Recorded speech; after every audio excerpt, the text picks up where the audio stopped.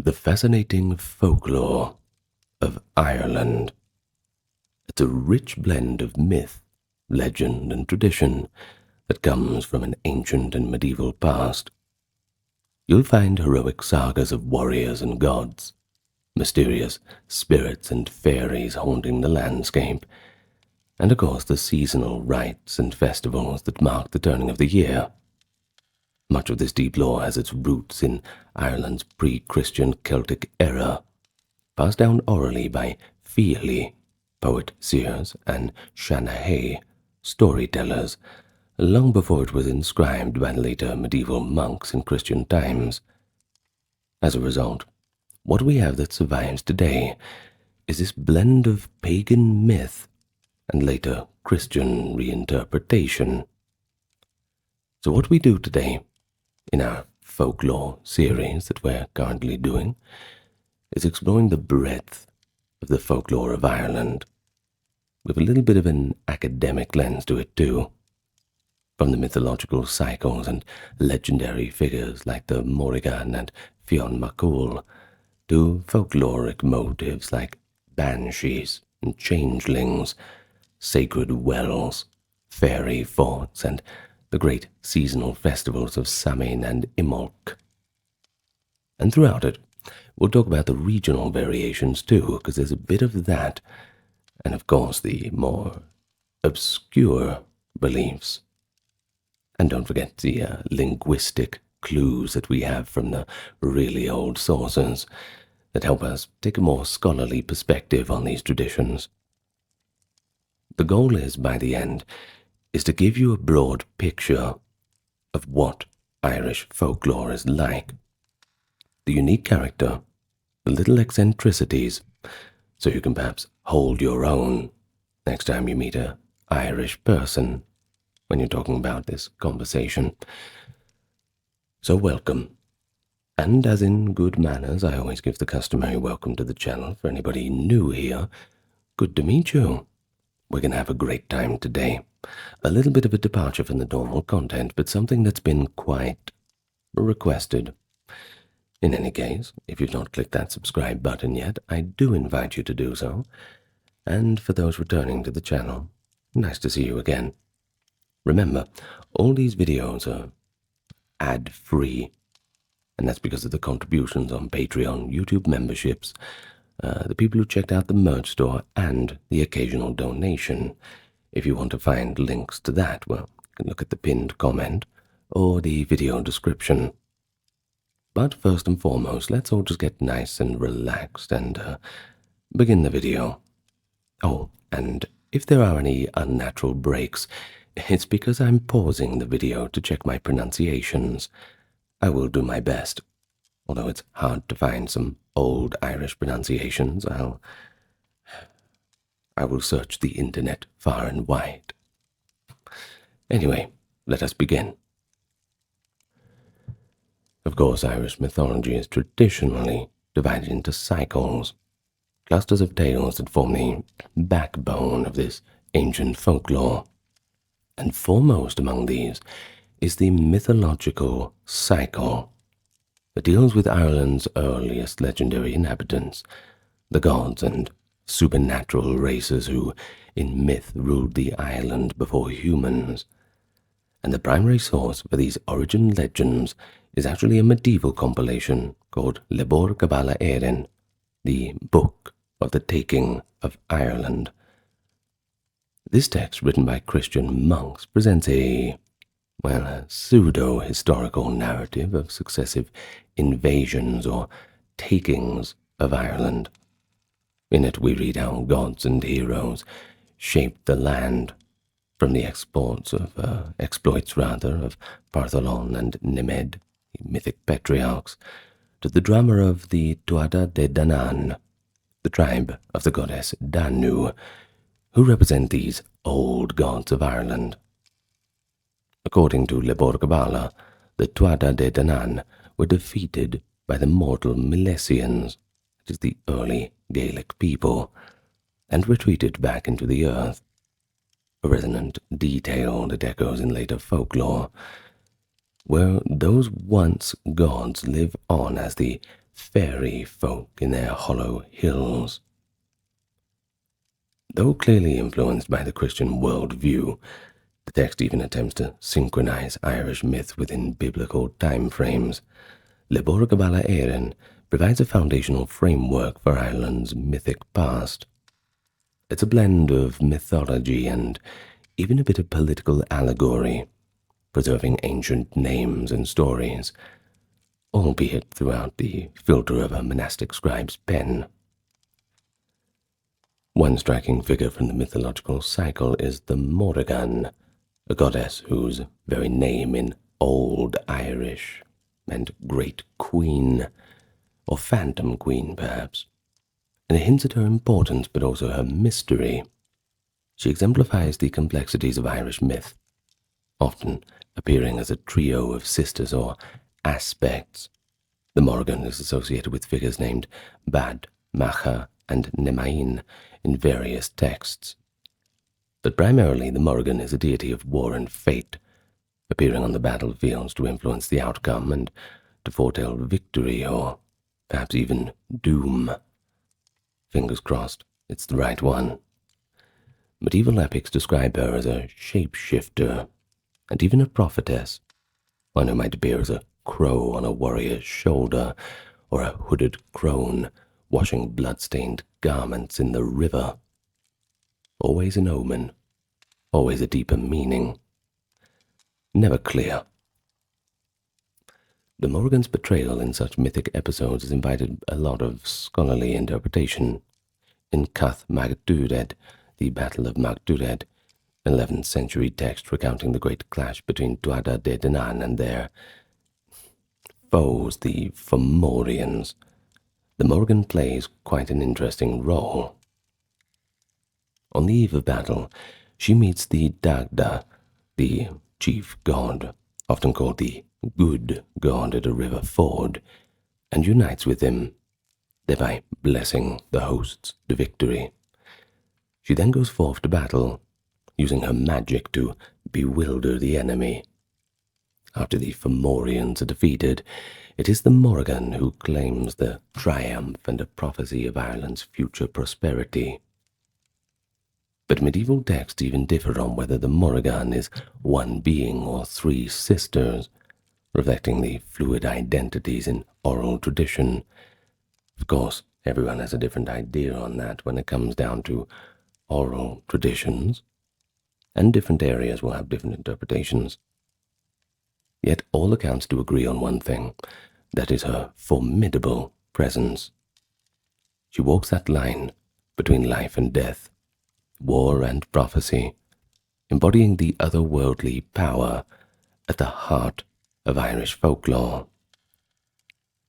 So opposing the divine Tuatha De Danann in the mythological cycle are the Fomorians, often characterized as chaotic and destructive beings. In simple terms, the bad guys. They may represent the wild forces of nature, or the darkness that the bright gods must overcome. A famous Fomorian leader is Balor of the Evil Eye, a giant from Tory Island, that is off the Donegal coast, whose single eye could wither an army out of fear. In myth, Balor is eventually slain by his own grandson, the young god Lugh, a tale wherein the new order of gods supplants the old, and light overcomes the darkness.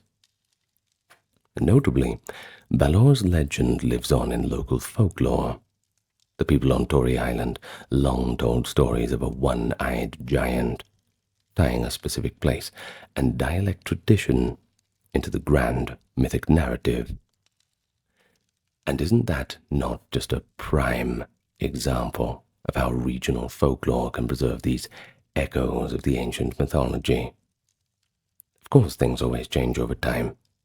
Stories get changed a little bit. Maybe it's political, maybe it's a religious thing, spiritual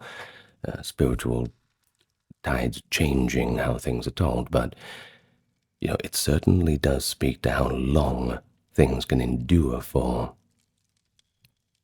Well, The mythological cycle also hints at old religious practices and beliefs too, because of course we have Christian Ireland and pre-Christian Ireland.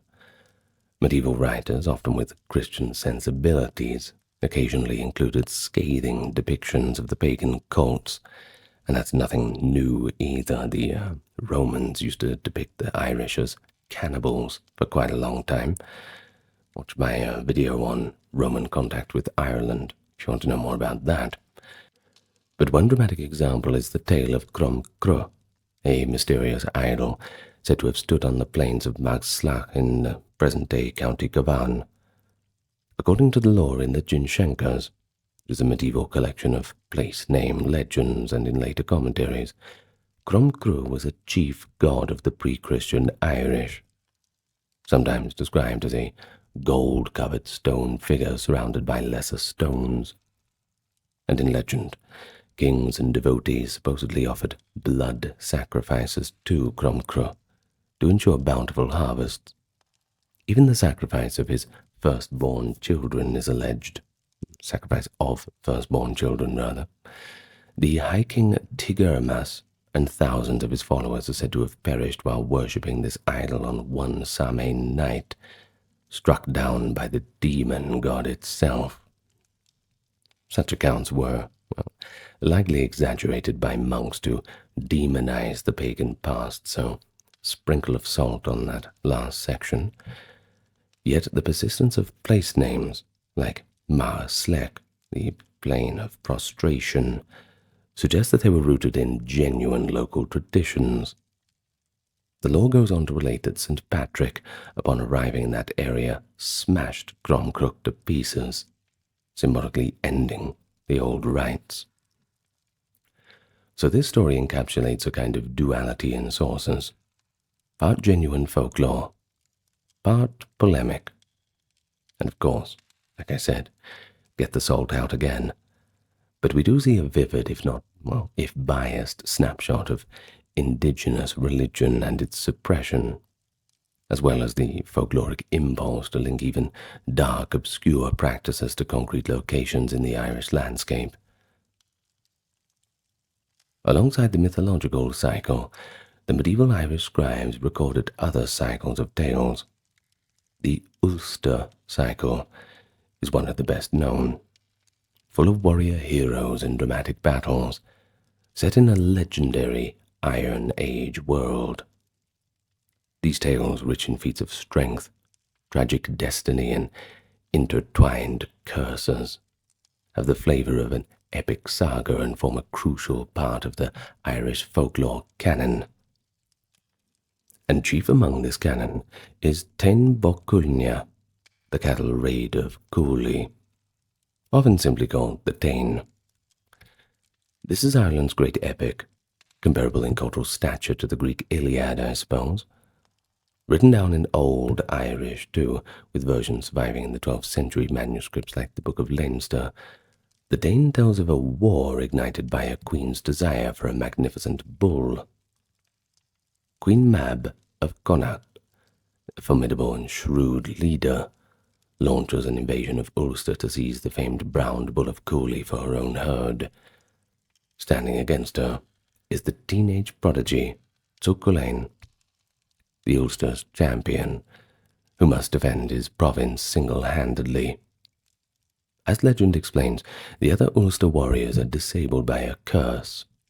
Long ago, the goddess Macha, an aspect of the Morrigan, laid a taboo on the men of Ulster, kind of like a curse, afflicting them with labor pains in their hour of greatest need. And because of this, when Mab's armies march, only Cuchulainn is able to fight. The narrative of the Táin is replete with episodes of folkloric motives. At one point, the young Cuchulainn flies into a ristrad, a warp spasm or battle frenzy, in which his body twists monstrously and he becomes an unrecognizable berserker, defending Ulster's border. In single combat after combat, he defeats a string of champions in duels fought at fords and narrow passes. He even faces Ferdiad his beloved friend and foster brother. In a pretty heartbreaking duel that lasts 3 days, and ends only when Cuchulainn, grievously wounded himself, manages to slay Ferdiad with the Ge Bolga, a barbed spear he had learned to wield during his training with the warrior woman Satash. All the while, supernatural elements lurk around. The Morrigan herself appears on the battlefield, at one point taking the form of an eel, a wolf, and even a heifer to hinder Cuchulainn as he fights. Although he wounds her in these forms, she later comes to him disguised as an old milkmaid, and the compassionate hero blesses her, unknowingly healing the injury that he caused. Such interactions between hero and deity add a few layers of meaning. For example, some interpretations suggest that Morrigan was just testing Cuchulainn, and his act of mercy toward her sealed his fate to achieve victory, albeit at a terrible cost.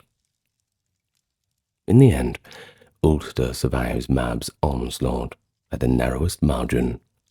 The brown bull of Cooley is carried off, but promptly engages in a titanic battle with Connacht's prize white-horned bull, resulting in the death of both animals. Kind of a poetic finale to a cycle of vengeance, a moral tale, I suppose. The tale has reached us in multiple recensions, too.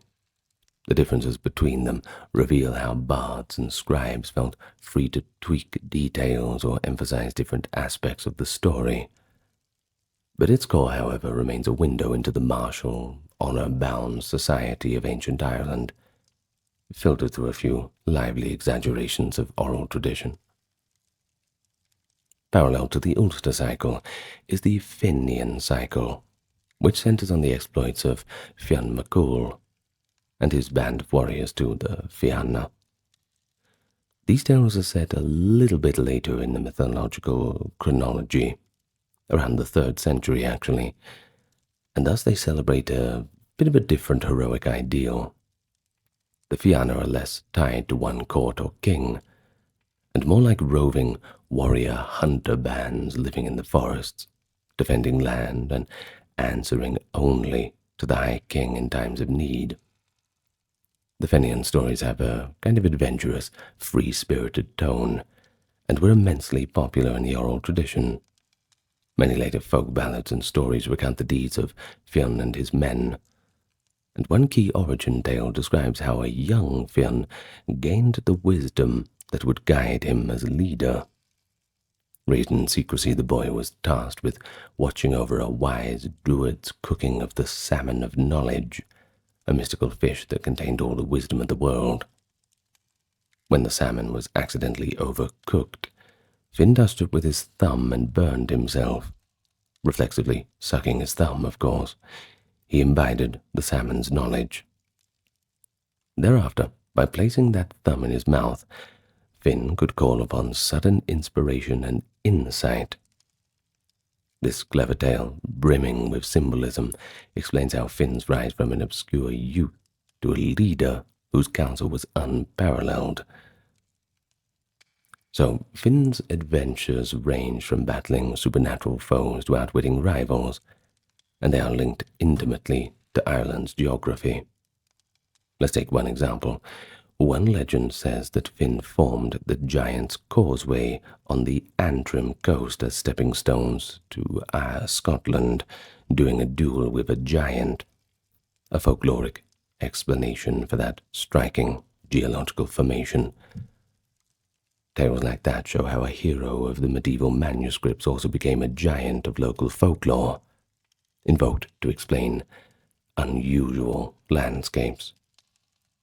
As for the Fianna, they roam far and wide in the stories, hunting deer, vanquishing monsters, hosting great feasts at palaces like the Hill of Allen. They are often portrayed as models of bravery and loyalty, but the cycle does not shy away from internal strife and tragedy within their ranks, and that certainly makes us think of the tales of King Arthur, Lancelot, Arthur himself, Guinevere, all the rest. There's certainly a lot of internal conflict. There are betrayals. There are comebacks. And there are falls from grace. Same goes with the Fianna, just a little bit older. Of course, let's talk a little bit about these cycles of betrayal. It's a good idea. The tale of Diarmuid and Graine is a famous romance. Graine, the daughter of the High King, is betrothed to an aging Fionn, but she falls in love with the handsome warrior, Diarmuid of Dimne. On the eve of her wedding, Graine gives a magical sleeping draught to the company and elopes with Diarmuid. Finn, enraged, and, well, probably heartbroken too, I suppose, pursues the couple across the breadth of Ireland.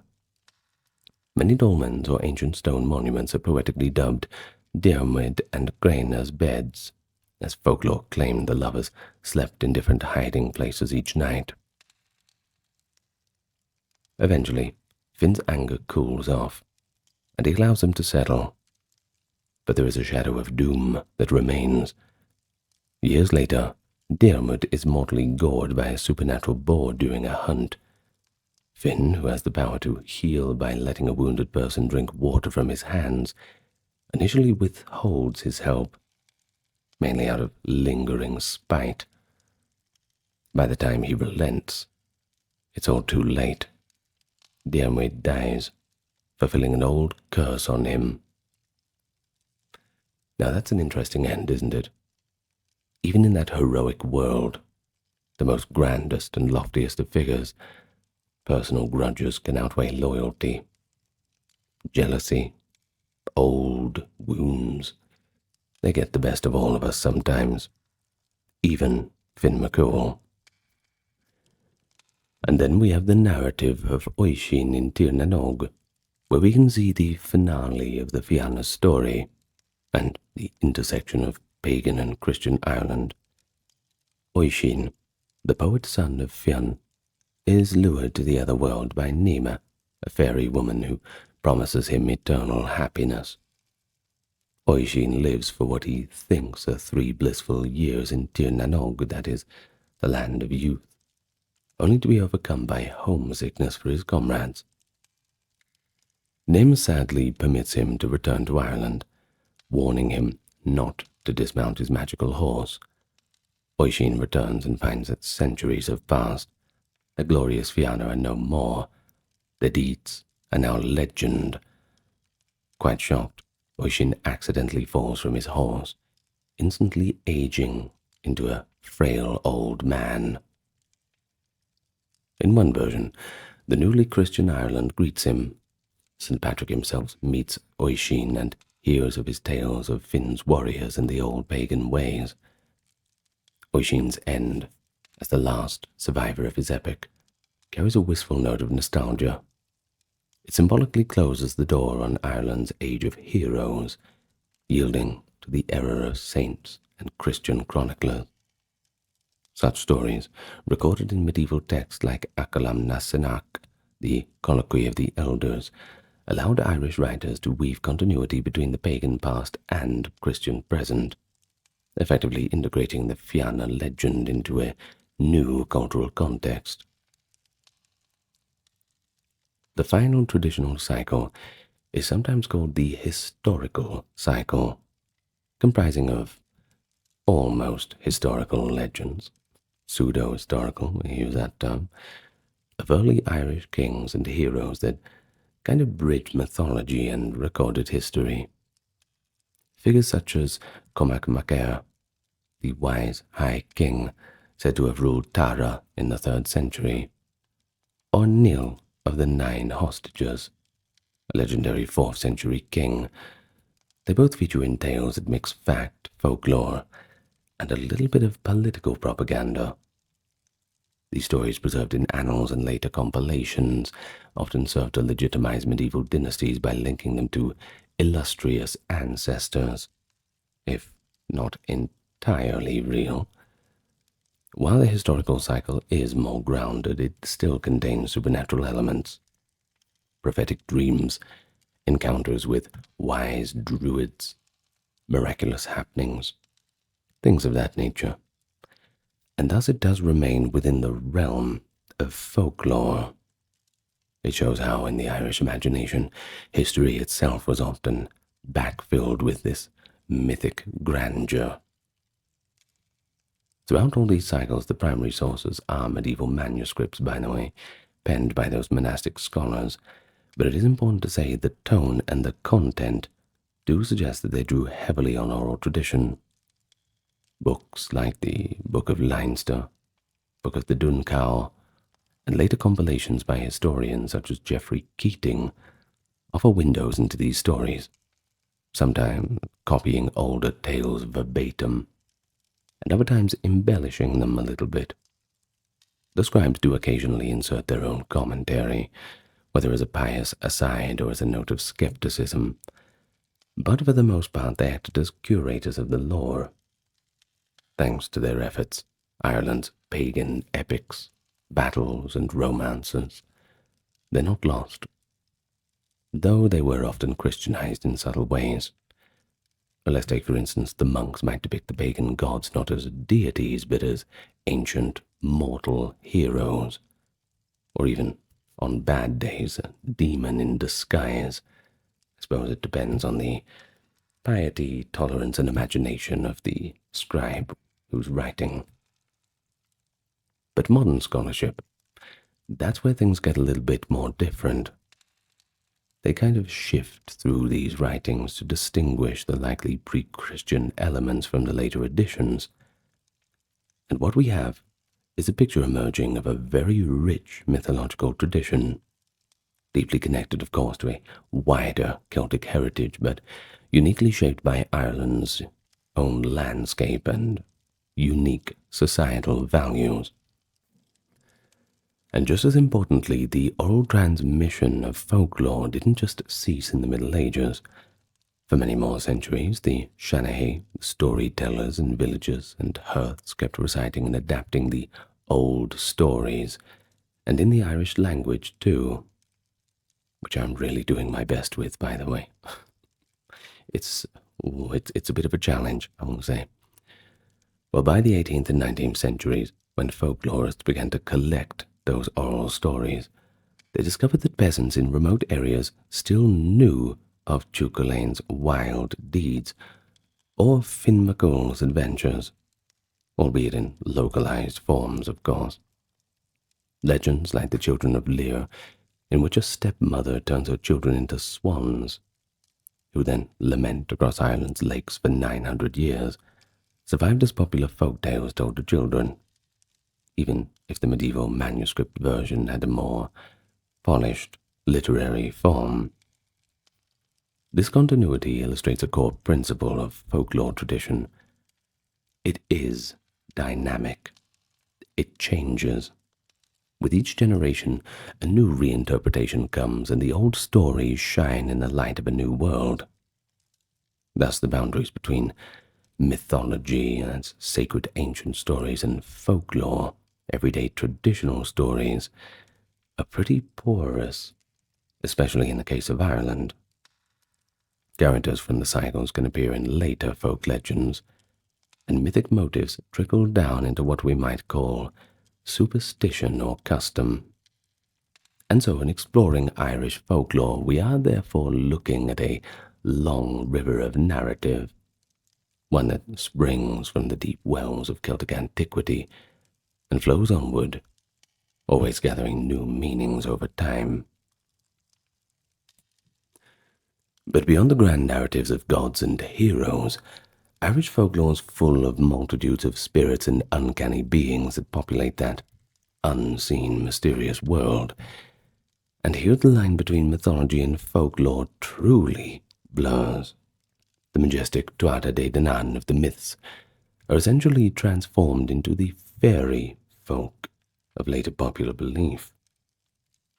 In medieval texts, after the Tuatha De Danann are defeated by the Milesians, they are said to have taken refuge under the hills in the She Mounds.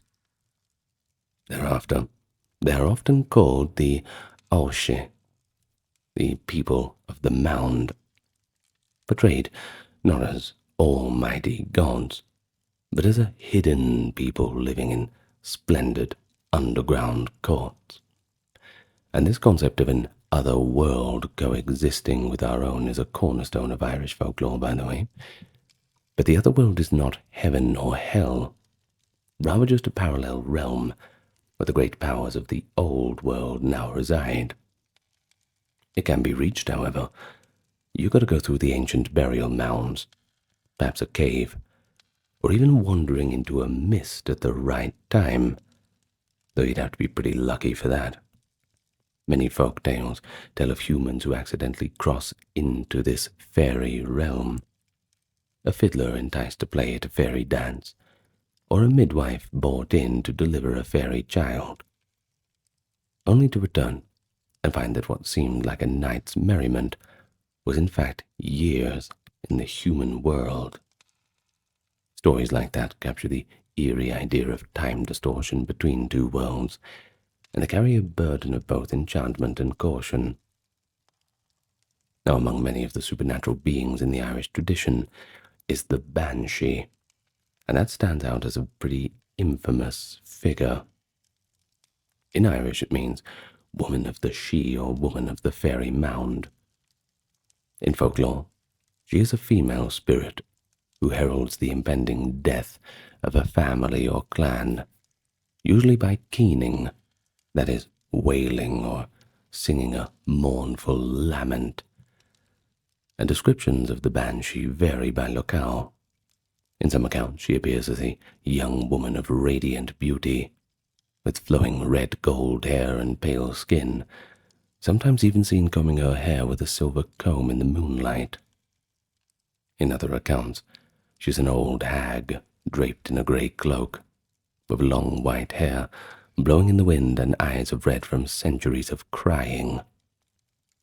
Occasionally, she is said to assume the guise of a washerwoman, washing blood-soaked clothes at the ford, an image strongly reminiscent of Morrigan's wartime aspect, if you remember that one from the previous section.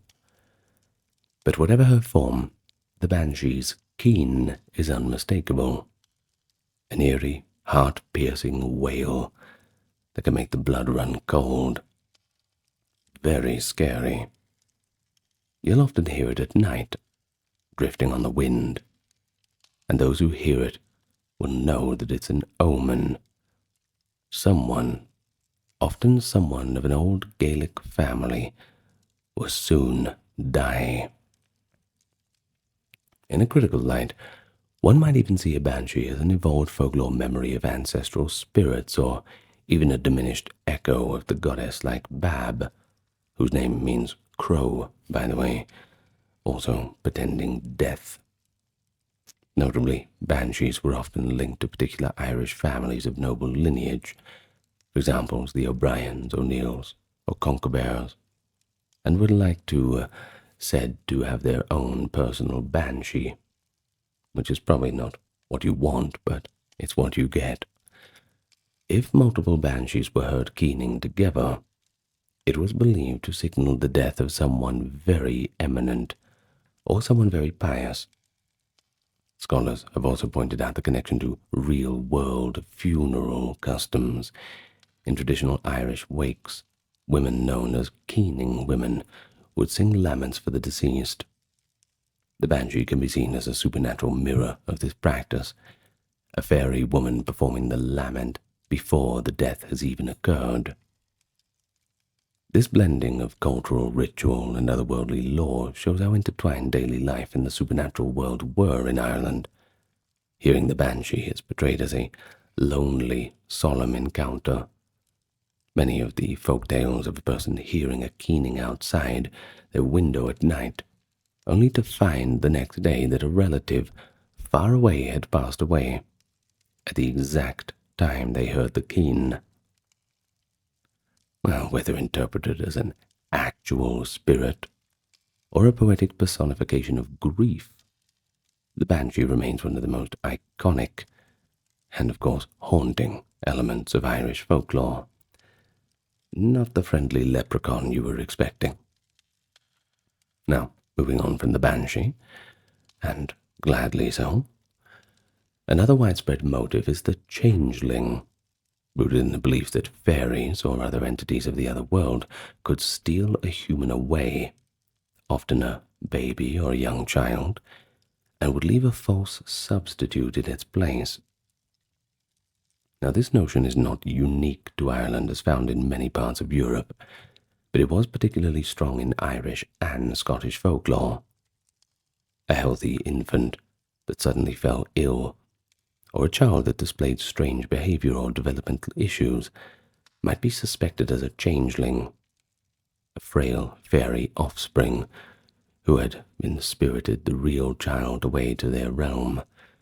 This is the Danashi who had taken them away. Likewise, a young mother who became mysteriously sick or depressed after childbirth might be thought to have been taken by fairies, with a changeling left in her stead. Folklore offered various ways to confirm and expel a changeling. One famous method was the eggshell test, brewing eggshells in a pot, as if they were cooking vessels. Well, this absurd sight would often provoke the changeling to speak or laugh, saying something like, "I've seen the forest of eggshells growing, yet never saw the like of this," thereby revealing its unnatural knowledge. Other remedies were a little more dangerous. Some involved heating a shovel or poker red hot and threatening the changeling with it, or actually placing the child on a hot iron in extreme cases, which, not cool, under the belief that this would make the fairy jump out and the human child be returned. Of course, I think I'd jump pretty damn high if someone put a red-hot poker on me. Sometimes the suspected changeling would be left overnight at a fairy fort or by a sacred well, in hopes that the fairies would come and reverse the swap. But these practices could be abusive or fatal to the unfortunate victims. It might seem a little bit medieval, but we have records of people even into the 19th century who were harmed or killed during such interventions. The most famous example being the case of Bridget Cleary in 1895.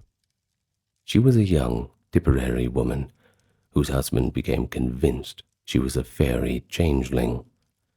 In trying to drive out the fairy, he and several relatives brutally murdered her. This shows that changeling lore was not just an amusing fireside tale, but a real belief with real consequence, persisting well into modern times. Now, from an academic perspective, changeling stories likely served as an explanation for misunderstood ailments like tuberculosis, or conditions like autism and developmental disabilities in children. They provided a narrative, however frightening, that helped communities cope with misfortune by blaming some supernatural force, which seems to be quite a prevailing trend in not just Irish history, but all over the world. But at the same time, the extreme measure was taken against changelings, and it highlights a darker side of folk belief, and that's a belief where fear could override empathy and, frankly, common sense. The persistence of changeling legends and the consistency of certain remedies across centuries show how deeply embedded this was in the rural psyche.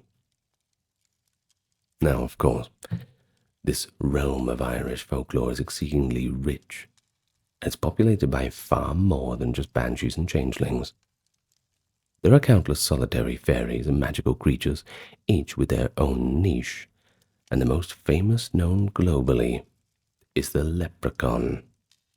We had to get to that soon enough, didn't we? Typically depicted as a diminutive old fairy man who makes shoes and guards a pot of gold at the end of the rainbow. But in truth, leprechauns are not very prominent in authentic Irish folk tales. They appear occasionally as tricksters who can grant 3 wishes if caught, but always manage to outsmart their captors and scurry away. Nonetheless, a medieval tale does mention those called lucorpain, which means little bodies, who capture a king and drag him into the sea, suggesting a concept of tiny, mischief-making sprites having deep roots. A close cousin of the leprechaun, in Munster folklore, is the cluricon, who is similarly small but known to be perpetually tipsy and fond of sneaking into wine cellars to drink up everything they can get. Yet another is the Faderig. That means red man. Usually portrayed as a solitary, roguish fairy who dresses in red and loves practical jokes, occasionally of the more gruesome kind. In coastal counties, fishermen's tales of the Mero, or Muruk, essentially a mermaid or merman, exist. Meros are said to have green hair and webbed fingers, and they wear a magic red cap or cloak that lets them travel between the sea and the land. Now, if a human manages to steal a Mero's cap, the Mero can live on land and even marry, but invariably, as many tales relate, the call of the ocean eventually compels the Mero to retrieve the cap and return to the sea, leaving their mortal family behind. Less benign is the Dulan, a headless phantom rider, often seen on a black horse carrying his own head under one arm. The Dulan gallops through the night as a herald of death. He may stop at the door of someone about to die, or call out their name, and there is no real way to stop him. No defense against the Dulan, except perhaps an aversion to gold. Some legends say that even a small gold pin might frighten him off, an old kryptonite for the headless horseman. Another notorious entity is the puka, a shape-shifting creature that can take the form of a black horse, a goat, a dog, or even a goblin. The puka loves to waylay travelers at night and fling them on a wild ride across the countryside, only to dump them in a ditch or a muddy field. While the puka can be malevolent or just impish depending on local law, some regions consider him a harvest spirit. In fact, in parts of Ireland, the last untamed fruits of the harvest were left for the puka, not to be eaten by humans. But what do all these various beings have in common? Well, there's one thing. Did you catch it? It is their tie to the underworld and to nature. The Irish imagination traditionally didn't draw a rigid line between the natural and supernatural realms. Every lonely little hill, every old tree, every glen could harbor an unseen supernatural presence. Even a sudden gust of wind sweeping up through a thicket, a strange flicker of light at night, a little lightning strike somewhere. These might be simply natural phenomena, or perhaps they were actually the movements of hidden folk from another world. Respect for the unseen was ingrained from childhood. Children were taught not to stray off known paths for fear of fairy rings. Farmers would leave a corner of the field untilled, a fairy quarter as a sign of goodwill. And one should never carelessly cut down a lone hawthorn tree in the middle of a field, for such solitary white thorns were often considered meeting places for fairies. The concept of fairy forts exemplifies this integration of landscape and law.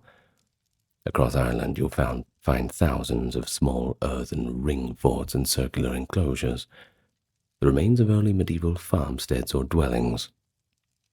To the rural folks of later times, these overgrown rings were inexplicable ruins from a long, mysterious past, and so they became known as fairy forts. Stories often abounded about the she that lived there. It was taboo to disturb a fairy fort, of course. Many tales recount dire punishments for those who tried to dig them up or level them. There are accounts, too, of farmers whose cattle died mysteriously, or whose own health failed after they attempted to plough a fairy ring. Well, even in the early 20th century, the belief held strong. In 1940, for instance, when a ring fort in Kerry was bulldozed to make way for a field, the locals whispered that the machines repeatedly broke down, and that the man who led the project had a string of bad luck thereafter.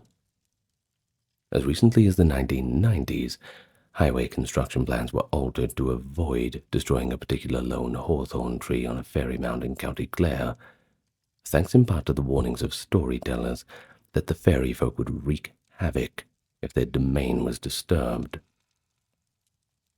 Well, anecdotes like this show how seriously these old beliefs were sometimes taken.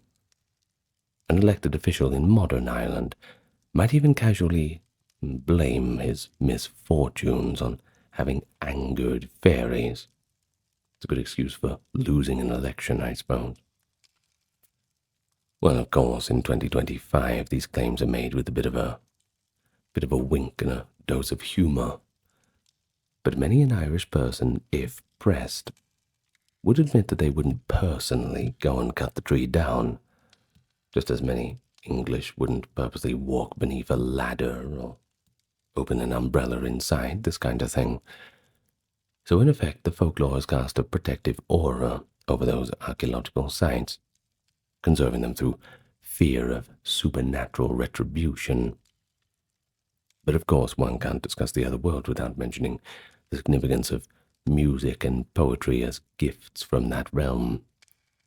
Folklore often claims that the sweetest tunes and most haunting airs played by Irish harpers and fiddlers were learned from the fairies themselves. A common motive is the musician who falls asleep on a fairy mound or is drawn inside it on Samhain night, and when he gets there, he hears that unearthly music. He does come back, though, sometimes thinking it only minutes having passed when it's in fact been years, and he finds that he can play a melody no one has heard before. Many traditional Irish jigs and reels have fanciful names like the Fairy's Reel or the Fairy Queen, reflecting this belief in otherworldly inspiration. Similarly, poets were thought to receive ailing, that is, vision poems from fairy muses, often as she-women, granting them creative insight. The Irish language itself contains euphemisms born of respect for the fairies. Terms like the good people and the neighbours were used instead of saying fairies so as not to offend them by direct mention. In Gaelic-speaking regions, even into the 20th century, older storytellers would lower their voice or give a little nod to the side when alluding to the other crowd, acknowledging their presence in the most polite manner. All these cultural nuances, they illustrate an essential truth. The other world was not merely a fanciful idea, but an integral part of how people understood the world around them, their fortunes, their art, and perhaps even their fate.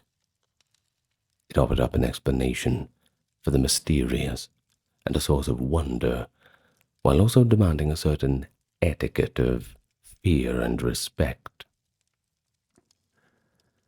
So let's not forget that Irish folklore is deeply tied to the land itself.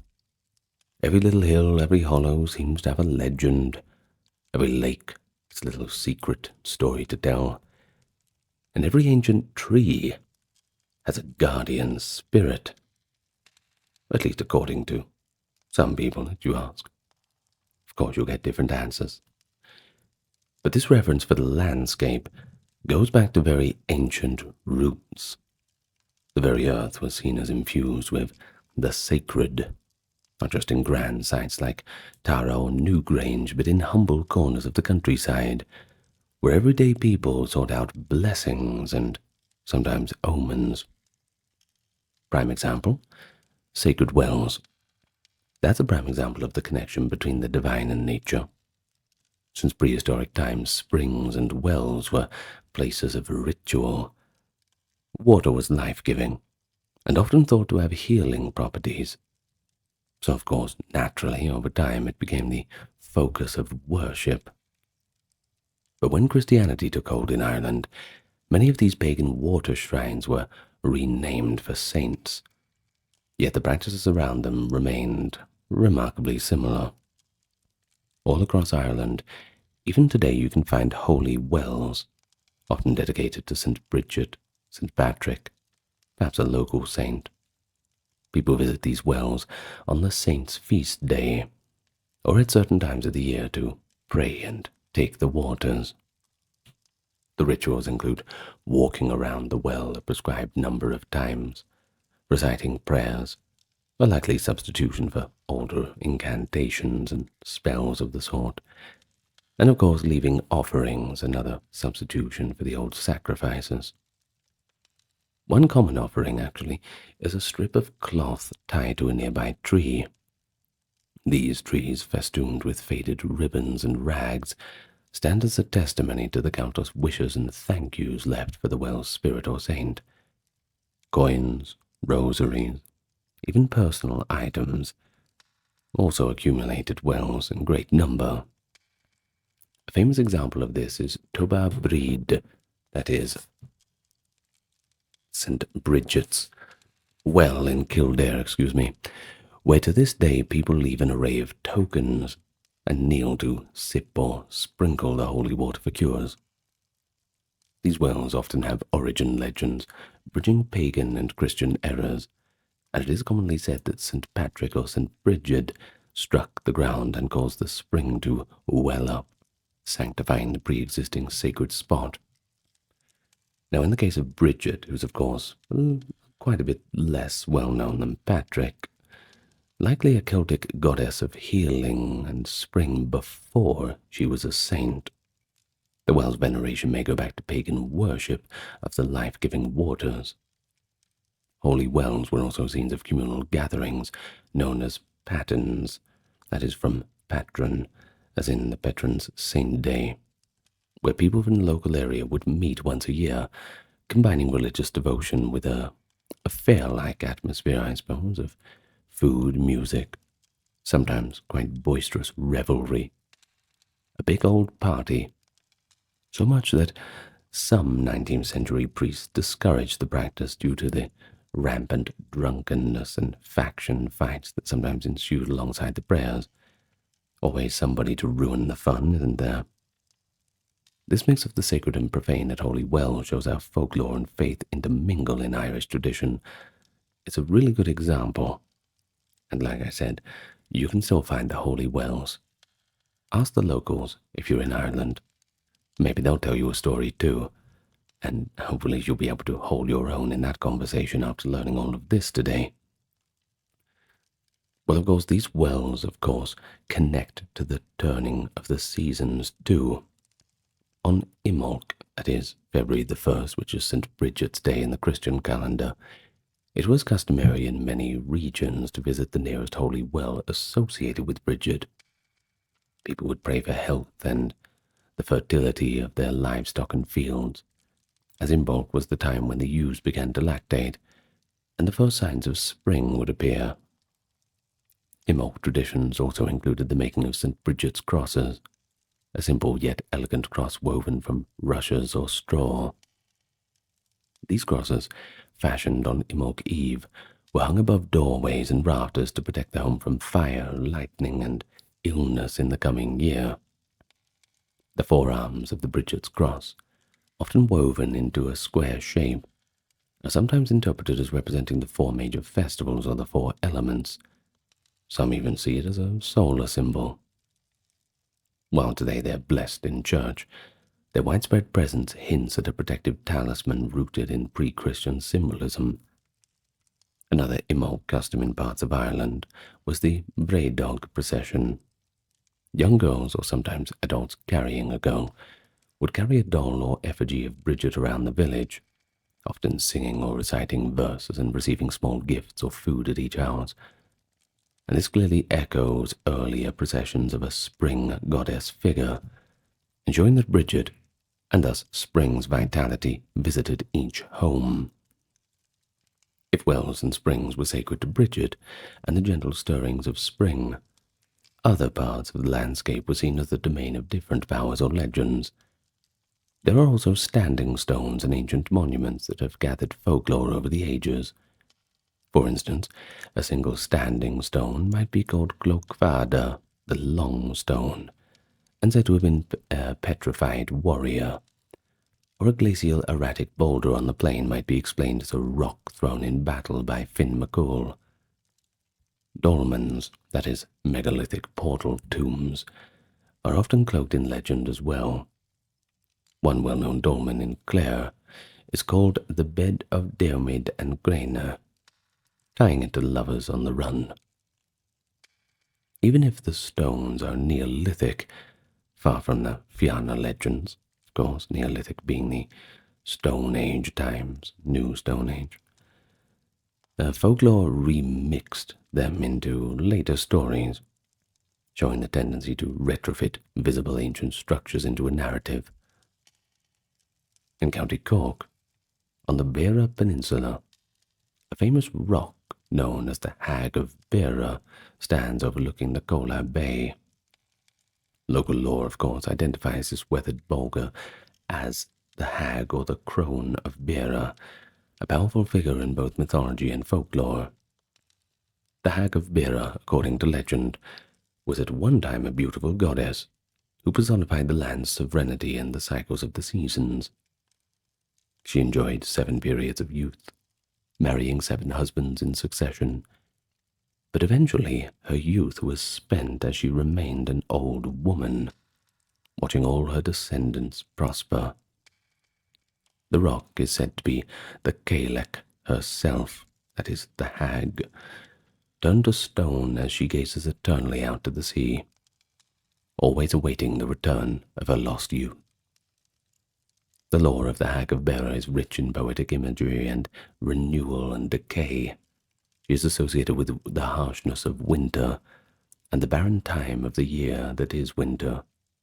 Some versions of the folklore, she renews herself each season by bathing in certain waters or using a hidden magical veil.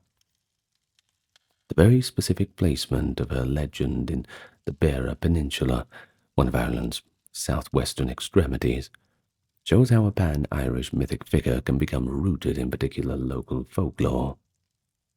To local people, that craggy rock is not just a geological curiosity. It is rather the embodiment of an ancient story and an object of respect.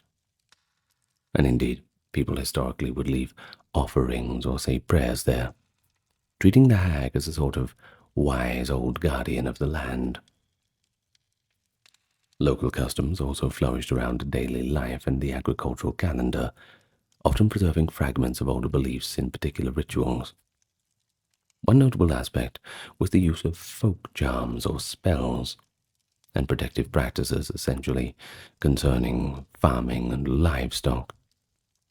At Beltane, that is May 1st, the traditional start of summer, cattle were driven to their summer pastures, and with that movement came the fear of maleficent forces or jealous neighbors who might magically steal the herd's fertility. To guard against that, people would light great bonfires on the eve of May, a tradition with clear ancient Celtic pedigree, that his Beltane fires were recorded by medieval writers as pagan rites. The cattle would then be driven between 2 bonfires or made to jump over small fires, with the smoke believed to have a purifying and protective effect. People would also take some of the blessed fire back to their homes, ashes or embers to rekindle their own hearths, thus carrying the summer's protective warmth into their very living places. Living places, what am I talking about? Into their very homes. Well, another Beltane practice was decorating the May bush, typically a thorn bush or branch bedecked with bright ribbons, flowers, sometimes shells or candles, anything that looked nice, really. The decorated bush set outside the house was thought to welcome in the summer and keep away mischievous spirits or ill luck. This custom was particularly strong in some eastern counties, and has parallels in parts of Britain and Europe, hinting at common ancient origins celebrating the life force of spring turning into summer.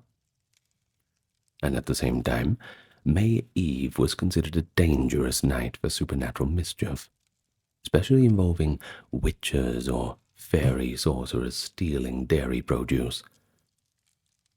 There were widespread peace silks about not giving away milk or fire on May Day, for fear that you might be handing over your farm's luck.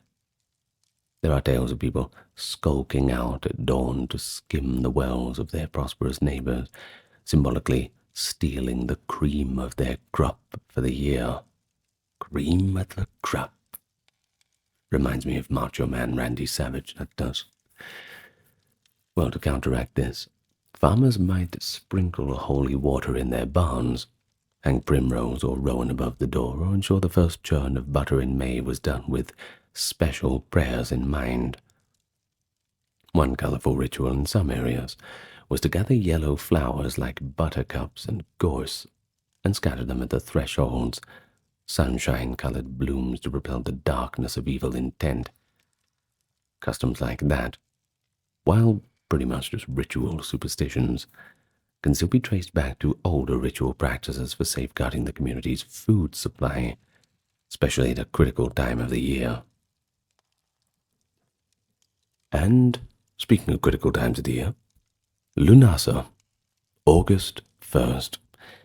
That was the start of the harvest season, and another major festival with strong folkloric observance. Lunasa is named for the god Lugh, and the many skilled champion of the Tuatha De Danann.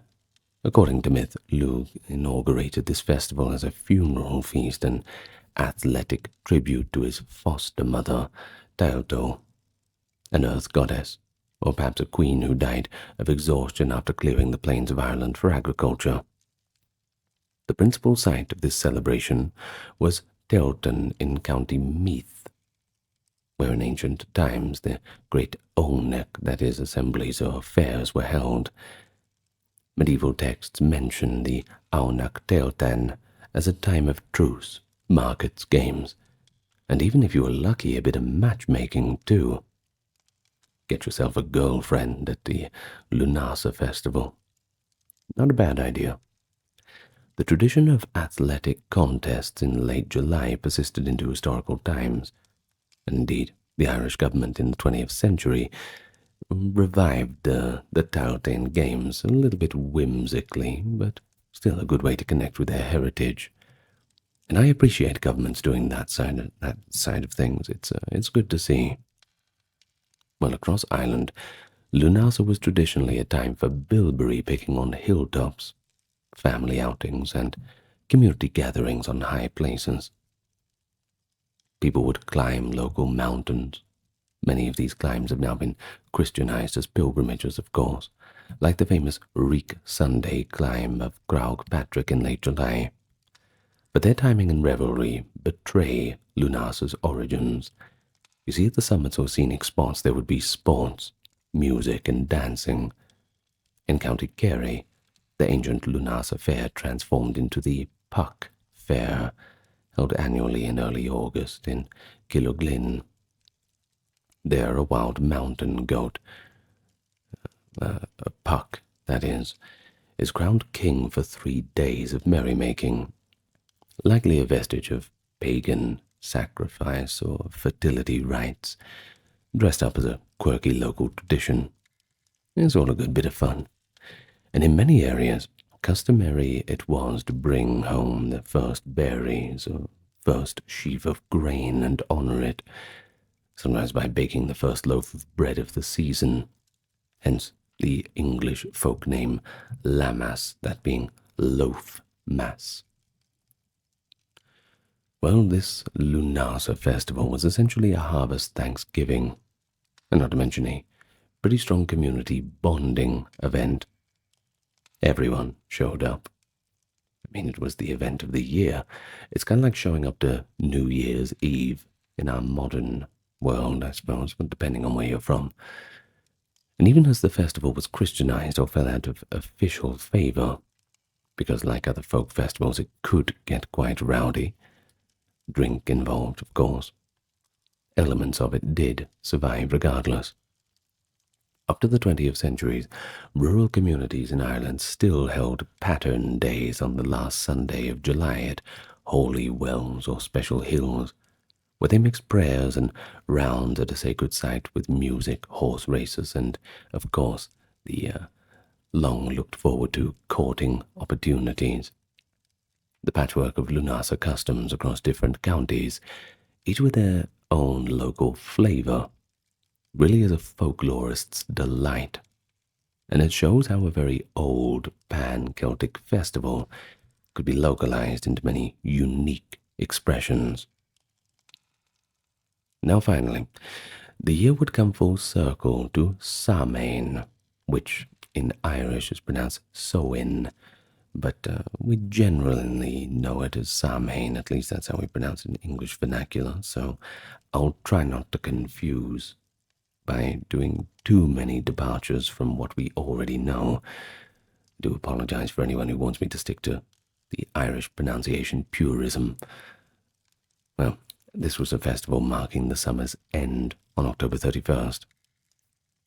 Samhain was, in many respects, the most significant quarter day in the Irish calendar, essentially the Celtic New Year, and it remains so in the folk memory since its echoes live on in Halloween.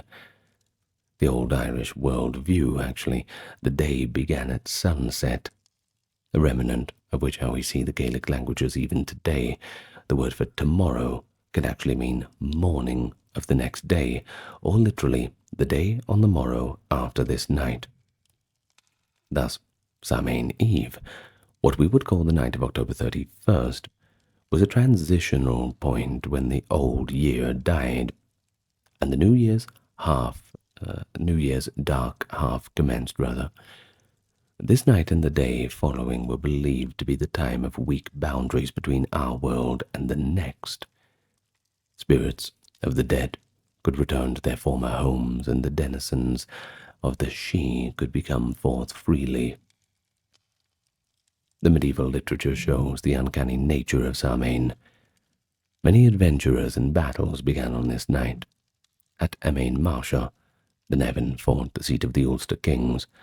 A prophecy said that no battle should be undertaken except on Samhain, when heroes' powers could be grated, but supernatural forces also running high.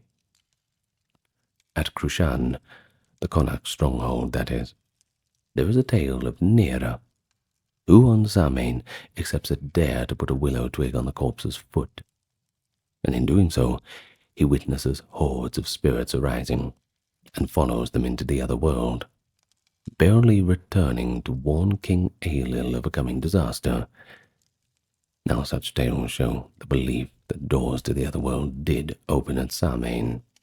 One reason why people stayed close to hearth and home that night, well, because the supernatural was expected to roam, people took precautions and also enacted rituals of hospitality toward the unseen.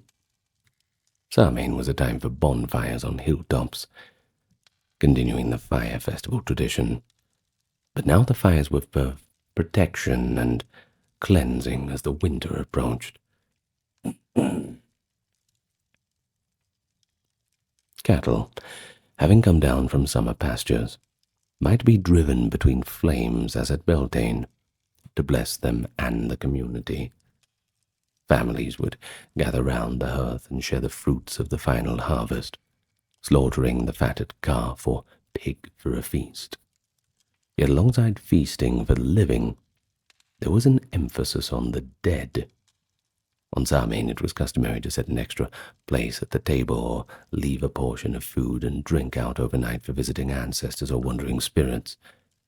These offerings were the original treats given to the ghosts and fairies, who would not feel slighted and not play tricks on the household if they got a little something in return.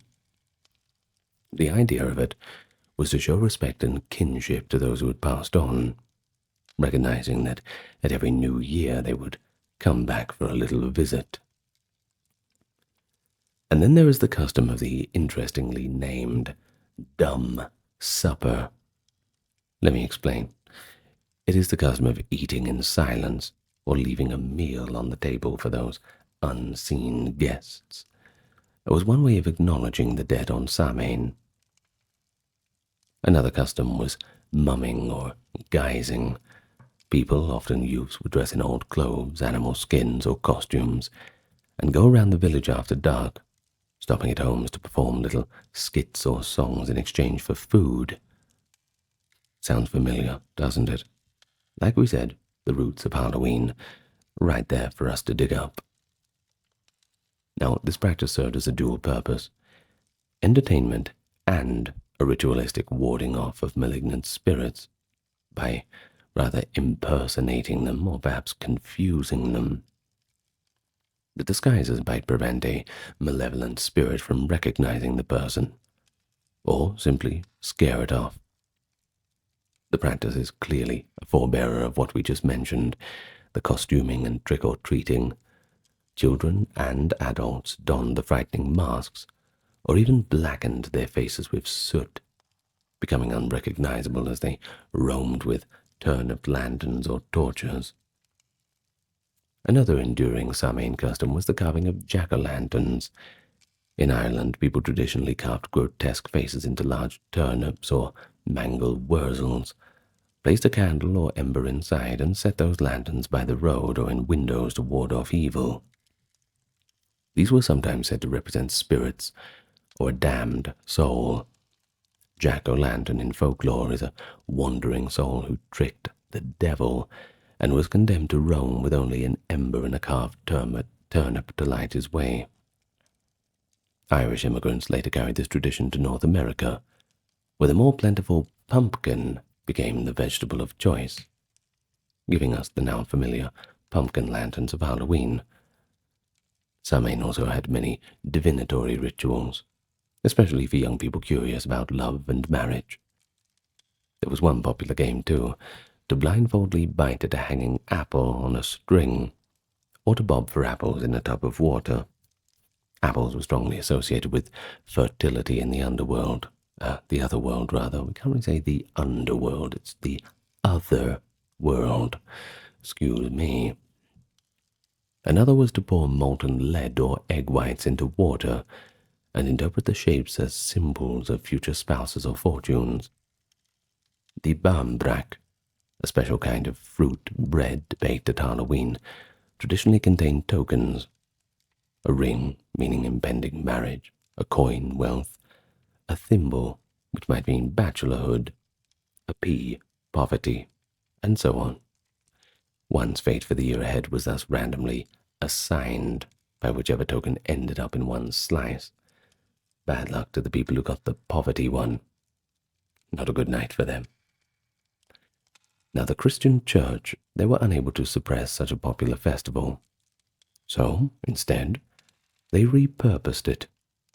November 1st became All Saints' Day, or All Hallows' Day, and November 2nd, All Souls' Day, a time to honor the blessed dead and pray for all departed souls, and it is no coincidence that these observances align with Samhain. In effect, the Church provided a sanctioned way to continue the tradition of remembering the dead, while layering it with Christian theology. Yet many Samhain folk practices simply persisted alongside, slightly rebranded. Fires in remembrance of the dead, visiting graves with candles, the ongoing belief in wandering souls, it all remained a part of this seasonal observance. So, from a folklore viewpoint, Samhain is perhaps the clearest window into that old Celtic mindset. A view of time as cyclical, and a view of the world as inherently enchanted.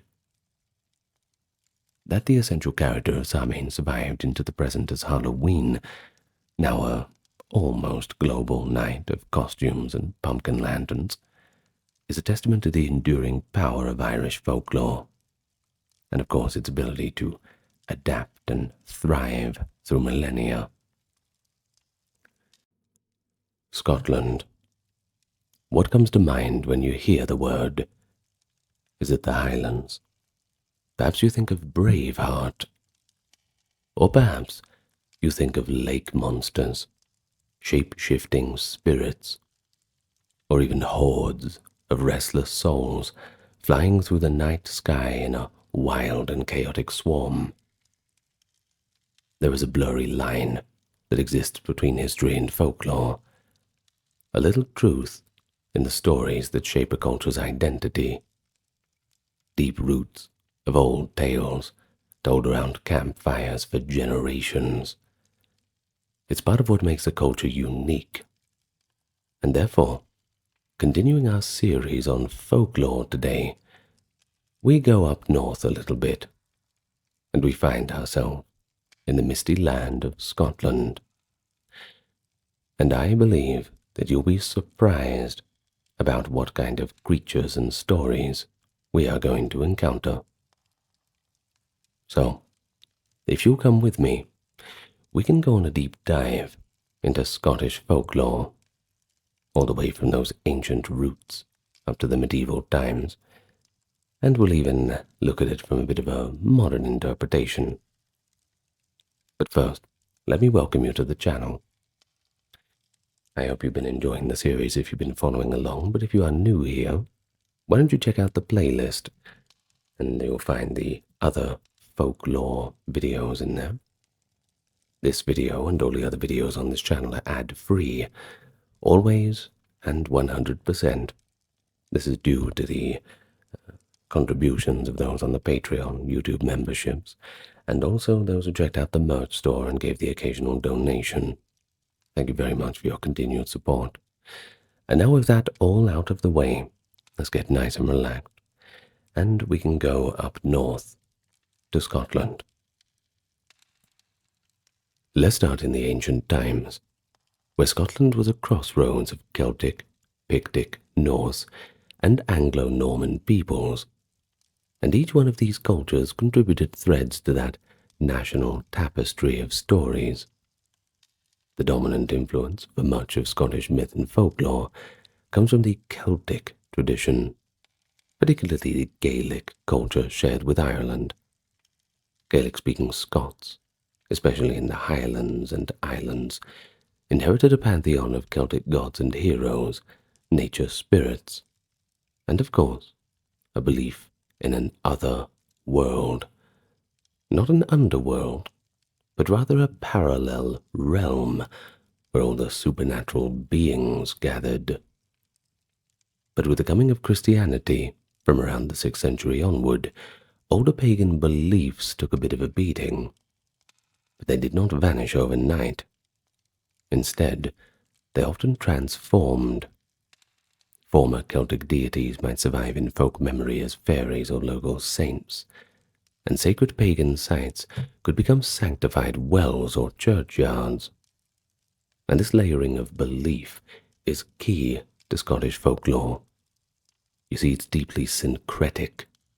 It blends pagan and Christian influences together, indigenous and foreign.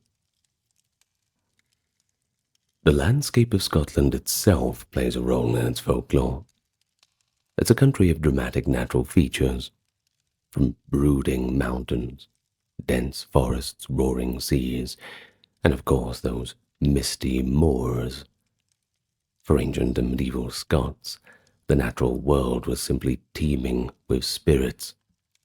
Every lonely glen or craggy hill might be home to a supernatural presence. The towering peaks and dark lochs inspired stories to explain their awe-inspiring and sometimes terrifying qualities.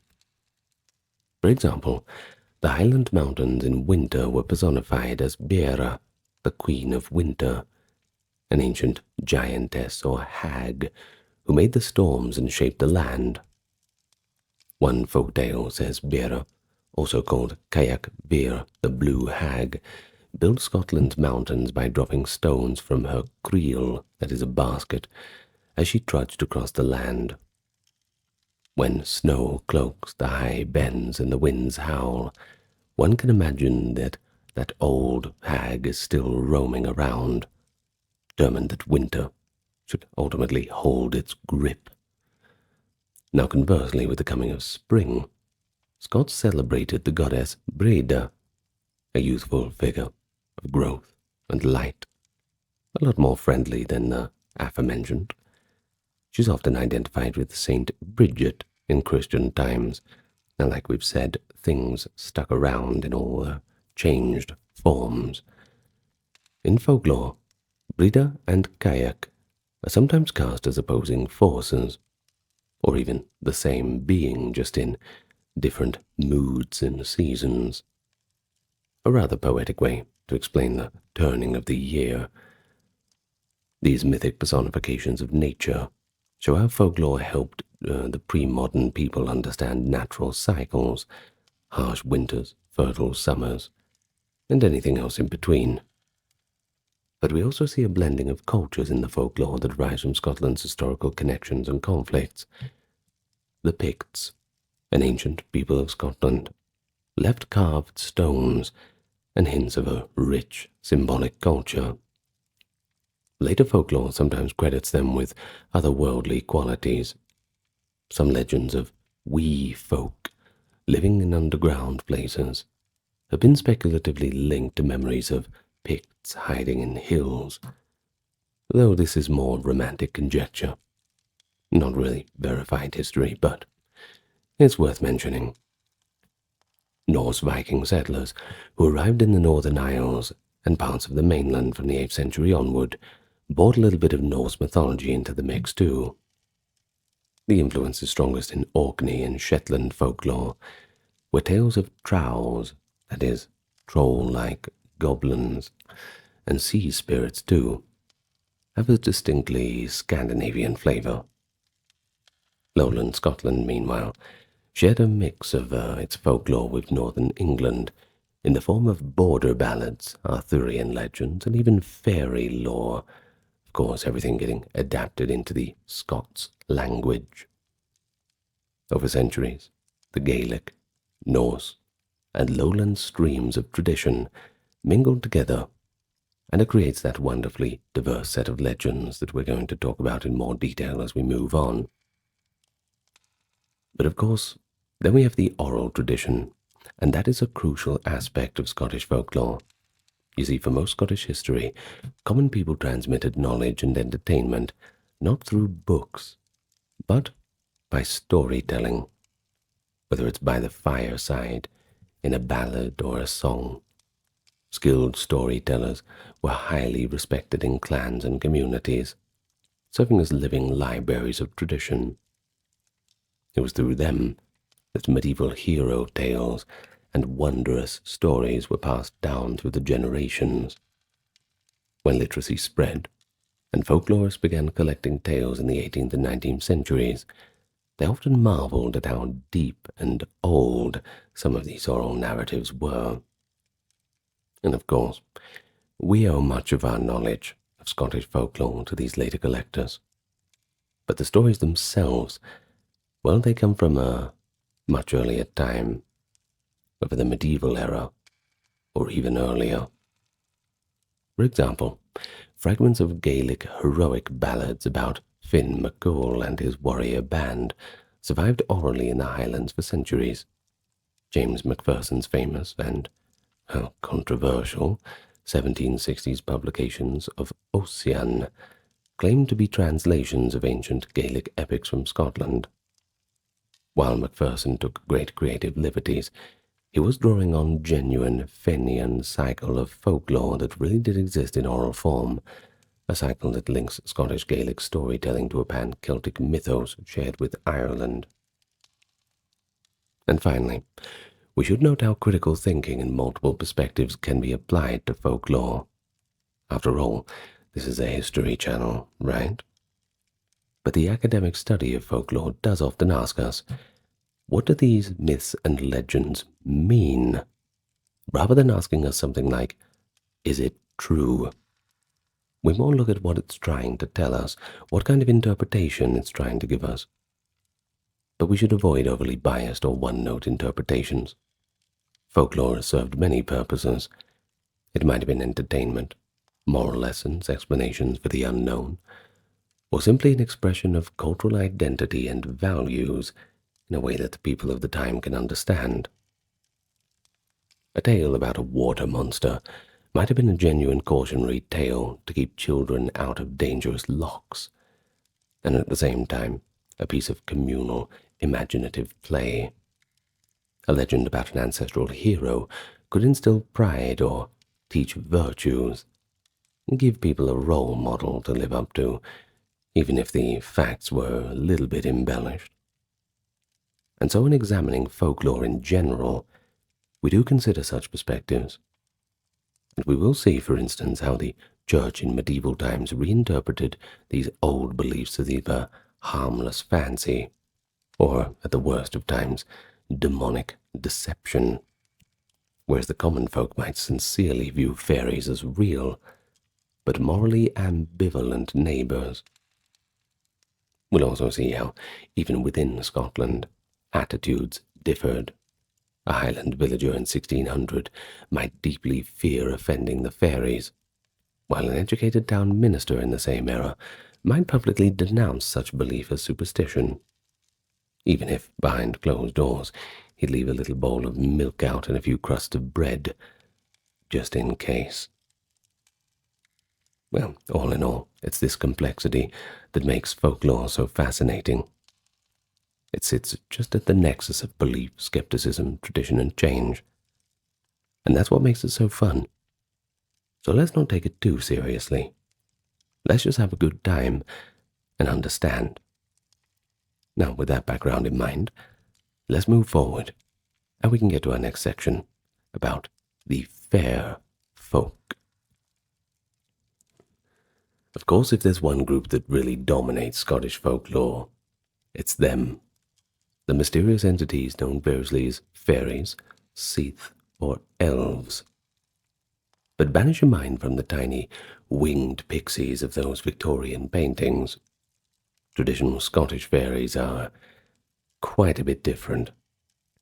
They are an older, more ambivalent breed, sometimes human-sized, sometimes diminutive, quite often invisible, and all in all deeply entwined with the landscape and fate of mortals. They can be benevolent helpsters, or, if you're unlucky, a dangerous trickster. It all depends on how humans treat them. But let's explore the rich beliefs of Scotland around fairies, all the way from the household brownie to the mighty Queen of Elfland herself. That's right, there is an Elfland, and they do have a queen. In the Scottish Highlands, Gaelic folklore speaks of the Eshi, literally the people of the hills or mounds. These fairies were believed to live in the ancient earthen mounds and barrows that dot the countryside, old burial mounds or natural knolls that country folk treated with quite a bit of respect. Many a hill has the Gaelic name Sithane attached. For example, there is a mountain that has its name derived from Sid Caelan, that is the fairy hill of the Caledonians. The fairies here were not necessarily tiny. They were basically a supernatural folk, living parallel to humans, but usually hidden from our sight, perhaps for our own good. Medieval and early modern testimonies about fairies describe them as a people who appear kind of like humans, though sometimes strikingly beautiful, pale, or oddly dressed. They live underground in splendid halls. They steal away humans on occasions, and they have their own strange customs. One Scottish minister from the 17th century, Reverend Robert Kirk by name, took such beliefs so seriously that he set about describing them in his very own treatise. Written in 1691, in The Secret Commonwealth, Kirk calls the fairies, quote, subterranean inhabitants, and he attempts to catalogue their nature. According to Kirk's account, based on conversations with local seers, the fair folk have bodies composed of subtler matter, a kind of congealed air, and they can make themselves invisible at will. They live much longer than humans, too, and possess a great knowledge, yet they are not immortal or equal to angels. They have their own marriages, their own arts, and they even have petty conflicts among themselves. And here's a fascinating note. Kirk also said that certain gifted people with second sight claim to see the fairies and describe their world in detail. Banquets served by fairy servants, music from invisible pipers, and even fairy women spinning cloth on their tiny little wheels. But these were no child's tales for the Highlanders. They were very serious, a part of what formed their world view. Indeed, one paradox of Scottish folklore is that many educated folk privately entertained the possibility that these creatures were indeed real. Just look at Reverend Kirk himself. He became part of the folklore after his death. Local legend in Aberfoyle claims that Kirk was taken by the fairies, or the good people, as one would euphemistically call them. They took him for revealing their secrets. Apparently they weren't quite impressed with him running his mouth off, and that now, to this very day, his spirit is trapped there, in the fairy realm. Bad luck for him. Well, one type of fairy well known throughout Scotland, and much of Britain, by the way, is the brownie. Now, I've mentioned him in the Ireland and England videos, but let's go through him again, just in case you've not watched them. The brownie was far from a winged sprite. It was actually a household spirit, often imagined as a small, shaggy and elderly-looking little man who is benign and helpful, if treated respectfully. The brownie's lore reflects the importance of hospitality and reciprocity in Scottish culture. So by tradition, a brownie would attach itself to a farm or a household and at night come out to secretly do chores, churning milk, threshing the grain, tidying the house up. Now, of course, this was a big help to the human family. Sounds pretty good, doesn't it? Well, the brownie worked only out of its own good will, but the family had to follow certain rules, and these were extremely important because you did not want to break the rules. Well, for example, never spy on the brownie. Don't try to catch it out when it's doing what it wants to do. It likes to be left alone. Also, never outright thank the brownie either. To do so is to imply that it needed thanks, that it was doing it for a reason, and that offends its pride. And crucially, this was the big one, never offer it payment in the form of wages or clothing. In fact, a classic way to drive a brownie away forever is to leave out a fine set of clothes for it. The brownie would either be insulted or overjoyed. Stories vary on what kind of emotion it would be. He'll put on the gifted clothes and vanish, never to return again. One Borders folktale tells of a farmer's wife who, pitying her brownie's ragged appearance, left him a new coat and hood. The brownie put them on and proudly chanted a little rhyme. Fine and brave, a new coat and hat. Now I'll go to the fairy lands, and I'll never come back. Thus the farm lost its unseen helper. Brownie tales served perhaps as a charm against loneliness and fear in isolated farms. The idea that some friendly spirit shared your work in the dark hours, well, that was comforting.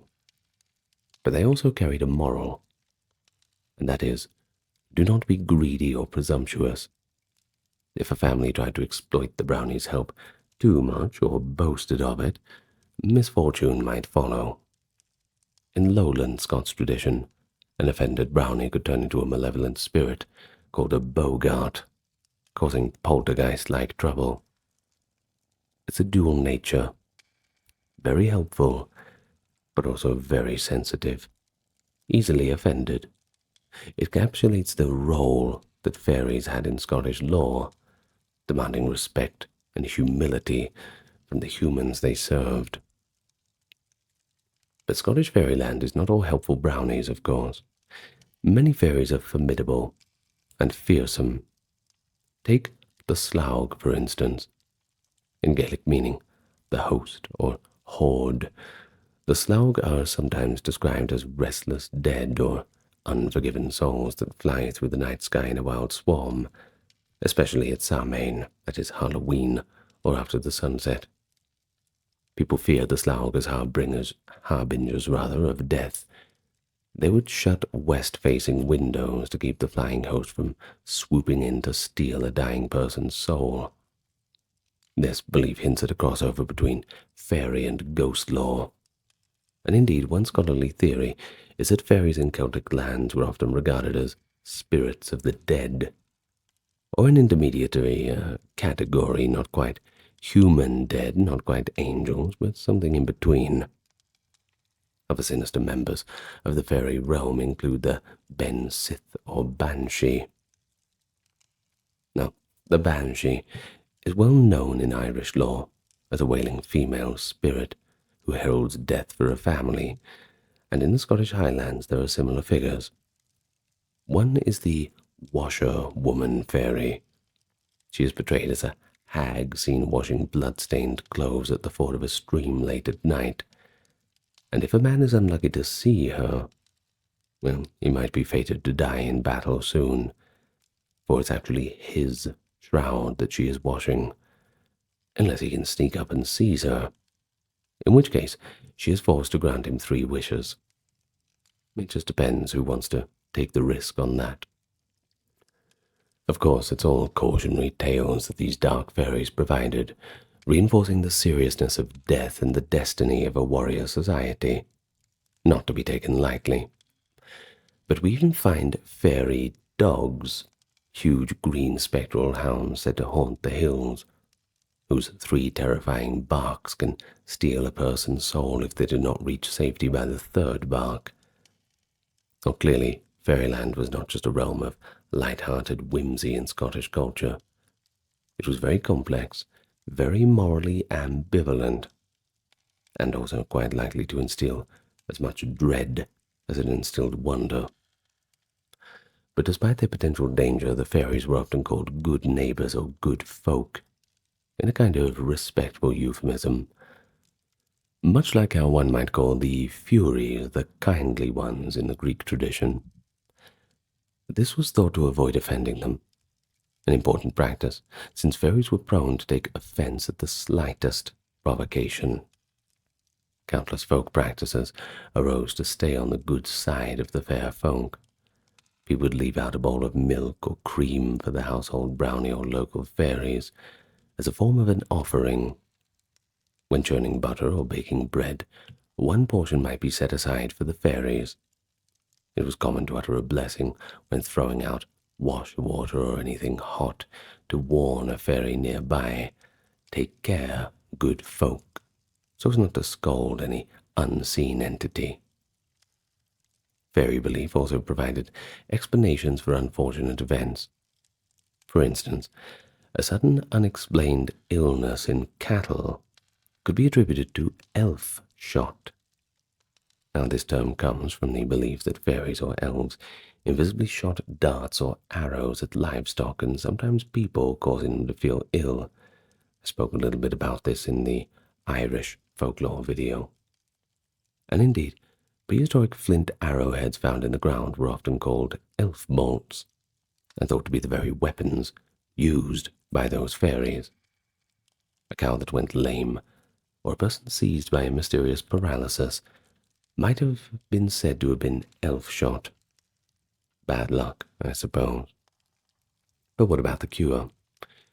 Well, they did have one.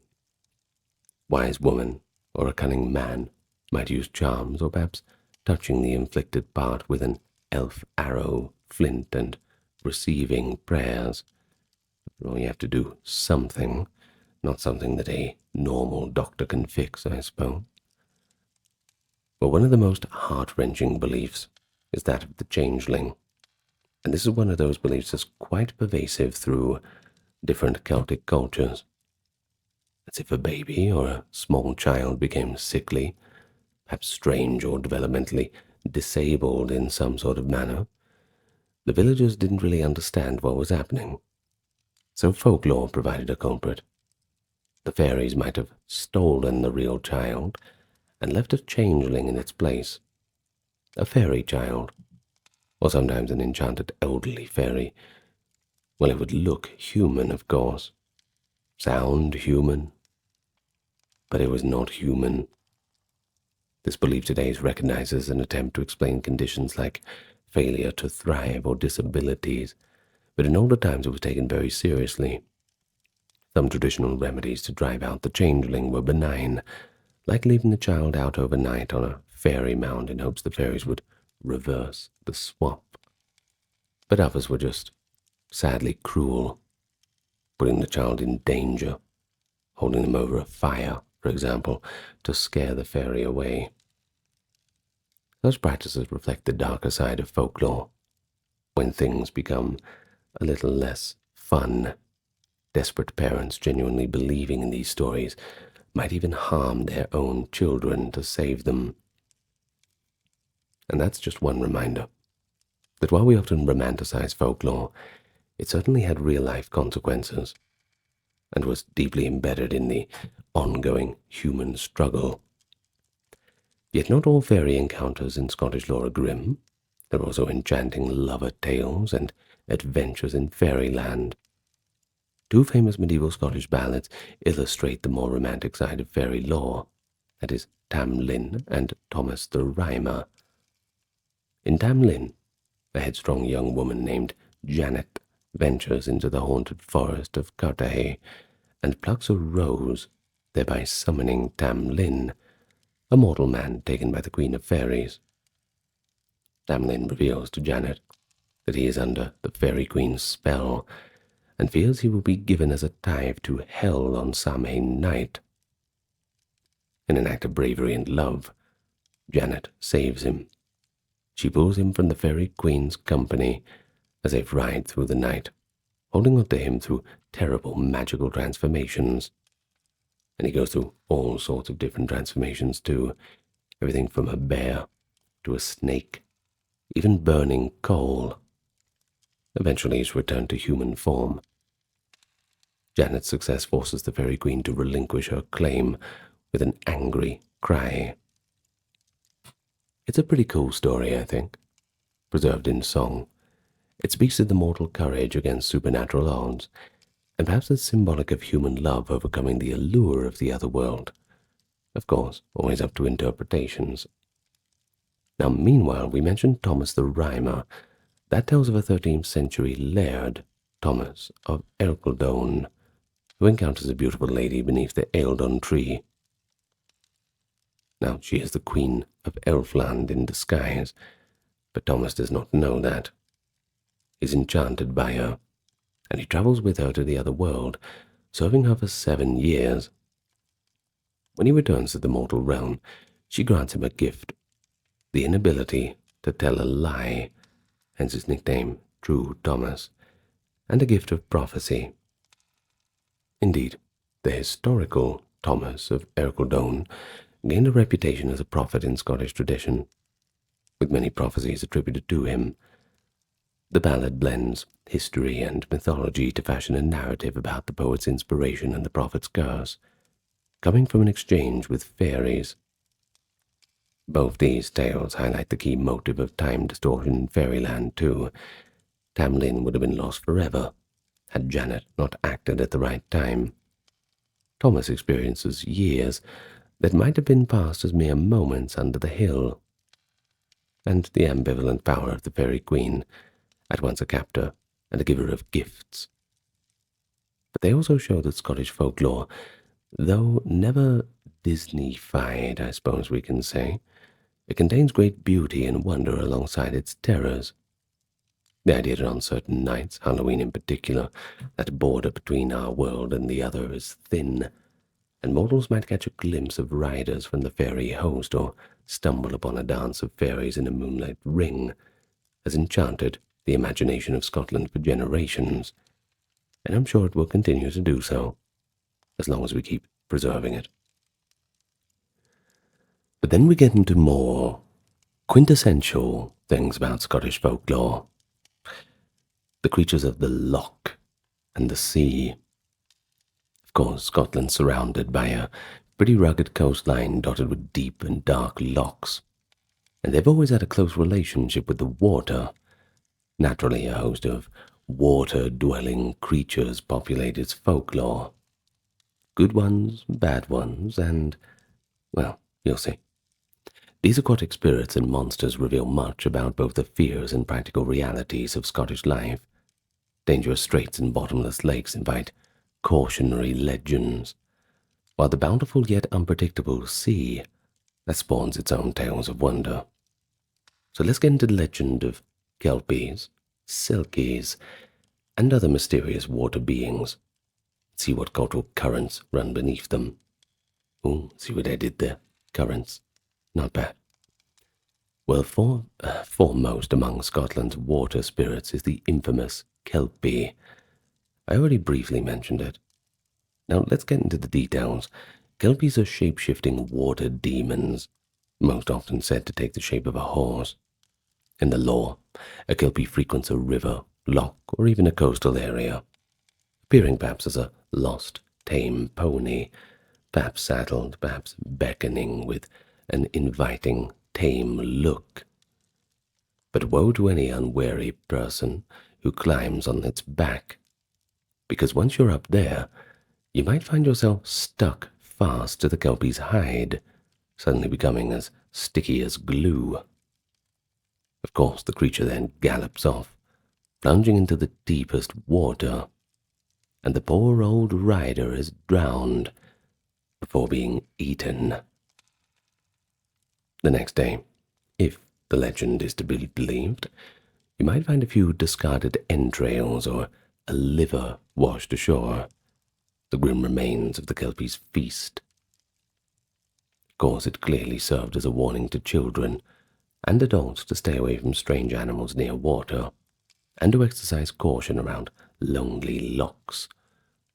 Notably, kelpie stories are nearly ubiquitous around Scottish bodies of water. Each loch might have its own kelpie story. Loch Ness, for instance, long before the modern fame, had kelpie lore attached to it, as did Loch Lomond, Loch Orr, and, well, there's countless others. But the kelpie isn't limited to its horse form. In some tales it can appear as a handsome young man to lure women, or even as a large, fearsome, hairy man ready to crush any intruder that it comes across. But there is one consistent detail, and that is the kelpie's supernatural strength. It's said to have the power of 10 or 100 horses, and sometimes a telltale sign like water weeds in its mane or hoofs that remain reversed. Scottish author Sir Walter Scott wrote of kelpies, and noted that if one could seize a kelpie, one method to subdue it was to grab its bridle or put a halter on it marked with the sign of a cross. Folk tales abound of clever individuals who tricked a kelpie into servitude. One such story is the kelpie of Loch Ness and the Smith. A blacksmith, suspecting a local horse was a kelpie, managed to throw a blessed iron bridle over it, instantly taming the creature. He then used the enslaved kelpie for heavy labor, such as hauling stones to build a castle. Only when the work was done did he release the spirit, who departed with a furious curse. In another tale from the northeast, the Laird of Morphy captures a kelpie and forces it to carry stones to build his castle too. And when freed, the kelpie cries out the curse that Sarah Back and Sarah Baines drive in the Laird of Morphy stains. The Laird of Morphy will never thrive as long as the kelpie's alive. And indeed, tragedy befalls the laird's family after. But they convey a clear cultural message, don't they, these two narratives? Even if humans can outwit a supernatural force temporarily, meddling with those dark powers far beyond, well, their understanding and control is all bound to come with a deep cost. But they also tie into actual local history. For example, using the legendary Kelpie labor to explain how an improbably large project was completed, or to add an aura of mystery to an old castle ruin. But one of the most haunting Kelpie legends is a cautionary tale told to children. A group of children finds a beautiful pony by a loch. One by one they climb onto its back, imagining an exciting, free ride. What could possibly go wrong? The pony's back grows longer and longer to accommodate them all, which should have been the warning, but the children didn't notice until it was too late, all too excited and caught up in the fun. A final child on the ground pets the pony's nose, only to find that their hand stuck. Sensing danger, the child cuts off their own glued hand to escape, while the pony, now revealing itself as a kelpie with fiery eyes, thunders into the water with the wailing children stuck to it. The next day, 7 little hearts, or livers depending on the version, float to the surface, parents having to gather them up. Now, as gruesome as that story is, its purpose is pretty clear. If you're a parent, maybe you understand. It's a stark stranger danger warning, delivered in a more pre-modern idiom. Lakes and rivers were, and are, genuinely hazardous, especially for unsupervised children. So how better to instill caution than by implying a monster's going to get them? Such a story would imprint a young mind far more indelibly than simply saying, stay away from the water. As we all know, kids generally don't always obey their parents when there's fun to be had. But not all water spirits in Scottish lore are malevolent.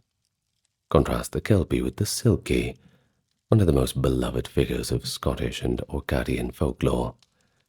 Selkies, from the Orcadian dialect word for seal, are basically seal folk, creatures that are seals in the water but can shed their skins and become human on land. Selkie lore is particularly prominent in Orkney and Shetland, by the way, with parallels in Iceland and Faroese lore, thanks to that shared Norse heritage. But versions exist all along Scotland's coasts. Typically, selkies are gentle, even sorrowful beings, quite unlike the bloodthirsty kelpie. The most common selkie tale is a romantic tragedy. A fisherman or crofter spies a group of beautiful men or maidens dancing naked under the moonlight on a remote beach. These are selkies who have slipped out of their seal skins to enjoy human form on land. The mortal hides and snatches one of the discarded seal skins, and when dawn approaches, the selkies rush to put on their skins and return to the sea. But one selkie, quite often a female, cannot find hers, and the others have no choice but to depart without her. The human emerges and offers comfort, now seeing that selkie without her skin is irresistibly beautiful. He then offers to marry her, and with no other choice, she agrees. They live together for years, even happily, and children are born, half human, half selkie in blood. Often the children have a certain otherworldly grace or a love of the sea. Yet the selkie woman longs for the ocean.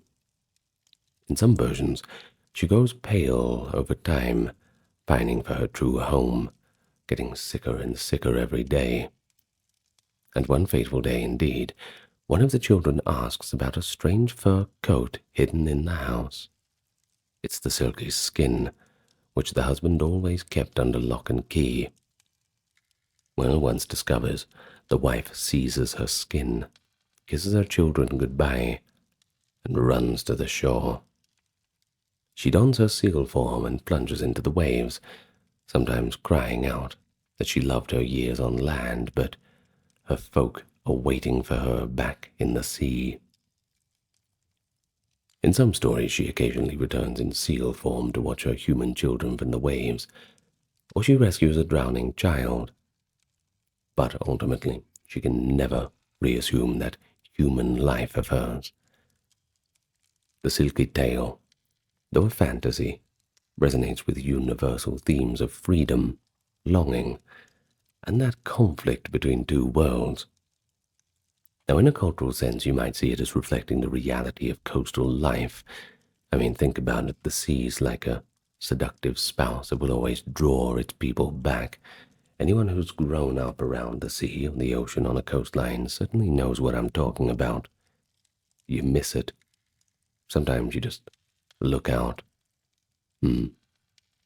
Also, in history, too, strangers did wash ashore. Think about the shipwreck survivors from distant lands.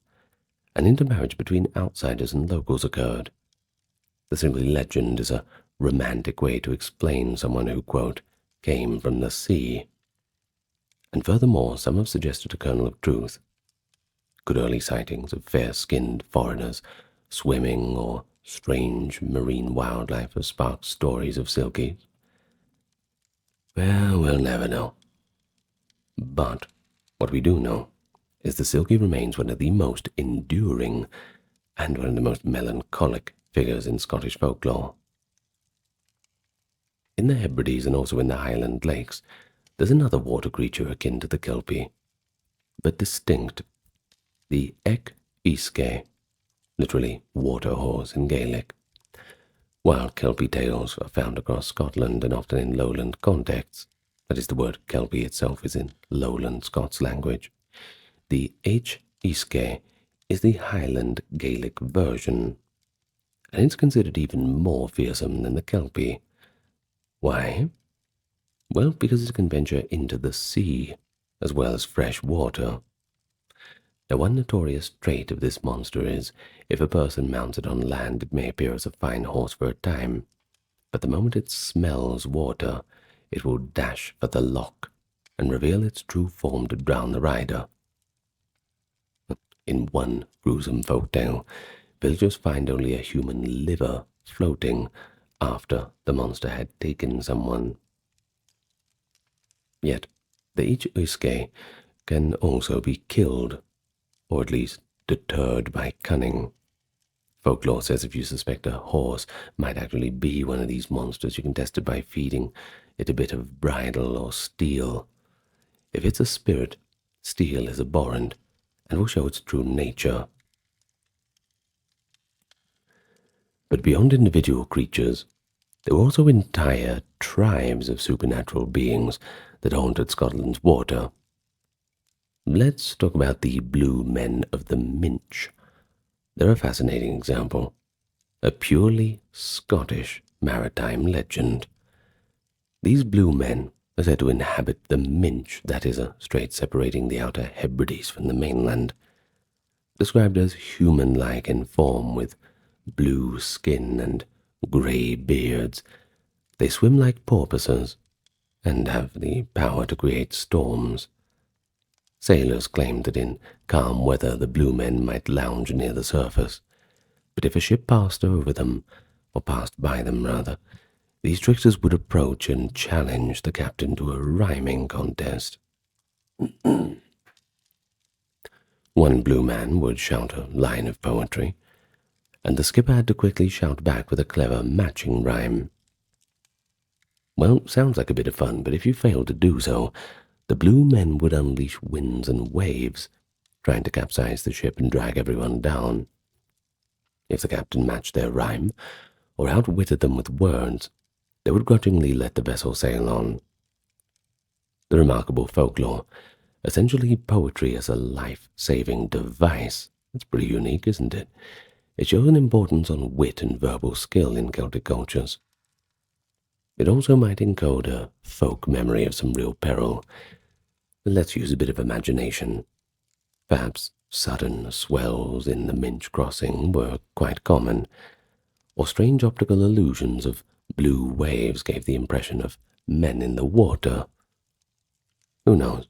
Everyone's eyes and imaginations are quite different, but some have speculated an even more intriguing origin.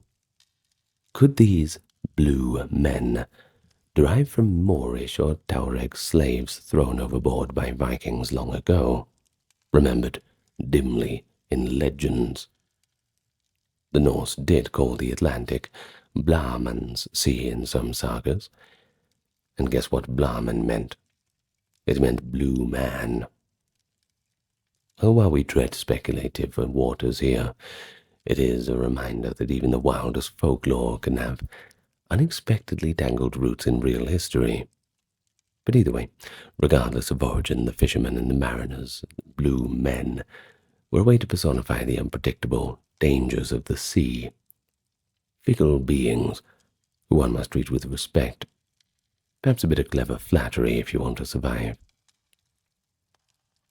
Well, of course, there is no discussion of Scottish folklore that is complete without the discussion of the Loch Ness monster, the most famous one of all, Nessie. However, we have to clarify the context. This is a little bit unique because the global celebrity of Nessie is a modern phenomenon. It doesn't really come from deep roots like the rest. It was actually sparked by a famous sighting in 1933 and the subsequent media frenzy. But it wasn't completely devoid of legend before that. Indeed, one of the earliest written accounts of any monster in Scotland comes from Loch Ness. In the 6th century, Saint Columba, the Irish missionary who converted the Picts, is said to have encountered a ferocious water beast in the river Ness.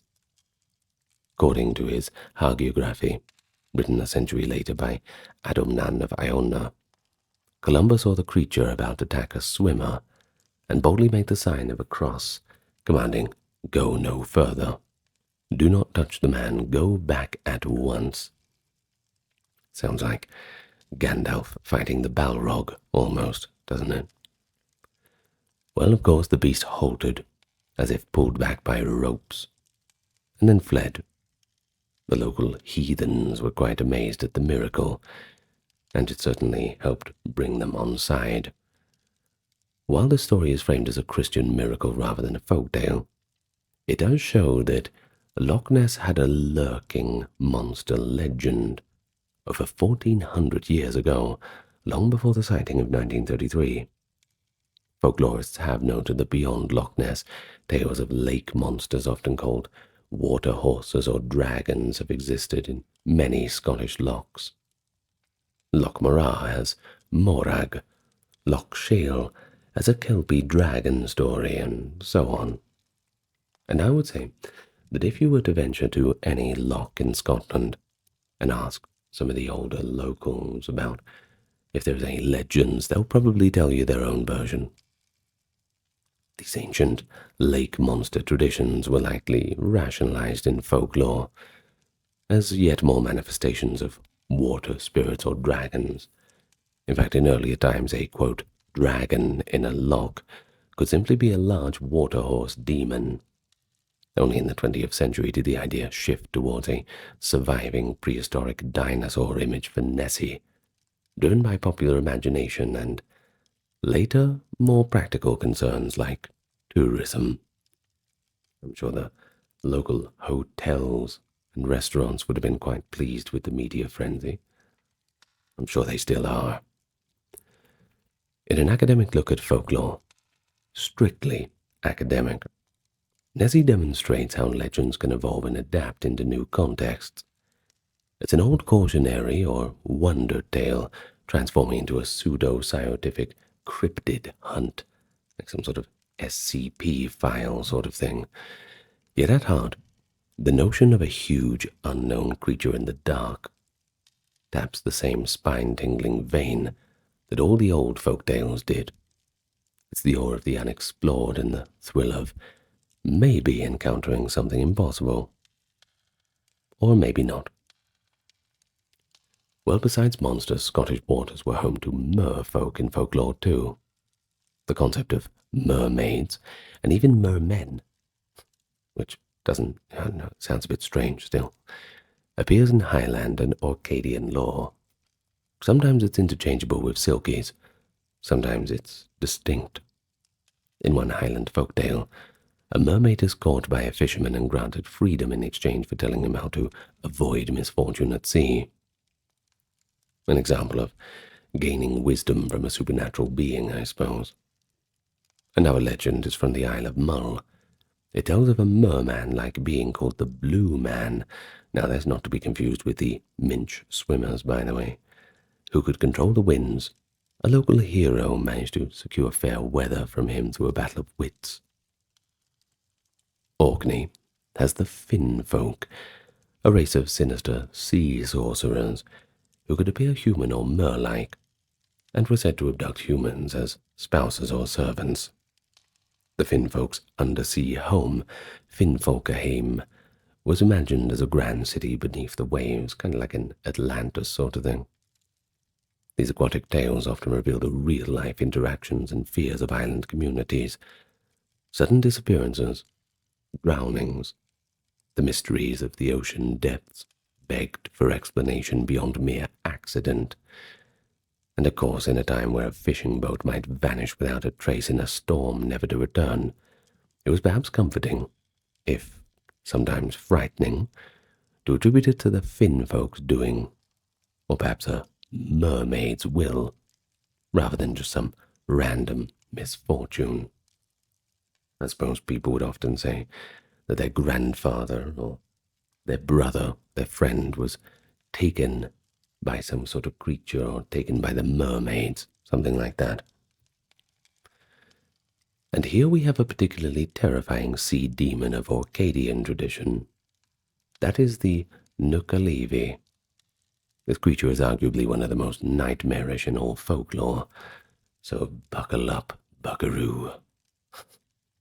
Descriptions do vary slightly, but the common image is one of a skinless hybrid, half man, half horse. The Nuka-Levi has a man's torso fused to the horse's back, like a twisted centaur, but with no skin, raw muscles and blood-pumping veins exposed.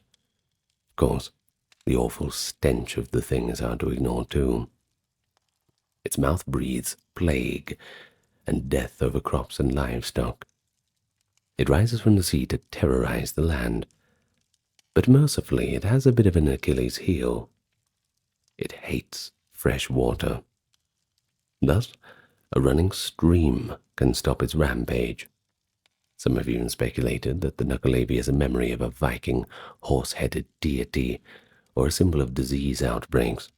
Orkney suffered periodic epidemics, by the way, and blaming a demon was one way to make sense of the misfortune. But whatever its origin, just hearing that description, it's enough to make one appreciate a warm hearth and a sturdy roof on those stormy nights, that's for sure. It's the kind of tale that truly shows the more horrible side of folklore, away from all the little leprechauns and fairies. It cautions people not just about physical dangers, but also about giving form to the lurking dread of the unknown. Now, in all these water legends, we can see common threads, can't we? There's respect for nature's power, risks of pride or curiosity, and the use of story to enforce those community norms. Everybody needed to fit in. The sea and the loch, they could be dangerous, but also generous. They would either be full of fish, highways, and trade, or they would be stormy, waves ready to take you out at any moment. So maritime folklore often carries a moral. Be humble, be prepared, and heed the wisdom of the elders. The sea doesn't forgive carelessness, neither do the kelpies and the blue men that personify its wrath. Moreover, these tales often had an entertainment function on long evenings. Spinning a good little story about a kelpie or a mermaid was a way to pass time and bond in communities, but they also let people articulate the beauty of their environment in a more imaginative way. So, perhaps if you're in Scotland and next time you're standing by the loch at dusk, or you hear that roar of the sea, perhaps, you might just wonder what unseen eyes are watching. Don't get on the back of any strange horses. So we now turn from fairies and monsters to the realm of more human magic and supernatural powers or perils attributed to men and women. You see, in the cultural history of Scotland, belief in witchcraft, magic, and prophecy has all been woven into the folklore. From the feared witch covens of North Berwick to the gifted seers of the Highlands who could glimpse the future, Scots lived for centuries in a world where the line between natural and supernatural was not really defined. Now the topic of witches and second sight shows another aspect of folklore. It's not all fairy queens and monsters, water horses. Sometimes it's just your neighbor, the midwife who lives down the road, or a local wise man that becomes a subject rather of whispered tales. And here, academic perspective is also crucial.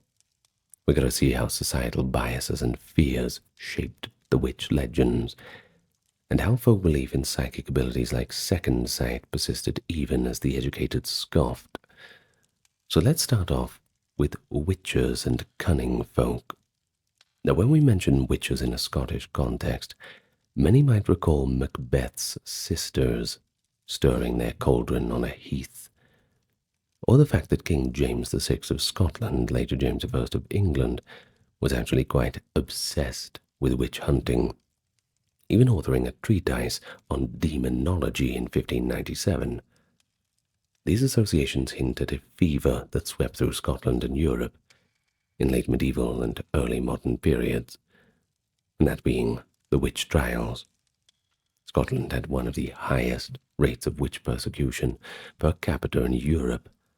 Between roughly 1560 and 1720, thousands, mostly women, but also some men, we have to say, were accused of making pacts with the devil to work their malevolent magic. Many were tortured, and less were executed. But this is a grim history. It's entangled with folklore in a complex way. On one hand, the stereotype of the diabolical witch was in part a learned craze fueled by clergy and professional demonologists. But on the other hand, the raw material for witch accusations came from these folk beliefs and village gossip. Beliefs about who might have the evil eye, who could heal or curse, whose butter churning always succeeded, surely with the help of the demonic butter churning dark forces, or whose anger might cause a cow to stop giving milk, or start giving demonic flavored milk. Who knows, I don't know. Well, before the witch hunts, and even during them actually, every Scottish community had people known as cunning folk charmers or wise women. These individuals were versed in the traditional lore of healing, herbal remedies, and protective charms. They were sought out to cure illnesses, bless cattle, sometimes foretell the future or to ward off any perceived mischief from the otherworldly beings. Now in Gaelic, they might be called wise woman or midwife, that is, ben gluin, or they might even be called divina, fiosaish. Often, these practitioners used Christian prayers and folk rituals hand in hand, showing how folklore and official religion kind of intermingled sometimes, whether the religion liked it or not. Now, the same village might also harbor whispers of someone who could blink or overlook others with an evil eye, causing harm unintentionally or intentionally. The concept of the evil eye, that envy or ill will could cause real, genuine harm, was, and still is, widespread in many cultures, Scotland included. So people used counter-charms against it. They would wear special stones, or using spittle and blessings to cleanse the eye's effect. When things went wrong, and they did go wrong, a brewing spoiled, a child felt ill, cows drying up, people in pre-modern societies looked for causes beyond the immediately visible. If a known quarrel had occurred, they might suspect witchcraft. For example, a classic folktale pattern: a housewife refuses to give a beggar woman some butter or ale, shooing her away. The old woman mutters angrily and leaves. But thereafter, the butter's not churning properly and the ale just tastes off all the time. Well, the desperate housewife finally seeks out the beggar, apologizes or gives what was asked, and the problem miraculously resolves. Or alternatively, they might go and get a charm from a wise person to break the curse. Stories like this illustrate a moral. Be charitable. Don't anger people. And humble yourself a little bit. But they also genuinely reflect that the people believed in curse magic. There's also one famous Scottish anecdote about a witch who could steal her neighbor's milk. She would supposedly shapeshift into a hare and sneak into the cow's byre to suckle the milk. Or she would cast a charm using a length of rope, miming milk while chanting a rhyme to magically draw the milk from the neighbor's cows to her own pail. There are accounts, too, of farmers finding their cows inexplicably dry, or suspecting the old woman down the lane who somehow had plenty of milk. In folklore, sometimes a neighbor would chase and shoot the milk-stealing hare with a silver bullet or a piece of silver, since magical creatures were thought to be vulnerable to silver. The wounded hare would escape, but later that day the suspected witch would be seen nursing an unexplained injury. Now this kind of tale, present in many local variations, effectively confirmed in the folk mind who was a witch and who wasn't. Well, most of the time it confirmed who was. It was very rare that you would have a confirmation to the opposite of that. But it also conveniently allowed people to vent their social tensions. If one family was thriving and another family was struggling, rather than accept their misfortune and pull themselves up by their bootstraps, as we say in the modern vernacular, one could blame the thriving family of having made a pact with the devil to drain others' prosperity.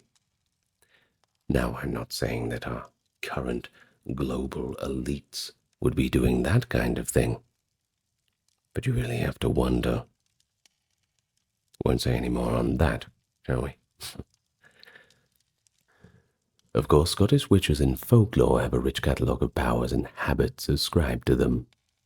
They were said to gather in covens at night, often in lonely places like kirkyards, that is, church graveyards, by the way, or on desolate moors.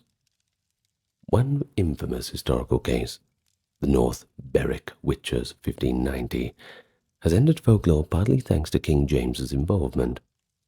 According to the sensational reports and confessions extracted under torture, which are not reliable, a group of East Lothian women and some men met with the devil in the old churchyard of North Berwick at night. They supposedly danced, cast a ritual circle, and even conspired to create a storm to sink the ship of King James and his new bride Anne of Denmark as they crossed the North Sea. As for James, he survived, but the tale of witches raising storms took hold.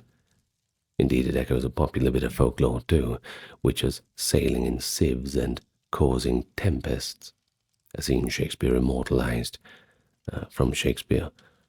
Though his bark cannot be lost, yet it shall be tempest-tossed. One witch says of a sailor in Macbeth, which drew on real accounts James would have known. Witches were also thought to be able to fly. That's right. Superman style, not quite, but often on mundane objects like broomsticks or even on magical horsehide. They could also turn into animals, hares being the favorite shape as noted, but cats, crows, and gulls also appear, and to concoct potions or poisons from foul ingredients. The image of the cauldron-stirring witch with toad, snake, and newt comes straight from the Scottish and English witch lore. However, not all witches in folklore were purely evil or devil worshippers, especially in Highland tradition. You get the sense of a continuum between a cunning person and a witch. A person might be respected for having a second sight or healing gifts, but feared for possibly also having the power to blight or curse. The Gaelic term búdseir, witch, could imply a bad witch, but then you had fjóseir, which might imply a seer who is not really malign. The same person could be revered and reviled depending on the outcome of events, of course, and one example is the legend of the Lady of Lors. Is a 17th century Highland woman known for a number of prophecies. Well, many of which reportedly came true, such as foreseeing the coming of railways, believe it or not. While she wasn't called a witch per se, her gifts made people a little bit weary. Similarly, in the Isle of Skye, there were tales of a family line of doctors, that being the Beatons, who used both herbal knowledge and, reportedly, fairy-taught skills to heal. They were esteemed, yet their abilities could seem quite uncanny. Folklore often sees such figures as having possibly obtained their knowledge from the fairies or by some pact. It's a more nuanced view than the Church's harsh one, I suppose. Folklore might accept a degree of magic, as long as it's used for the community good, that is, healing or protection, whereas maleficium, harmful magic, that was condemned by everyone. And here's a fascinating aspect of Scottish witch folklore, the presence of the magical charm songs and prayers in the Gaelic tradition. Collected works, like the 19th century compilation of Highland prayers and incantations, Carmina Gaelica, we find chants for everything from blessing the cattle to staunching a wound or keeping fairies at bay. These chants often invoke Christian figures like the Trinity or saints, yet their structure and usage feel very much like the ancient spells repurposed. Let's take an example. To protect the cattle from harm by witches or evil spirits, a crofter might sprinkle holy water on them on the festival days of Beltane and Samhain, and chant a charm asking for divine protection against ills. Similarly, a midwife might quietly recite a prayer asking to guard mother and newborn from the evil eye. The existence of these practices shows that folk magic and Christian faith could coexist in daily life, without much contradiction for many people. It was only when accusations of the diabolical intent entered the picture, often due to a social panic or personal vendetta, that the benign, cunning craft became lumped into the category of witchcraft prosecuted by authorities. Well, in contrast to the fearful figure of the witch is the revered figure of the seer in Scottish folklore. Particularly in the Highlands and the Islands, the belief in second sight was widespread and culturally significant.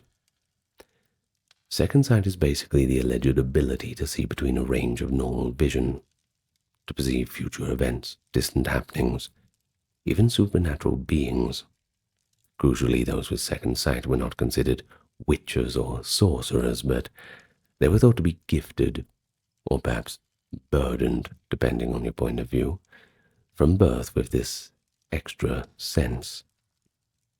Many Highland families quietly acknowledged that a certain member had the sight, and while it might creep people out a little bit, it was usually not seen as coming from the devil, but rather a mysterious, natural abnormality, or even a God-given ability. Accounts of second sight go back many centuries too. Martin, a traveller from the Isle of Skye who wrote a well-known account of the Western Isles in 1703, devoted an entire section to describing second sight. He notes, almost matter-of-factly, that many people in the islands have this faculty. According to Martin and others, a typical example would be a man with second sight sitting in his cottage of an evening. He suddenly falls quiet and appears to stare at something others cannot see. He might then announce a vision. Perhaps He sees a funeral procession passing by with a specific person in the coffin. The person might be alive and well now, but sure enough, a week later, that person dies, and a funeral just as described comes to pass. Or it might be a bit different. A seer might see a stranger coming towards the village, describing them in detail, and hours later such a visitor arrives, matching the description exactly. These were spontaneous visions. It was often said that seers had no control over when it would happen or what they saw. Perhaps it was trivial. Perhaps it was momentous. One common second sight vision was the shroud, seeing a sort of spectral death rising up around a living person. If it only covered the legs, death was some time off. If it rose over the head, death was imminent. This particular belief, essentially a death omen visible only to the gifted, shows how closely second sight was associated with foreseeing mortality. In tight-knit communities, the impending death of a neighbor or family member is emotionally huge. Well, even in today's world, I suppose it's still the same.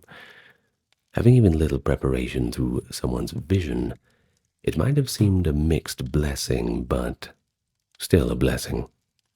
It's better to be prepared. Of course, the Bran seer is the most famous prophetic figure of Scottish lore. He lived in the 17th century, associated with Bran in Easter Ross, and his real name was Conech O'Dara. Legends credit him with numerous predictions about the fortunes of clans and even national events. For instance, he supposedly prophesied the downfall of the Seaforth Mackenzie clan, the discovery of the North Sea oil. Some interpret one of his phrases about black rain in the sea as that, and the coming of the railway too, speaking of fire coaches crossing the Highlands. The Bran seer's prophecies were passed orally and written down much later, so it is hard to know about their authenticity, but nonetheless he became a folklore figure of the prophet who was shunned. You see, one story says that he foresaw a dark scandal about the Countess of Seaforth, and when he revealed it, she had him executed. Some versions even say he was burned in a barrel of tar, which is not a good way to go. So here second sight becomes a cautionary tale too. Don't shoot the messenger, or don't burn him in a barrel of tar. Whatever you want to say. Either way, the seer's gift in the story leads to his doom.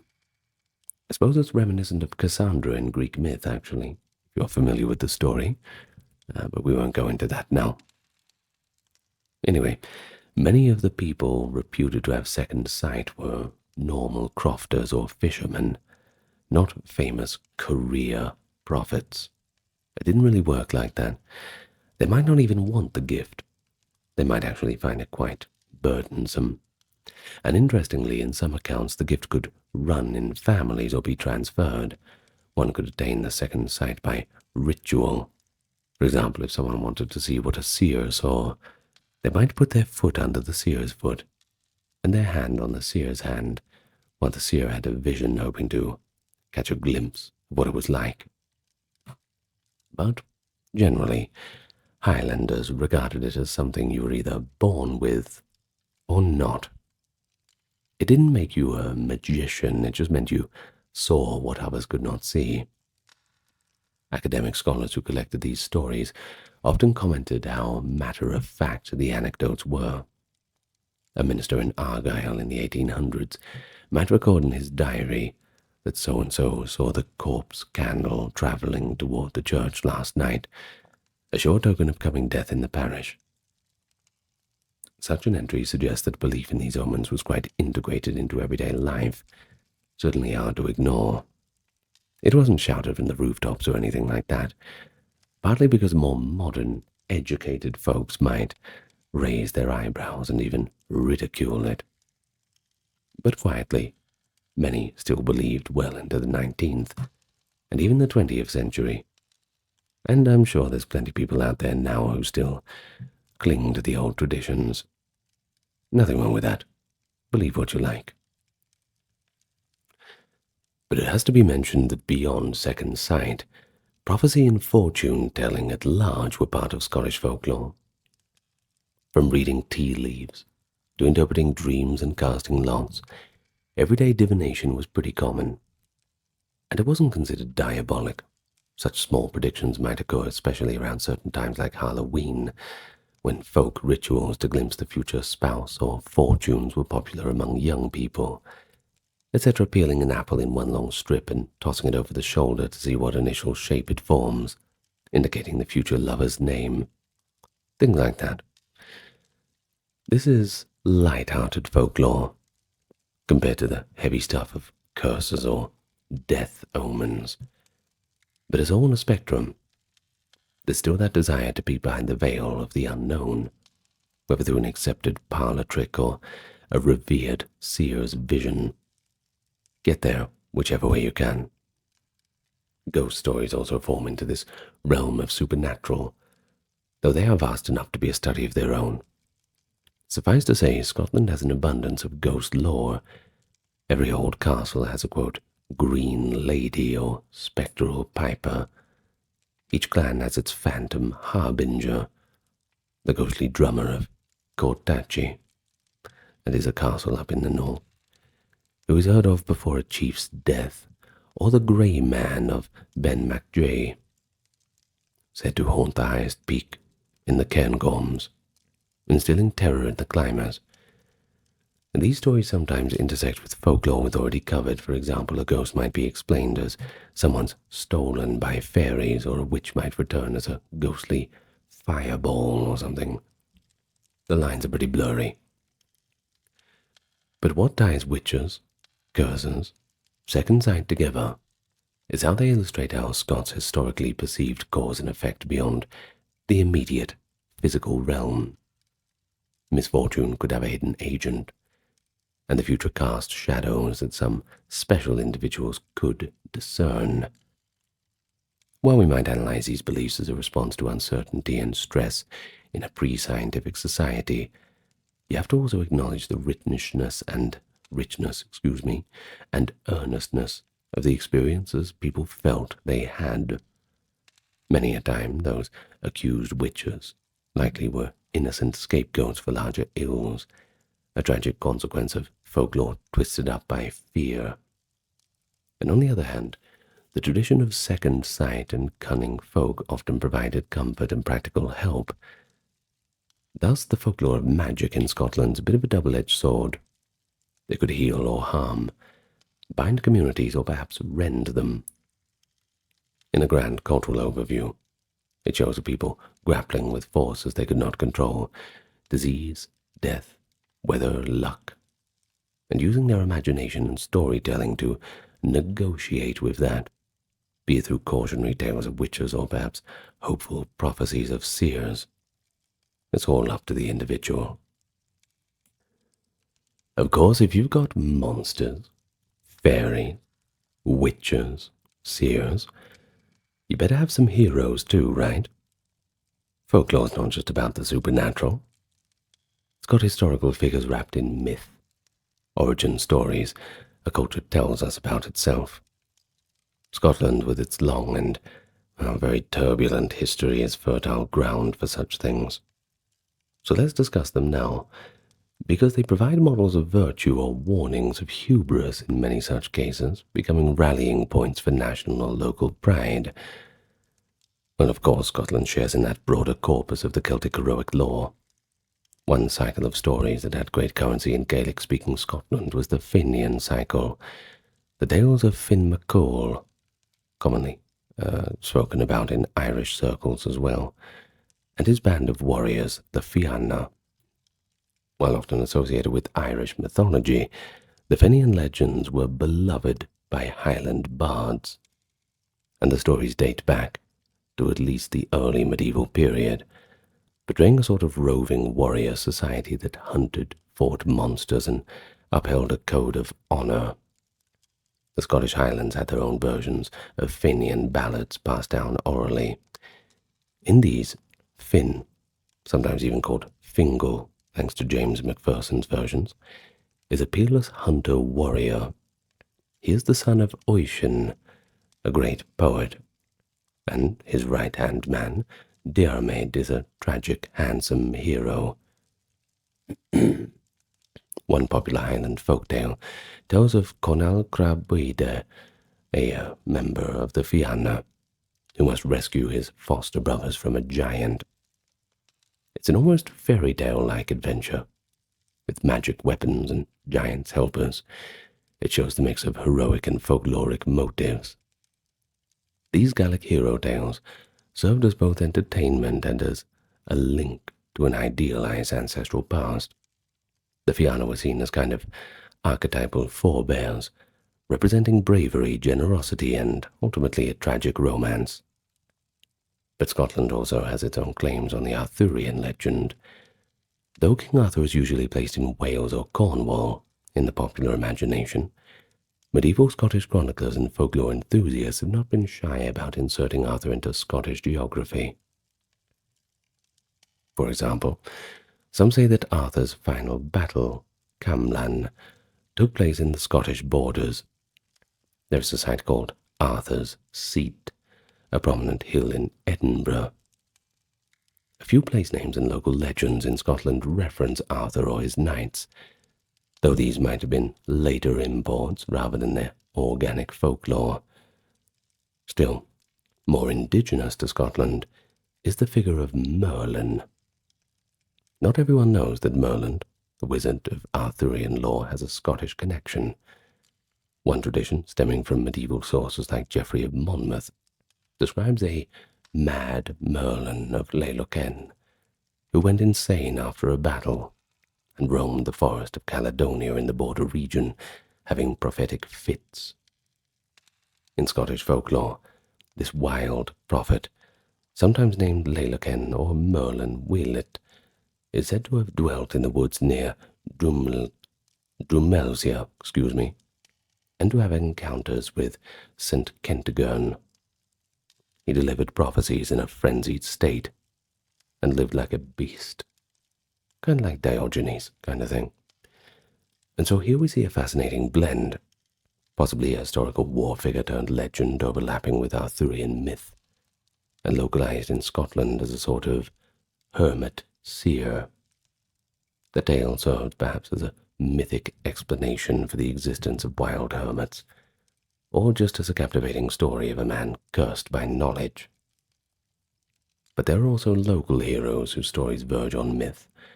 Somerset folklore has Jack of Kent or Hereward. English have Robin Hood.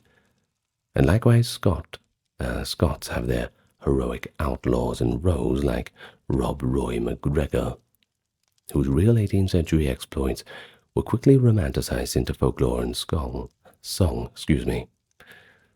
Well, Rob Roy, a Highland clan leader and outlaw, became the stuff of legend way before Walter Scott wrote a novel about him. Folk stories depict him as cunning and chivalrous, evading the redcoats and tricking creditors, much in vain of a Scottish Robin Hood, I suppose, but in reality he wasn't exactly that. Well, through folklore, Rob Roy's real story, involved in the cattle trade and clan feuds, got simplified into a symbol of Highland resistance and resourcefulness. It shows how historical memory and folklore fuse sometimes. Once again, that blurry line. Real people get legendary embellishments that align them with the cultural values.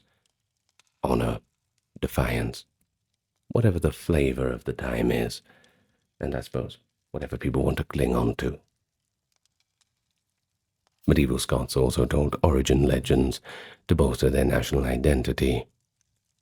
There is one famous legend that claims that the Scots and Irish descended from an Egyptian princess, Skota, and a Greek prince, Gathelus, who traveled from Egypt.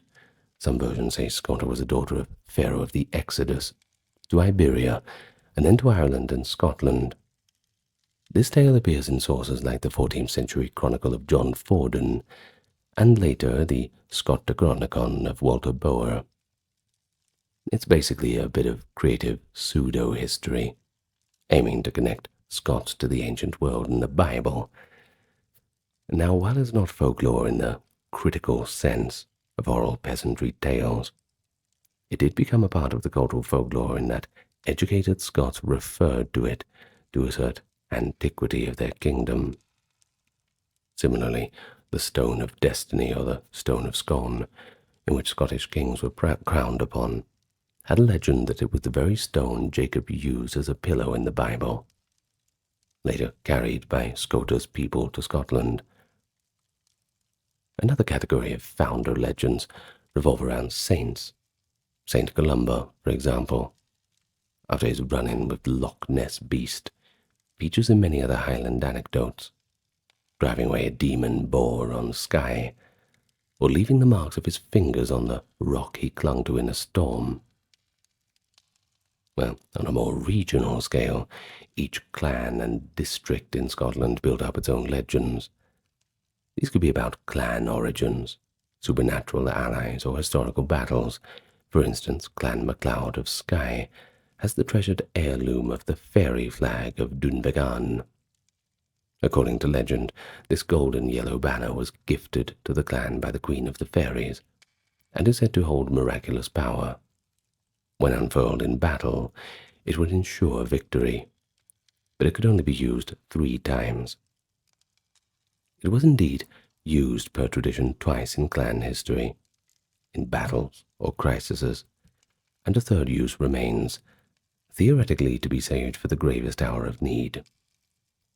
The fairy flag is a rather real artifact, actually, a silk banner fragment likely brought from the Crusades or the Middle East, which of course invites its own actual historical speculation. But the clan's folklore around it gave it a mystical significance. It bound the community with a sense of divine or otherworldly favor. Another charming clan legend now. The MacDougals of Donnelly claim descent from the selkie.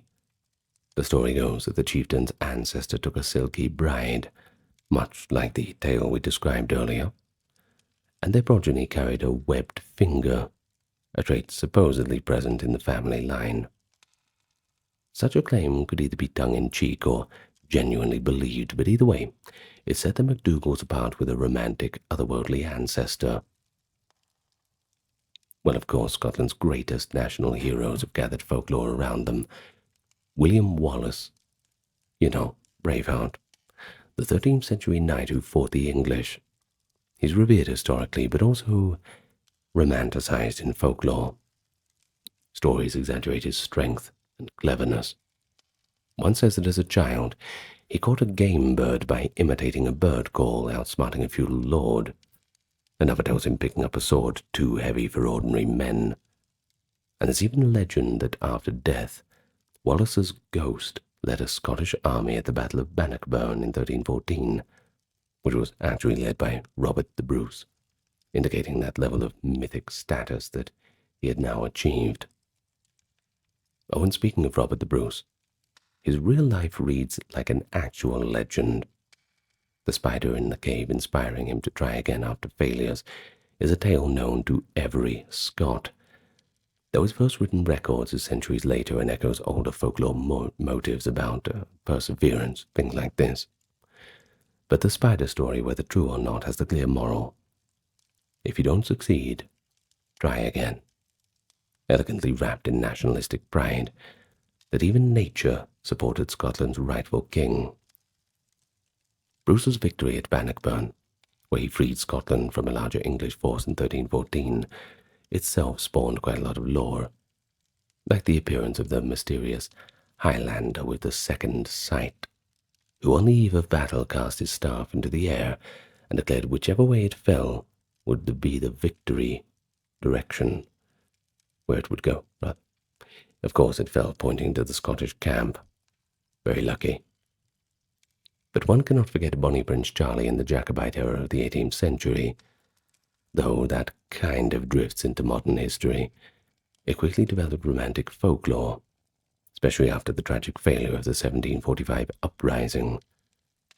songs, legends of the Princess Charisma, miraculous escapes, and ghosts of the slaughtered Highlanders at Culloden all became a part of a wistful folklore of a lost cause. For Highland communities crushed by the aftermath, these were both cherished memories and cautionary tales. The upshot of heroic and historical folklore is that it gave Scots a pantheon, role models, and a shared narrative. They gave a sense of continuity, linking that present generation to the mighty deeds of the past. It didn't really matter if it was real or imagined. What mattered was the feeling. Now, in oral culture, telling the story of Bruce and the spider, or Finn fighting the dragon, was not really just reciting history only. It was more just affirming, this is who we are as Scots, and these are the kind of things that we value. And often the stories evolve subtly, with each telling to remain relevant. For instance, after the union with England, the tales of Scottish heroes took on an even more patriotic colour, cherished as something to distinguish the Scottish spirit. Wales. It's long been known as a land of storytellers, folklore, and myth, and proudly so. In fact, even in our modern era, the red dragon proudly emblazoned on the Welsh flag harks back to an ancient prophecy of a white dragon battling the red beneath the castle of a great king.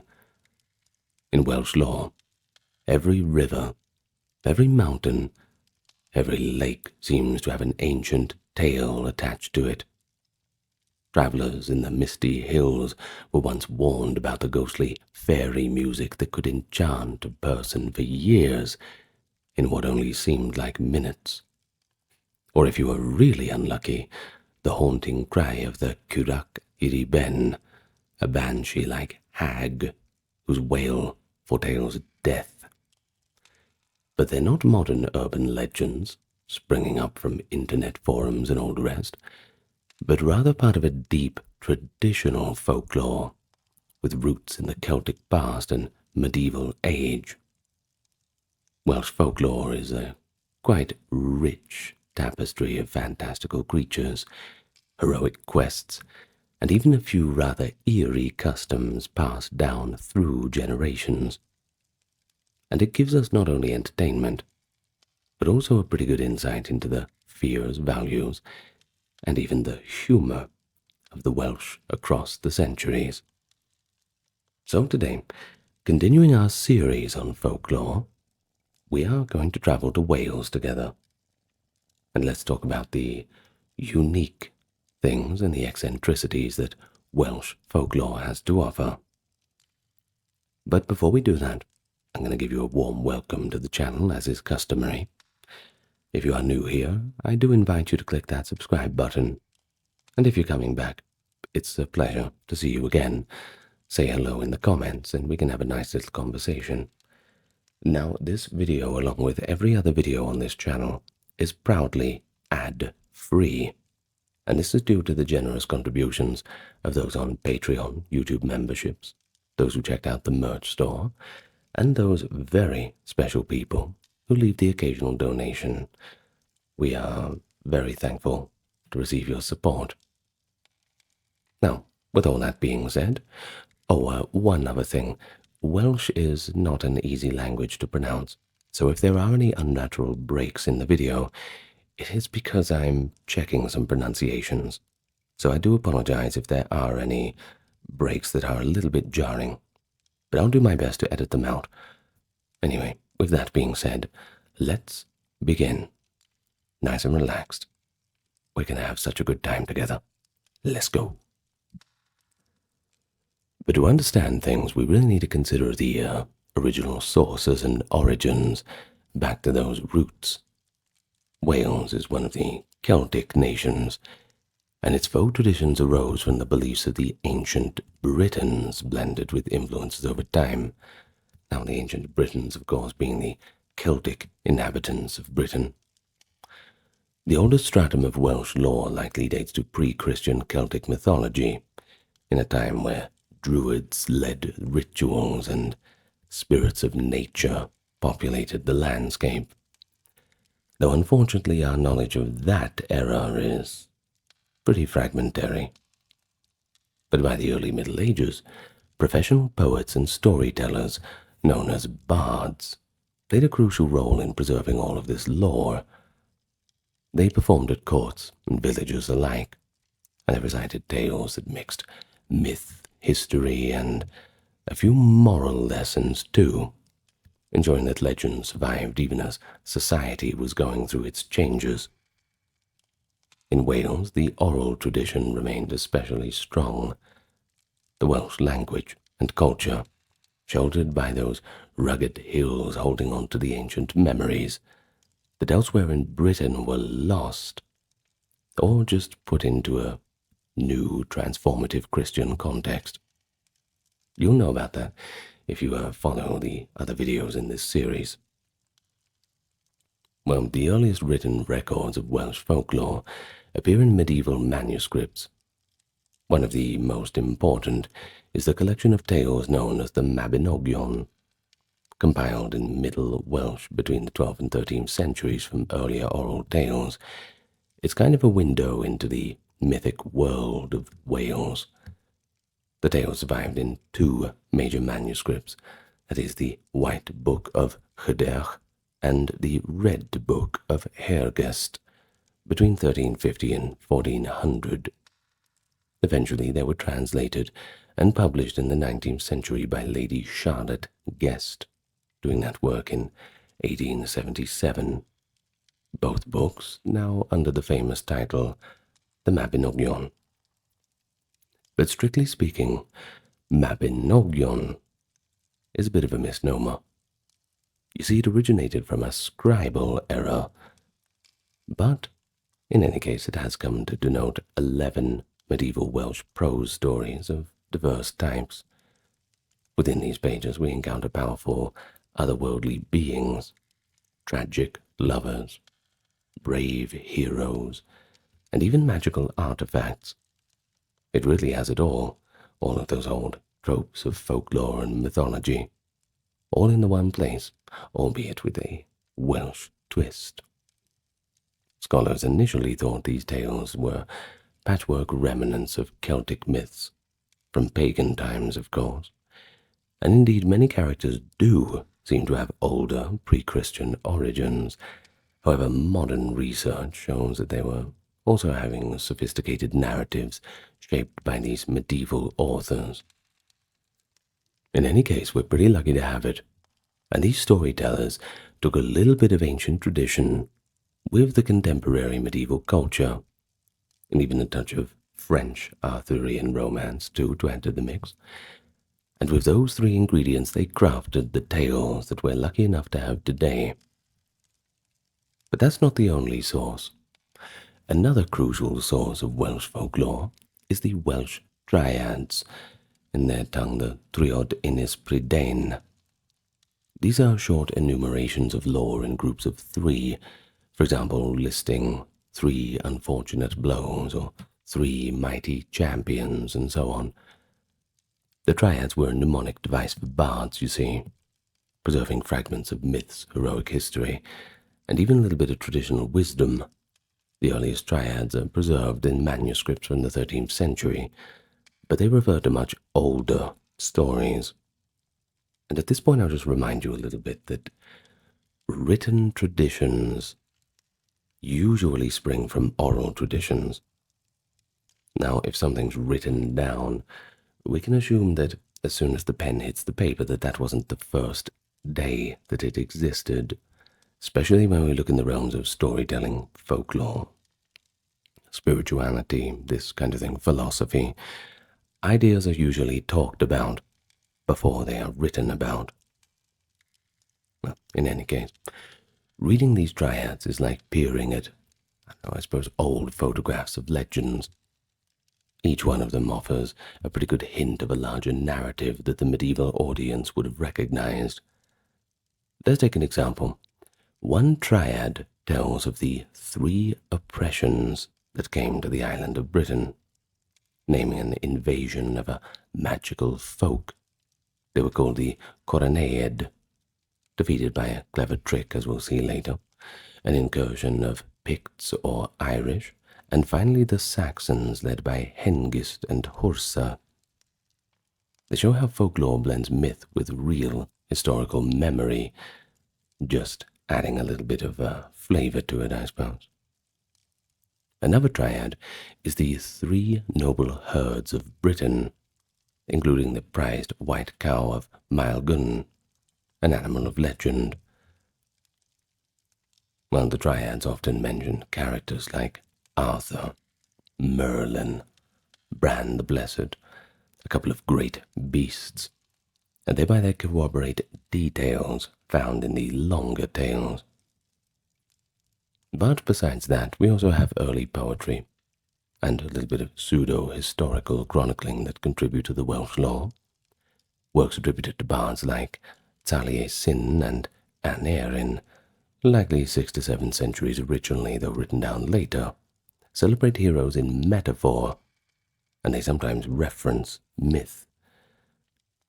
There is a famous early poem, I Gododin, which contains one of the first known mentions of Arthur, but not as a central figure, rather as a standard of comparison for another warrior's bravery. Another poem, The Spoils of Annin, describes the mystical voyage led by Arthur to the other world, hinting at legends beyond those fully preserved. Meanwhile, medieval chroniclers like Nennius in his Historia Britonum of 828, and even Geoffrey of Monmouth in his Latin History of the Kings of Britain in 1136, folded Welsh legends into pretty grand narratives. Geoffrey's work, though we have to say it's not reliably factual, it still popularized stories of King Arthur and Merlin derived from the Welsh tradition. For example, he recounted how Merlin, which actually originated from the Welsh prophet Myrddin, as a boy explained to King Vortigern the omen of a red dragon fighting a white dragon beneath Dinas Emirs, a symbolic prophecy of the Britons, i.e. the red, triumphing over the invading Saxons, the white. Well, through these stories and various sources, the tales, the triads, the poems, the chronicles, the medieval Welsh storytellers certainly left us with a pretty good treasure trove of lore. They often recorded in writing what had been transmitted by word of mouth for generations, in their time common knowledge, but just for the first time put to paper. And in doing so, they preserved the old beliefs along with the fantastic imaginings of their ancestors, albeit sometimes Christianizing or moralizing them to suit their times. As thanks to them that we can still study Welsh folklore in detail today, this entire video would not have been possible without those hard-working monks and scribes back in the day. So, thanks to them in the comments, I suppose. And so with their memory in mind, let's go into the stories themselves. And we begin with the mythic heroes and adventures recounted in that quintessential Mabinogion. It is the core of Welsh mythology, enshrined in the 4 interconnected tales known as the 4 branches of the Mabinogi. Part of the broader Mabinogion collection, of course, these 4 branches are medieval prose romances, but their characters and plot elements are rooted in something far, far older. They preserve echoes of the Celtic gods and the heroic age of Britain. They're rich in magic, transformation, philosophical depth, but also full of human drama. From an academic point of view, we might call them mythological cycles, but you could equally think of them as the epic sagas of Wales, just like how we have the epic Norse sagas and all the rest. So let's start. First we have Pwy, Prince of Dyfed, that is the first branch of the Mabinogi. In this story, Prince Pwy of Dyfed has a chance encounter with one named Aron, the otherworldly king of Anwen, Anwen being the Welsh otherworld, by the way, a land of plenty and mystery. Through an act of honour, Fui agrees to trade places with Arawn for a year and a day, disguising himself as the otherworld king to battle Arawn's rival. Fui succeeds, and in gratitude, Arawn grants him friendship. Later, Fui meets the enchanting Rhiannon, a woman of the fairy realm, who chooses him as her husband. Rhiannon is quite a fascinating figure too. She arrives on a magical white horse that no one can catch, and her dignity and wit shine out in the tale. But tragedy is just around the corner, and it strikes when their infant son mysteriously disappears. As for Rhiannon, she is falsely accused of harming the child and made to undergo a cruel penance. She must sit at the castle gate for years, telling visitors her crime and offering to carry them on her back like a horse. Even in punishment, her supernatural stamina shows, actually. She never falters in this deed. Well, Rhiannon eventually is vindicated. The branch has a happy resolution. The lost child is found and restored. He had been abducted by a lurking otherworld beast, and the boy grows up to be the hero, Wideri, who features in later branches.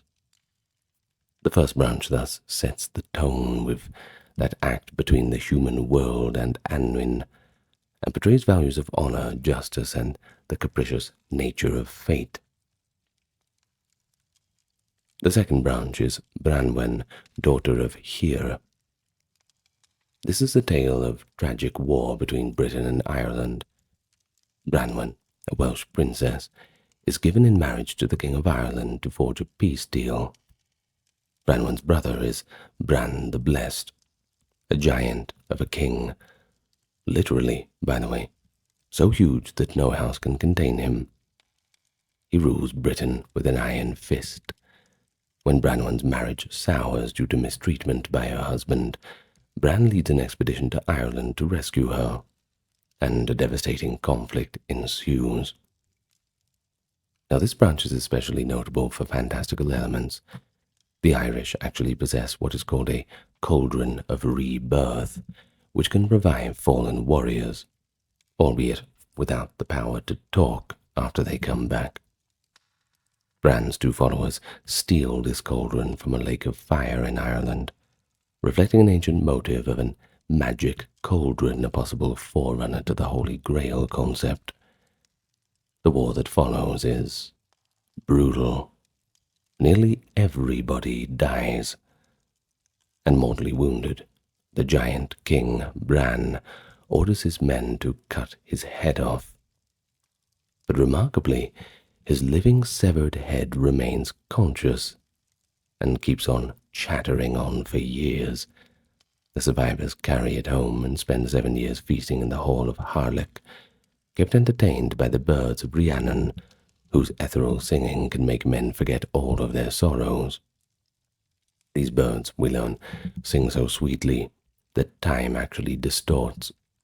And in fact, in Bran's tale, they listen to the bird song for what feels like a pleasant evening, but it turns out to be years gone by, a scene that later folklore echoes in local fairy legends, especially in Irish folklore.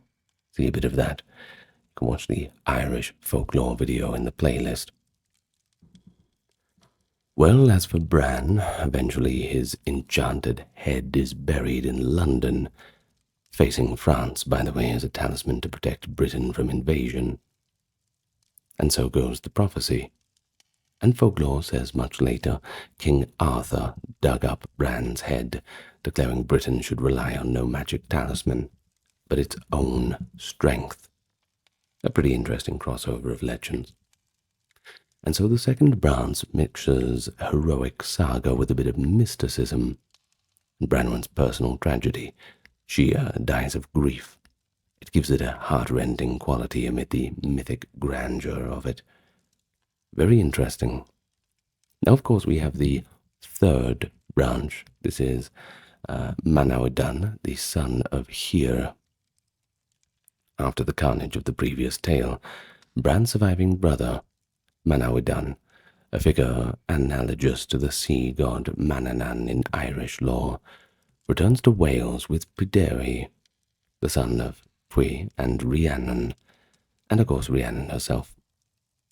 Manawydan marries Rhiannon, settling down to a simple life of farming. But the peace doesn't last for too long. It's shattered when a mysterious enchantment falls over the land. Crops fail, and all the inhabitants of Dyfed vanish without a trace, leaving our few protagonists alone in a haunted, empty kingdom. It's pretty eerie, don't you think? An entire population suddenly disappeared. It's a folk mystery that Manawydan must solve, and that's the whole premise of the third branch. So, after a series of adventures, including Manawydan demonstrating great skill as a craftsman in England, an episode where he cleverly captures a group of enchanted mice that were ruining the harvest, the cause of the enchantment is actually revealed. It all ties back to the grudge from the other world. A powerful magician, out of enmity to Pryderi and Rhiannon, had cast the spell on Dyfed.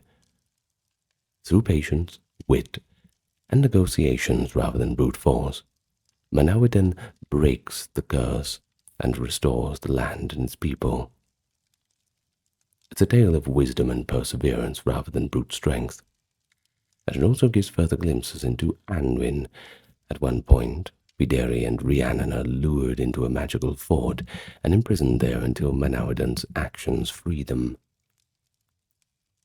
I suppose the third branch might be read as an allegory of the hardships that can beset a land, and how wise leadership can lift them up. Of course, all wrapped within the trappings of myth. But then we have Marth, the son of Mathoni. That is the fourth branch of the Mabinogion. The final branch is perhaps the most elaborate and magical. A little bit more complex, a few more moving parts. Let me explain. It concerns that mentioned King Marth, an odd sorcerer king of Gwynedd, who can only survive if his feet are held in a virgin's lap. A rather particular condition that immediately signals we are in the realm of mythic taboo. Marth's nephew, the magician Gideon, is a central figure in this, cunning and somewhat morally ambiguous.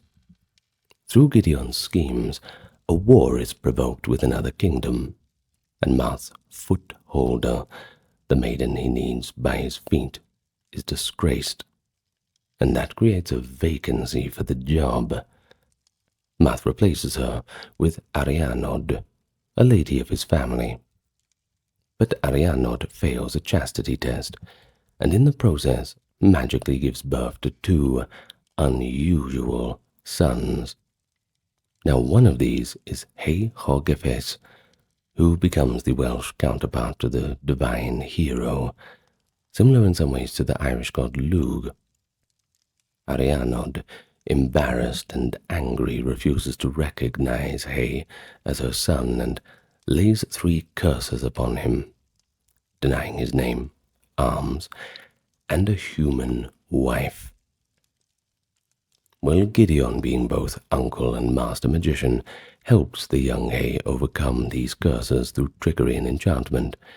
In one famous episode, Gideon fashions a phantasmal war band from fungi and illusions to fool Arianod and force her to grant Hay arms and a name.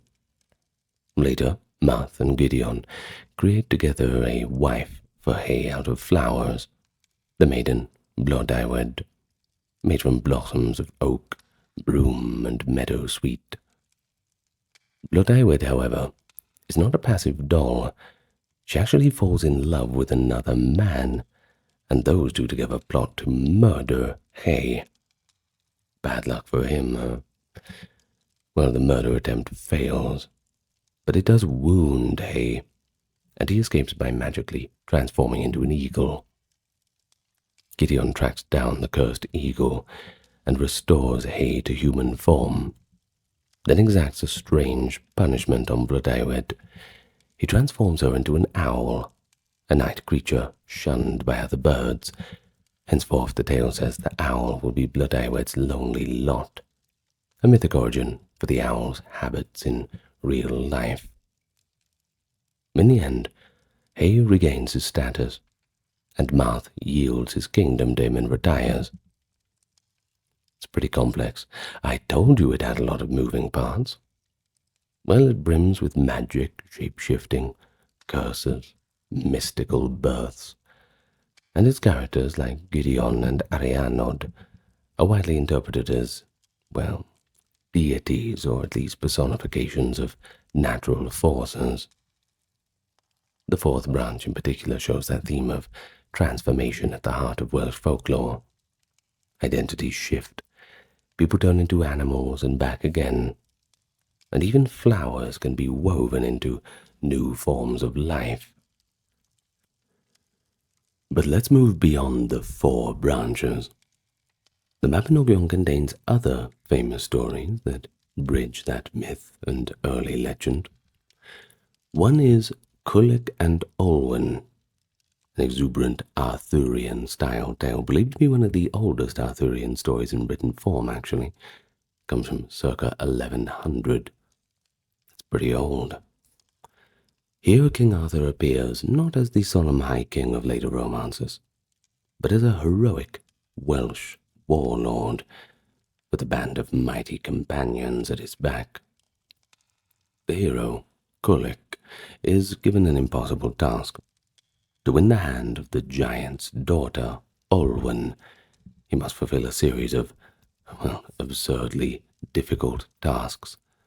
Quests that include hunting the monstrous wild boar Tultroeth, a boar so huge and so fierce that it ravages the countryside and carries between its ears a set of razors that are needed for the quest.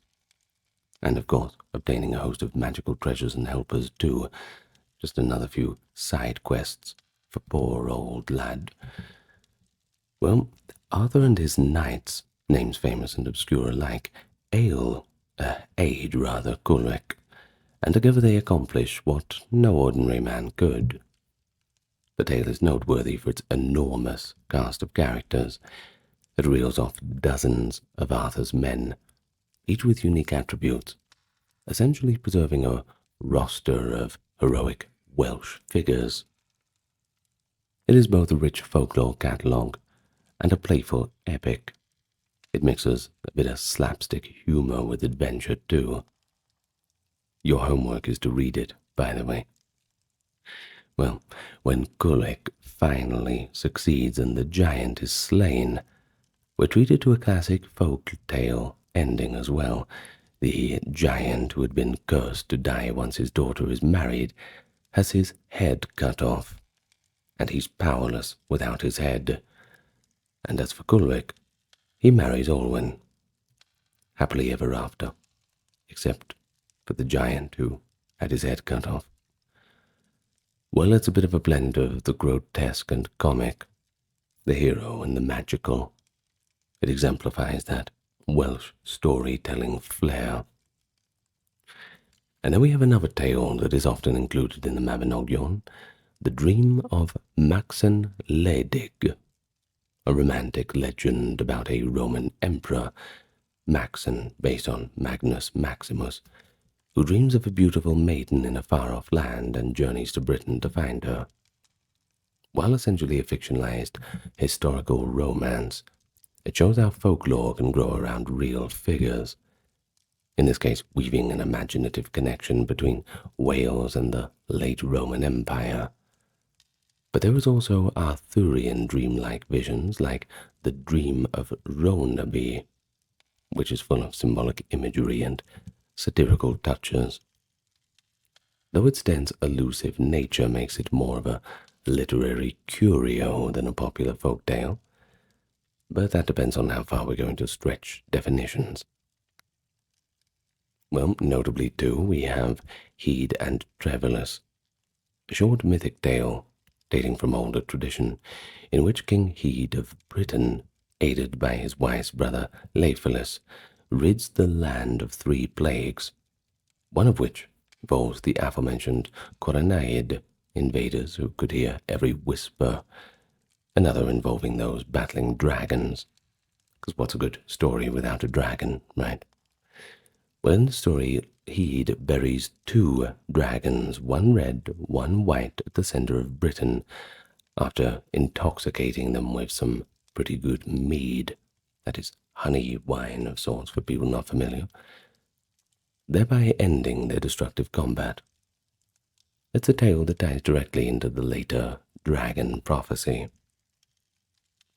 While running through all these stories, we certainly have a few recurring motifs that define the folklore of Wales.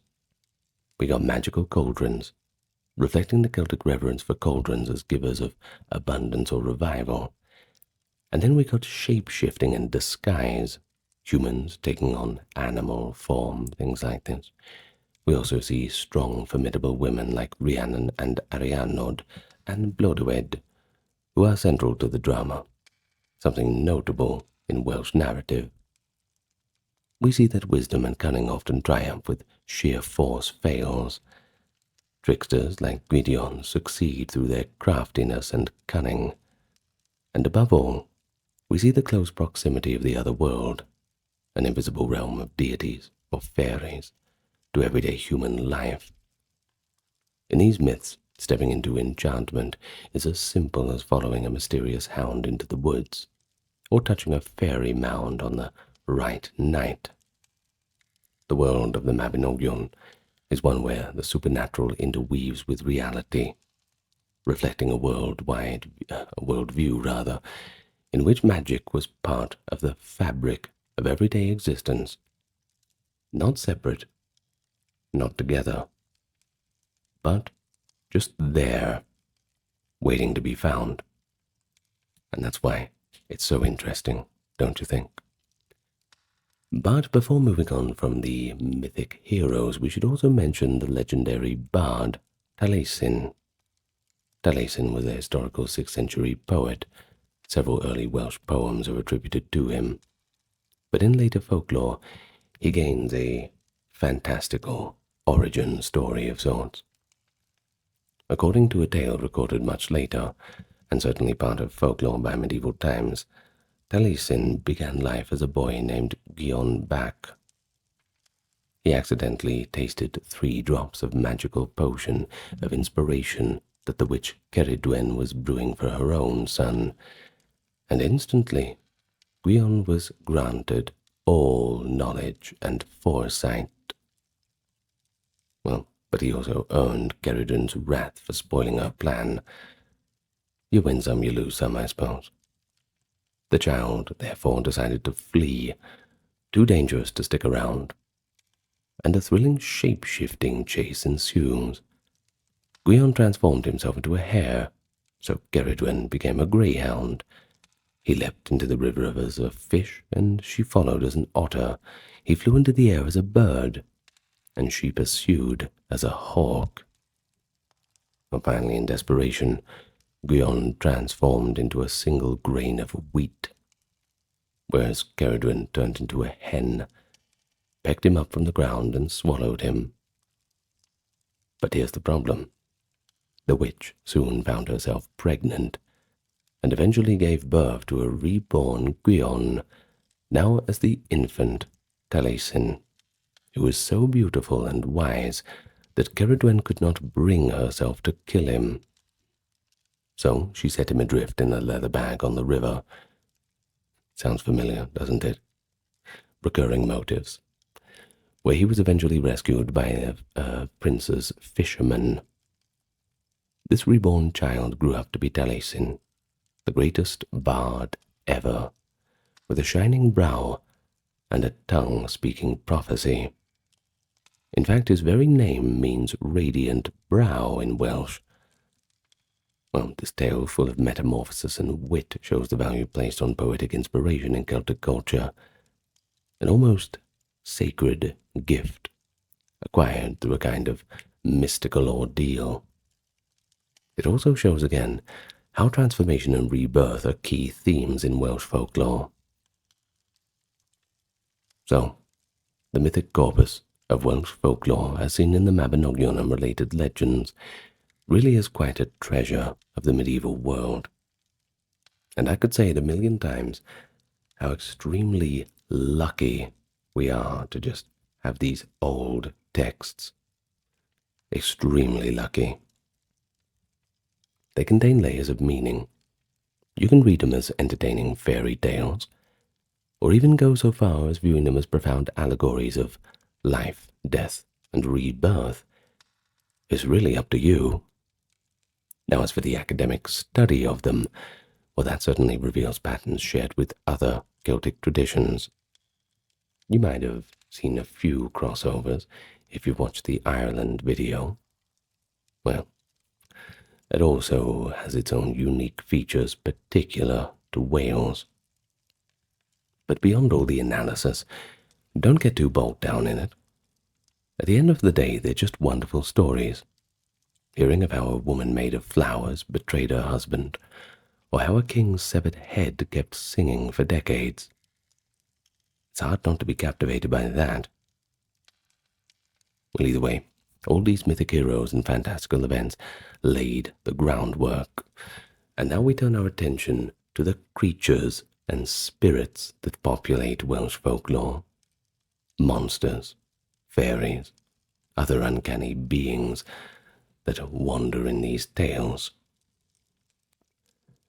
Now, if the Mabinogion provides a high mythology of Wales, the fairy folklore of Wales provides its magical folk belief at a more, let's say, popular level.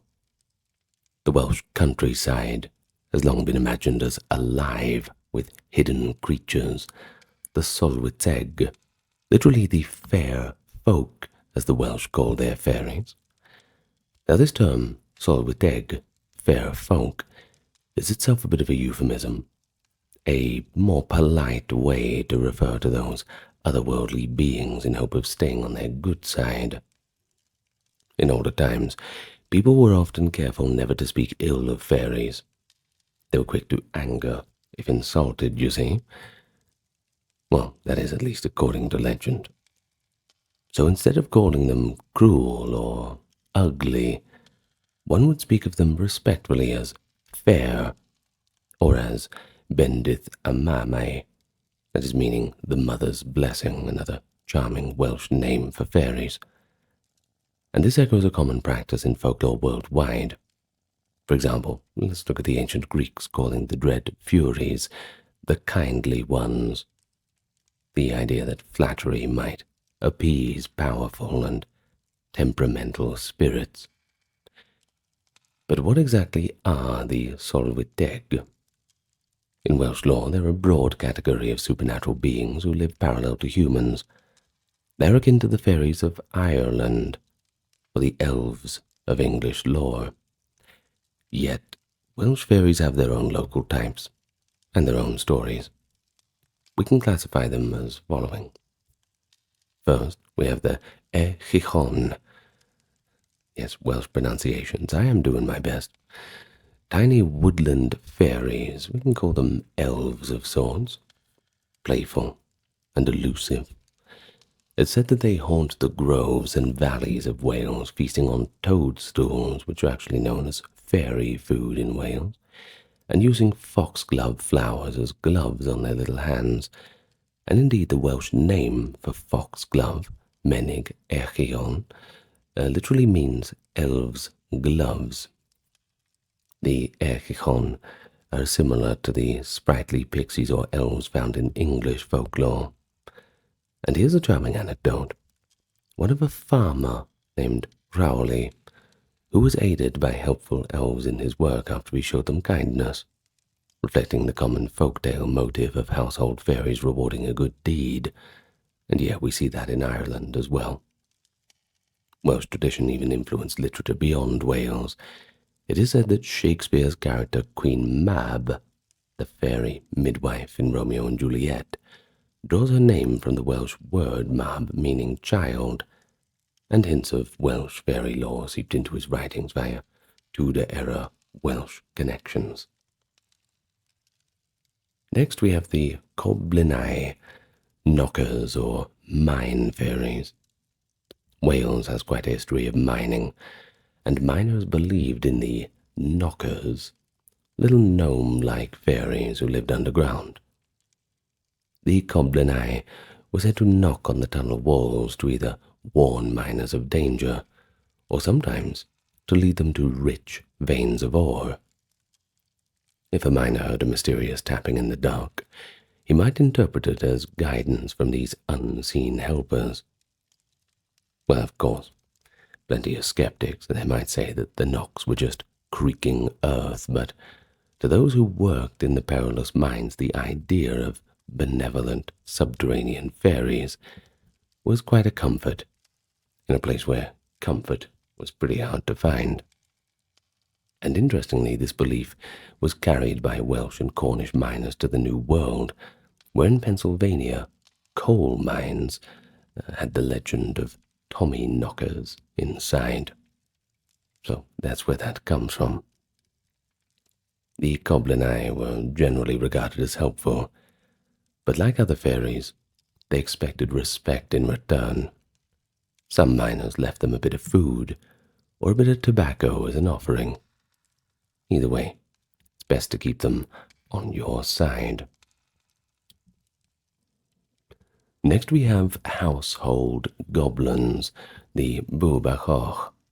Now, a bwbach, we start with, is essentially a Welsh brownie, a household spirit that will invisibly assist with chores and, well, if you're lucky, bring good fortune to your farm. But of course it had to be pleased with the residents to do that. No free rides, and the bwbachs were certainly not charity cases. Now, a bwbach typically loved congenial, hospitable homes. A classic bit of folklore says that a bwbach hates teetotalers and dissenting preachers. In one story, a farm's resident bwbach grew annoyed when visiting a Baptist minister who frowned upon the drinking of ale, refused to have customary ale by the fire, of course, because of this. Well, the offended bwbach pranked the poor preacher mercilessly, eventually even chasing him out of the village. Now, this tale is often retold with a bit of humor, but it shows how folk beliefs were used to lightly uphold community values like hospitality, and perhaps, along the way, poke a little bit of fun at strict temperance. In general, keeping a bwbach meant that you had to have him content, leaving out a bowl of cream and a piece of cake at night as payment for his work. Neglecting or insulting a bwbach, well, that could result in mischief, like objects thrown about the house, kind of like a poltergeist kind of behavior, or milk turning sour long before it should. So be nice to the bwbach, if you have one in your house. Comment if you have a bwbach in the house. Alright, so the next we have lake maidens. It is Gwragedd Anwyn, and it literally means wives of Anwyn. That is the other world, if you remember from the previous sections. I know there's a lot of new vocabulary coming up. Well, these are the beautiful fairy women who dwell in the lakes and rivers, often emerging to interact with lucky humans. Many Welsh folk tales tell of a fairy bride who marries a mortal man under certain conditions, only to ultimately return to her realm.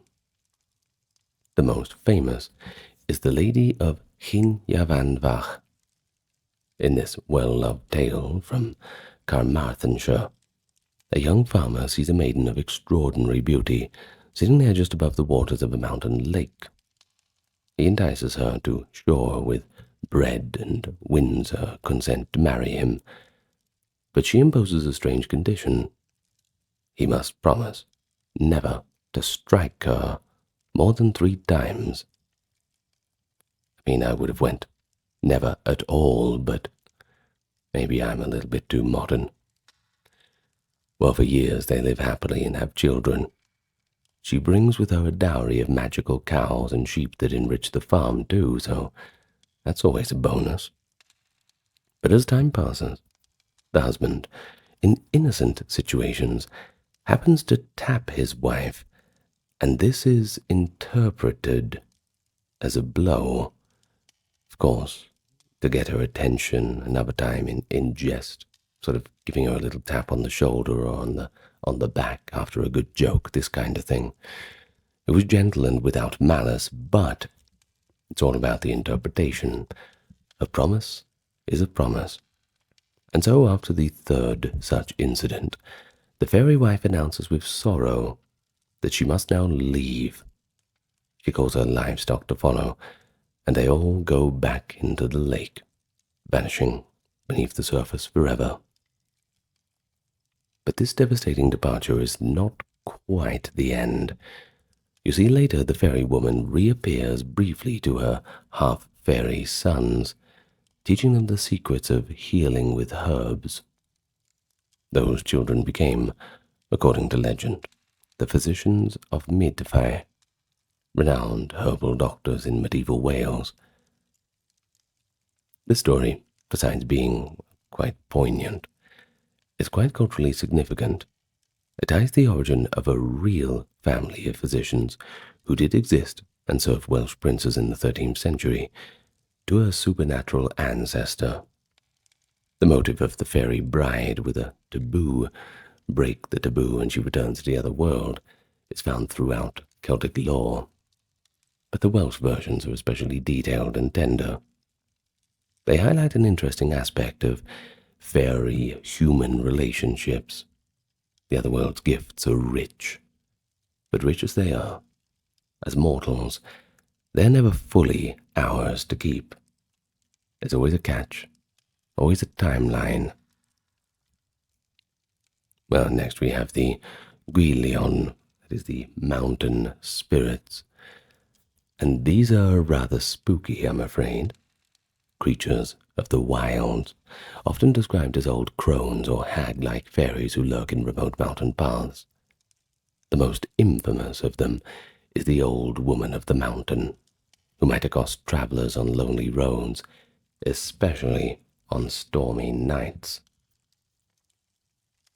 Well, a gwyll, that is a singular of Gwyllion, might appear as a frail old woman wearing ragged clothes, sometimes carrying a simple pot or a bowl around. She doesn't typically harm people outright, but she does delight in leading them astray, which of course on stormy nights and blizzards and all the rest, it counts as harming. You don't want to freeze to death out there. A traveller might think he's helping an old grandmother find her way home, only to realize he's been led around in circles in the fog. So how do you counteract this?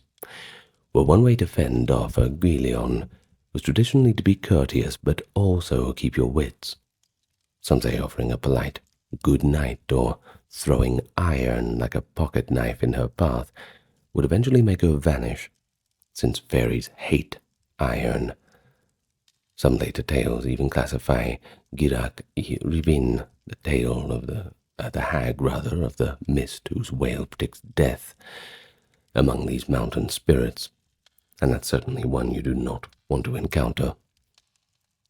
In essence, Gwyllion personify the eerie, untamed aspect of nature, the sudden mist on a hill, the strange sound on a crag, giving them a face and form in folklore. Well, underlying all these fairy types is the concept of Annwn, the other world. Now do remember, it's not the underworld, just the other world. You see, in Welsh belief, Annwn is not a hell of sorts, and I suppose we have to depart from our modern conceptions when we use the other world title, but rather a parallel realm of wonders, where the fair folk live away from the mortals. It's often underground, or perhaps underwater. Hence fairies emerging from lakes and living under hills. But Annwn is paradoxical. It can be a paradise of eternal youth and plenty, but also a perilous place for any mortals who stumble in. After all, they are not meant to be there. And as for time, it flows quite differently.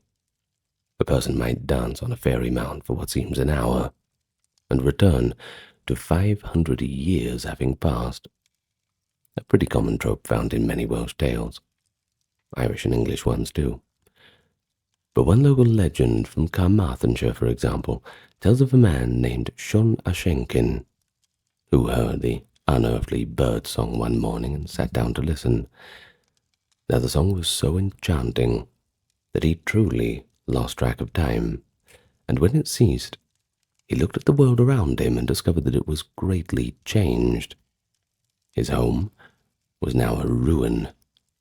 Everyone he knew was gone, and he himself crumbled to dust shortly after, having been under the fairy spell for ages. Of course, stories like this once again serving as entertainments and cautions. Beware the fairy ring. Beware the music, lest you be drawn in by it. The king of Anwin in some tales is Gwyn ap Nudd, a figure who appears in both mythology and later folklore. Gwyn ap Nudd is depicted as ruling over the Teg, and also a psychopomp, a leader of souls of sorts. Later Christian influence legend made him the leader of the wild hunt, a spectral hunt that gallops across the night sky, with hounds howling, chasing the souls of the dead. In Wales, folk said that on certain nights you could hear the eerie baying of Cwn Awnwyn, the hounds of Anwin, also called the hounds of hell, or the dogs of the other world, flying through the air with Gwyn ap Nudd giving chase. These hounds were described as small and red-eared, a classic Celtic otherworldly trait, and their sound was strangely inverted, said to be loud from far away, but fainter as they drew near. Hearing them was an omen of death or misfortune, not the kind of thing you want on a night out. Many an old traveller likely hastened home, heart pounding out of their chest after thinking he'd heard the hounds in the wind on an autumn night. Pretty eerie, one of those little things that to be aware of if you're out after dark. But of course, not all fairy encounters in Welsh lore are menacing like this. There's also tales of fairy revels, people stumbling upon fairy dances in the woods. These fairies were often said to dance in rings, leaving behind the so-called fairy rings of greener grass or mushrooms. If a mortal joined their dance, he might dance blissfully until he realized hours or days had passed in a blink. And there is a humorous tale of a fiddler who once provided music for the fair folk in a cave, and then returned believing just a short time had elapsed only to find a whole generation gone. But fortunately for him, he had not aged, and he became something of a local curiosity. The motive of a fiddler, or perhaps a harper, is also common, implying that fairies love music, they adore the stuff, and will lure talented humans to play for them, albeit not telling them how much the time was passing. Leave that little detail out. But the fairies in these stories, they're not really evil, aren't they? But rather they exist by their own rules of time and propriety, which mortals transgress at their peril by complete accident. But of course we can't go past Welsh changelings, can't we? And like many European cultures, the Welsh feared that fairies might steal away healthy human babies or young children, leaving behind a sickly changeling in their places. Now, this belief likely arose to explain infant illnesses or developmental issues in an era with no medical knowledge on conditions such as those. Folklore offered its own remedies. If a child was suspected to be a changeling, for example, if it just wouldn't stop crying or failed to grow, or just looked a little bit weird, desperate parents might resort to tricks to get the fairies to return the real child. One famous Welsh method was the eggshell test. The mother would brew beer or cook food in eggshells in front of the supposed changeling. This bizarre sight would startle the fairy into speaking, revealing its true identity. Thus, well, the fairy would be exposed, and it would go away. Once a changeling spoke beyond normal infant's capacity, the game was up. The legend goes that upon being exposed, the fairy would vanish, or the fairy parents, now caught out, would return the human baby in exchange for their own. In one Welsh tale, after the eggshell trick, the fairy woman appeared angrily to swap back the babies, scolding the human mother, but ultimately restoring her child. Pretty charming and imaginative, I suppose. But it's a little bit dark in reality. They sometimes led to mistreatment of suspected changeling children, but as folklore they highlight the clever, almost folkloric science that people used, these kind of symbolic acts and riddles to outwit the supernatural beings. Well, through these many legends, we certainly have a vivid picture of how Welsh people of the past related the unseen. Importantly, Welsh folklore doesn't sharply divide fairies from ancient gods. There's a bit of an overlap. Figures like Rhiannon or Aran in the Mabinogion are essentially deities or otherworld rulers, yet later ages remember them dimly as fairies or spirits. The term Celtic covers a broad continuum, from high supernatural beings to little pixies, and that reflects the evolution of belief. The old gods of a pagan era often diminished into fairies and legends under Christianity, still respected, but in a similar role. Wales, with its conservative oral culture, preserved these entities perhaps more intimately than elsewhere. Well, in Wales, in terms of folklore, like of most cultures, they got their share of giants, dragons, and other creatures that sparked the imagination. The landscape of Wales, with its towering mountains and those valleys, likely inspired many a legend, while its old fortresses and deep lakes had their own tales of dragons and monsters. So let's go and meet them. There's plenty of them to cover. First, we have the giants. In Welsh legend, giants were often portrayed as the original and mighty inhabitants of the land. Medieval writers like Geoffrey of Monmouth even wrote that when Brutus, that is the legendary Trojan ancestor of the Britons, came to Britain, he found it inhabited by giants, a mythic way of suggesting the island's primordial wilderness. Well, storytelling is certainly full of giants and giant-like characters, sometimes as enemies to be outwitted or slain by heroes, but not every time. There's also a few more complex characters. And we already did see one giant in the second branch of Mabinogion, that is Bran the Blessed, the giant king of Britain, who, though benevolent to his people, could stride across the sea. But outside of the Mabinogion, folklore has a little bit more to offer too. Let's start with one famous tale, that of the giant of Rita Gaur, sometimes called Ruda.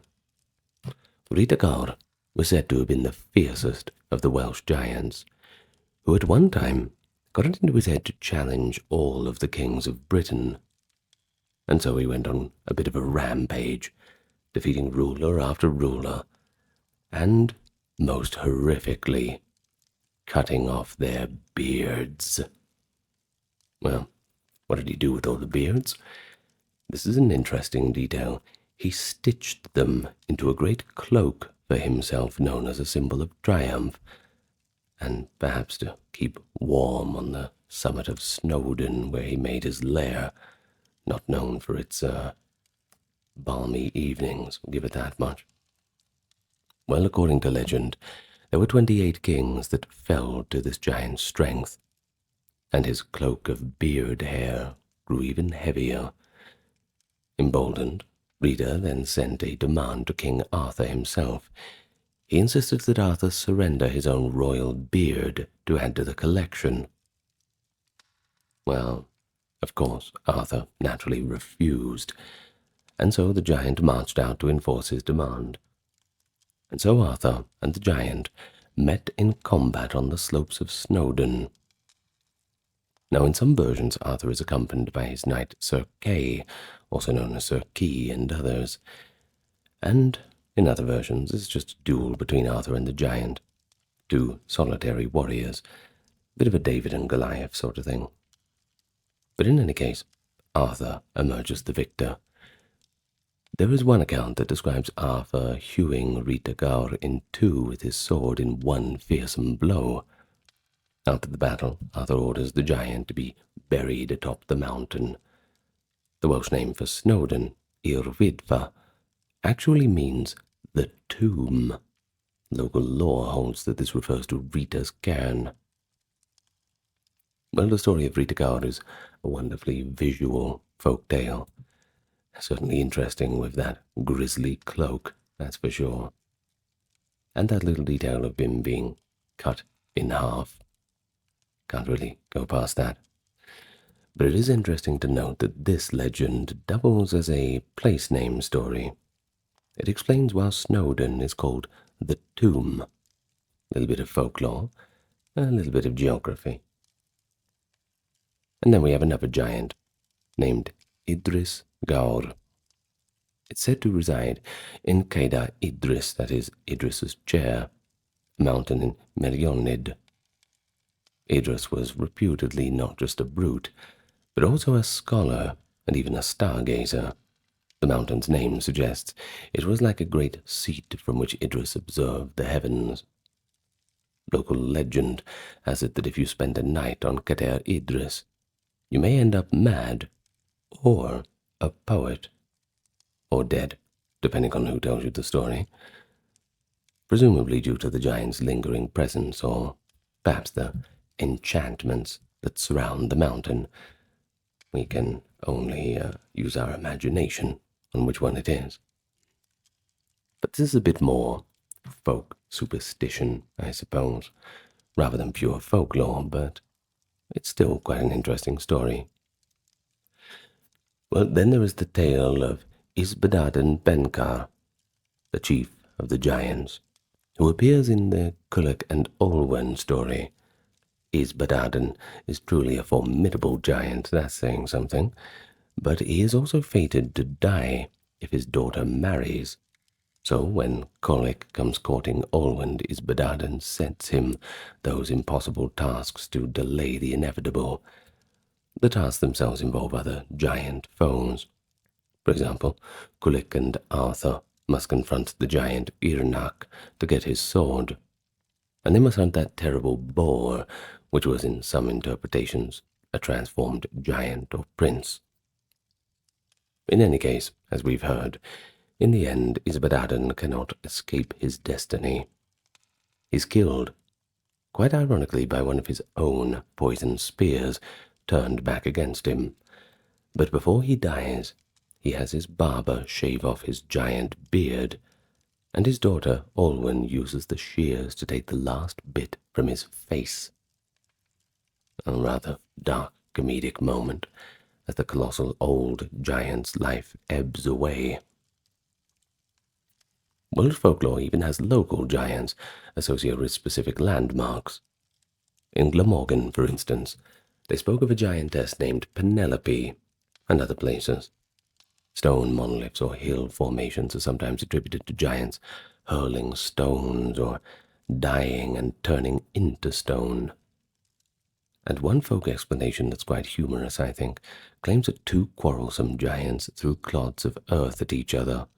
Where the earth fell, you have two mountains, and the holes they scooped became lakes. A pretty light-hearted way to explain the landscape through giant myths. Well, let's move on to dragons. And the dragon is arguably Wales' most famous mythical creature, thanks to that red dragon on the flag. We have mentioned the archetypal Welsh dragon story comes from the legend of Hud and Leifis, and the expanded version in the Historia Brittonum. The conflict of red and white dragons beneath Dinas Emirs, well, it's kind of an institution in Wales, I suppose.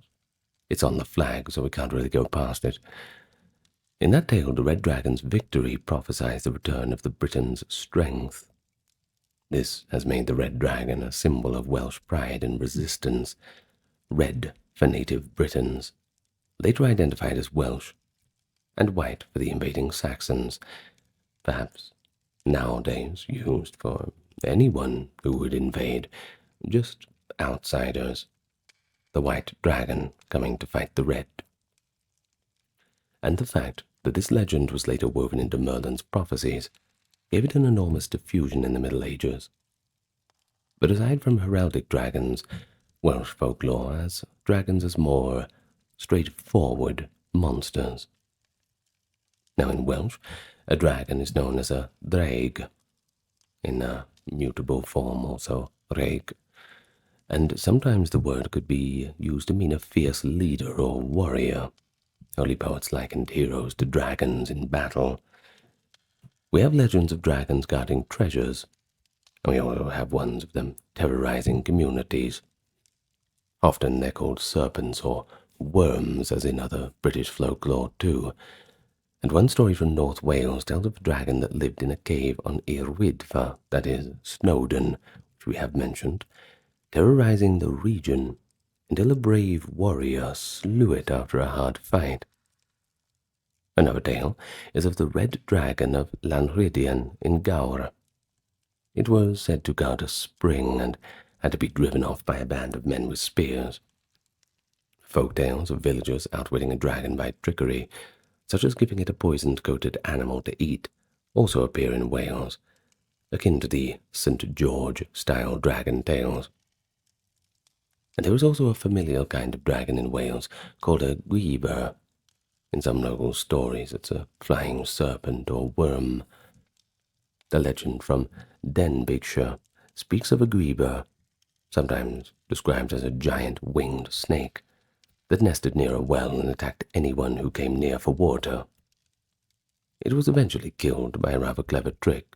A man left a mound of warm milk, or in some versions beer, laced with blades and hot stones.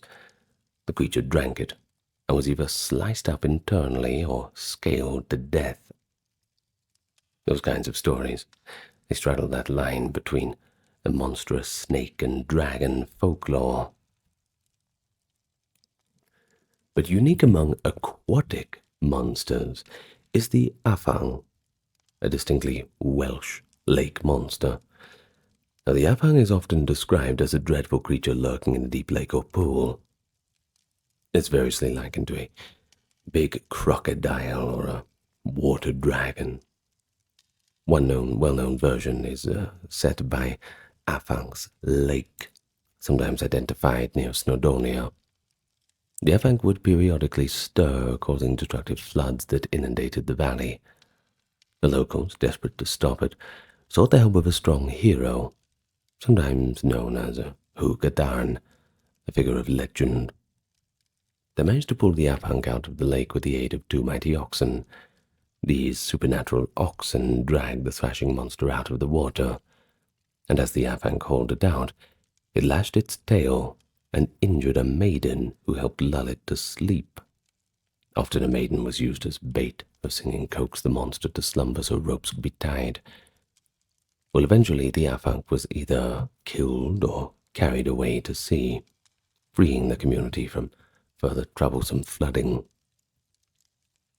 In a more ghostly spin on the lore, we have touched upon the Hag of the Dribble or Hag of the Mist, the Gwrach Iribin. She is essentially the Welsh counterpart to the Irish banshee, described as an ugly, winged female spectre. long black teeth, wispy hair, sometimes membranous wings like a bat. She would appear by the crossroads at night or streams, wailing the phrase, my husband, or calling the names of those about to die.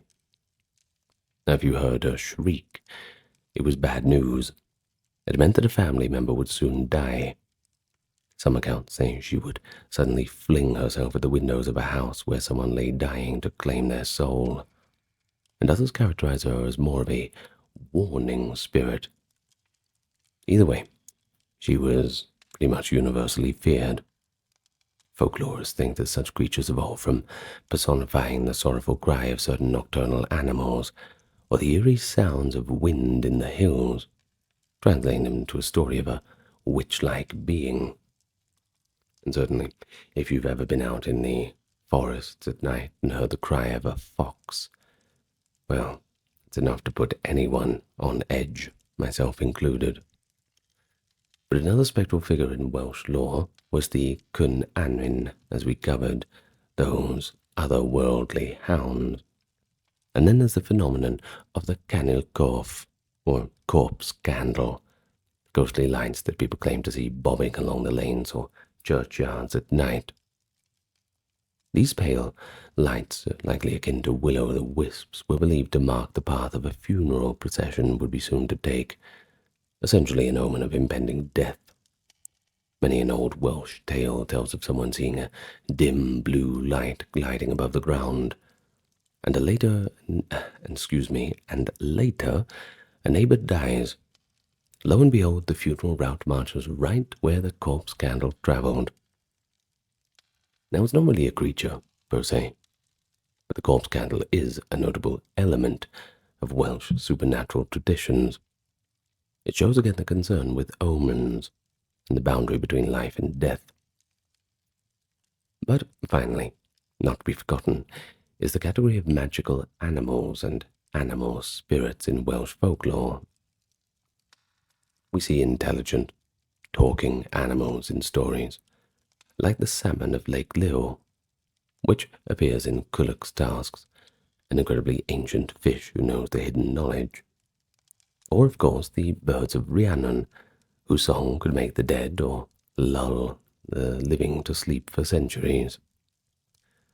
Or the trusty hound Drydwyn and the boar of Tir Tuith in the same Arthurian tale. Animals often have a revered or enchanted status, perhaps a holdover from Celtic totemic ideas. As for the white stag, that's another example too that we should mention.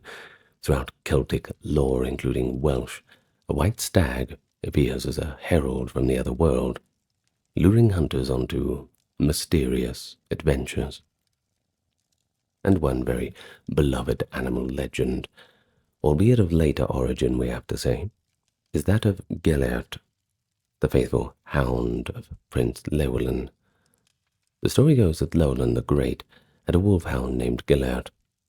One day he returned to his castle to find Gelert stained with blood, and his infant son's cradle overturned and empty. In a panic, the prince assumed the dog had killed the child. In grief and rage, he drew his sword and slew Gelert on the spot. Only then did he hear a baby's cry. Searching, he found his child alive and well, hidden under the cradle, and nearby the corpse of a great wolf Gelert had killed while defending the child. Llewellyn, stricken with remorse, buried Gelert, and is said to have never smiled again. The place, Bedgelert, that is Gelert's grave in Snowdonia, is pointed out as where this happened. Now, academically, the story is a little bit suspect. Sorry to ruin your fun. It appears to be a folk legend with parallels in other countries. Sometimes called the Faithful Hound Tale. It's also told in India, by the way. What's that? You want an Indian folklore video? Better leave your thoughts in the comments. Well, evidence also suggests that it was popularized in the 18th or 19th century, possibly to boost tourism to Bedgelert. And I have to say, the story of a faithful dog sacrificing itself to protect a child, Well, I would go to just visit the statue of that. 100%. Well, in all these accounts of giants, dragons, beasts, notice how human heroes interact with them. Arthur slicing giants in half, villagers scheming to outwit dragons, maidens taming monsters with their songs, and even farmers appeasing or confronting these spooky old hags. The stories provide entertainment, but they're also moral exemplars. Bravery, cleverness, compassion, they got it all. But they also function as explanations for the unknown. They were likely swapped on long winter nights or while community members labored together. After all, they got to have some sort of excitement in daily life, even if it's just a bit of fun. And here we are, from those heights of the mythic battles and the enchantments to the homespun wisdom of those peasant superstitions. Welsh folklore sure is something to marvel at, isn't it?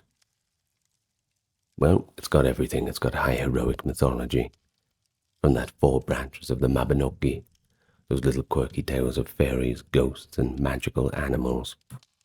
I think we can imagine that people in those earlier times, without all the comforts that we have now, well, they really would have delighted in telling these stories, perhaps even at some points getting a little bit too far ahead of themselves and treating them as something to really be feared.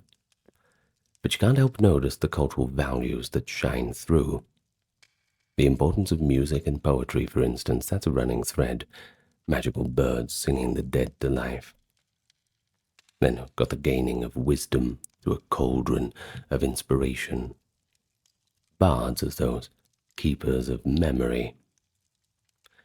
Well, I think we've definitely had a good time together today. And I hope you've learned a lot. And I hope my Welsh pronunciation was okay. Centuries of social practice, belief systems, and collective memory.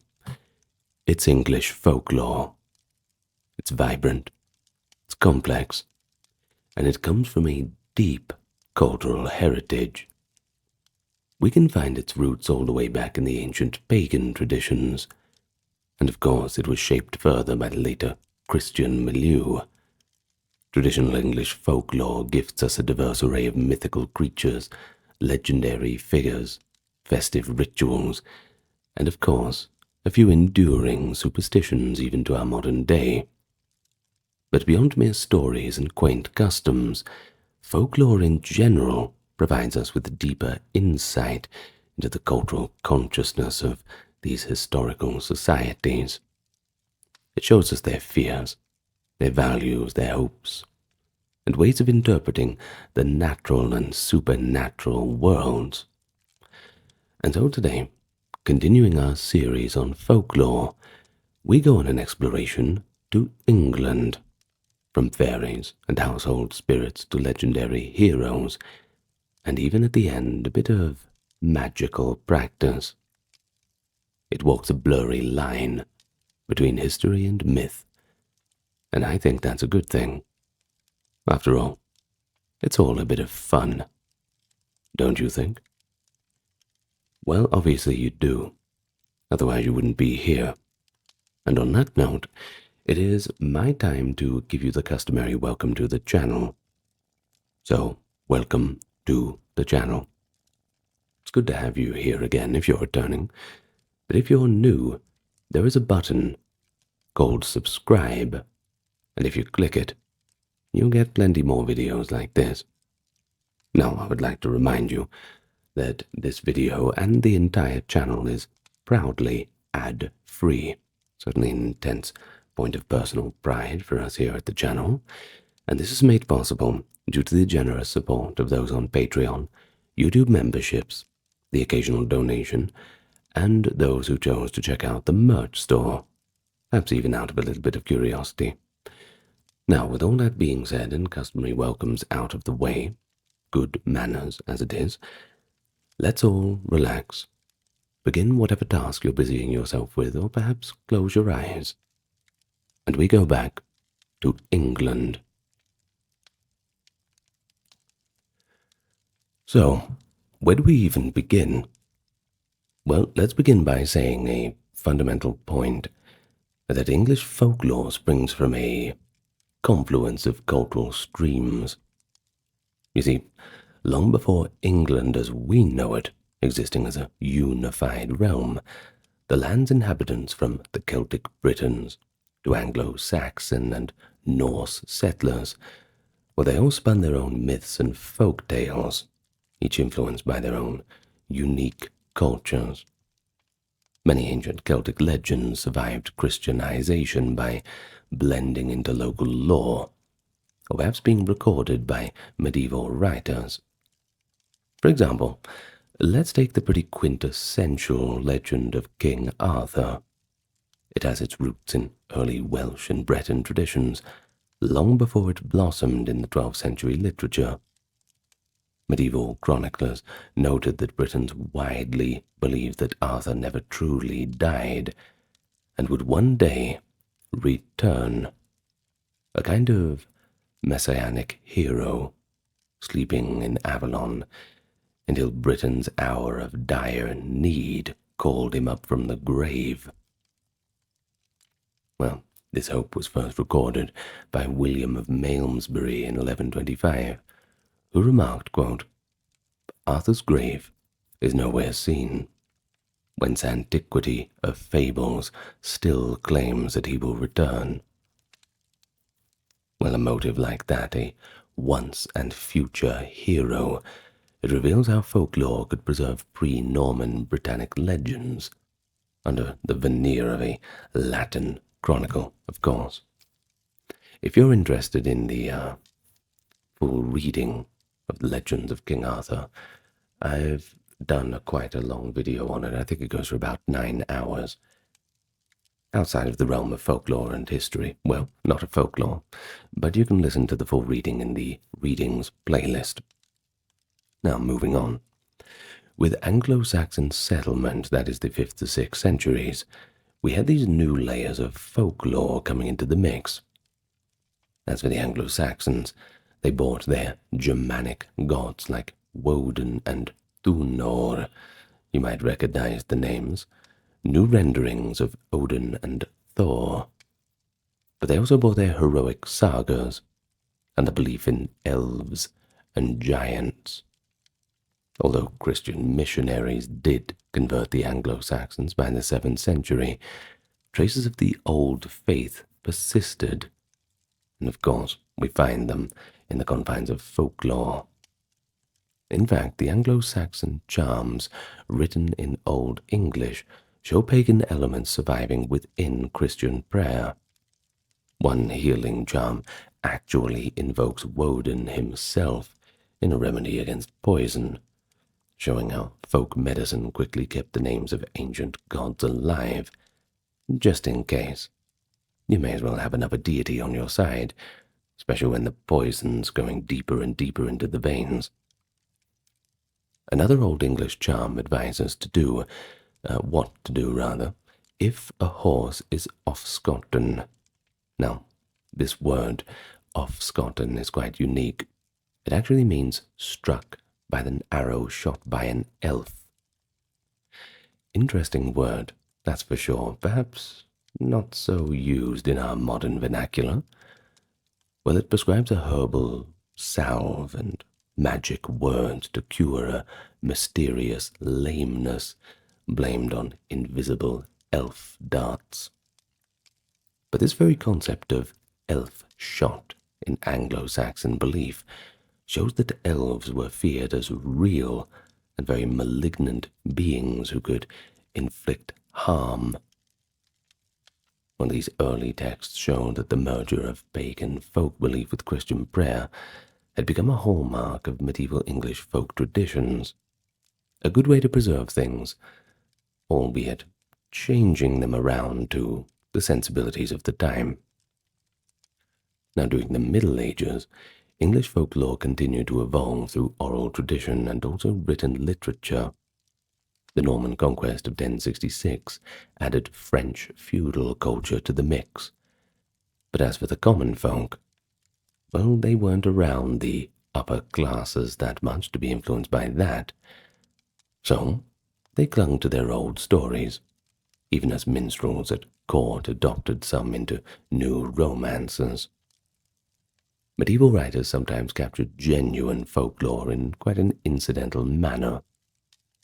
Geoffrey of Monmouth's Historia Regum Britanniae in 1136 preserved the giant-slaying legends of Corineus, a compilation of Trojan Brutus, who wrestled the Cornish giant Gog-Magog and hurled him off a cliff. Geoffrey claimed a cliff in Devon was still called Giant's Leap in memory of this mythic battle. It's tales like this, oral legends about giants, that were circulating in Britain and eventually found their way into more learned circles and texts. Likewise, the Anglo-Saxon Chronicle entry for the year 793, describing portents before the Viking raid on Lindisfarne, notes that whirlwinds, lightning, and fiery dragons were seen flying in the air. Well, if there is a dramatic image, an ill omen, that's certainly it. And this one in particular, fiery dragons streaking across the skies of Northumbria. It shows how people interpreted comets or auroras, all through a folkloric lens. Some Anglo-Saxons may have truly feared that these were real dragons presaging doom, while others perhaps just viewed them as symbolic. But in any case, the Chronicle preserves a bit of early medieval sky lore.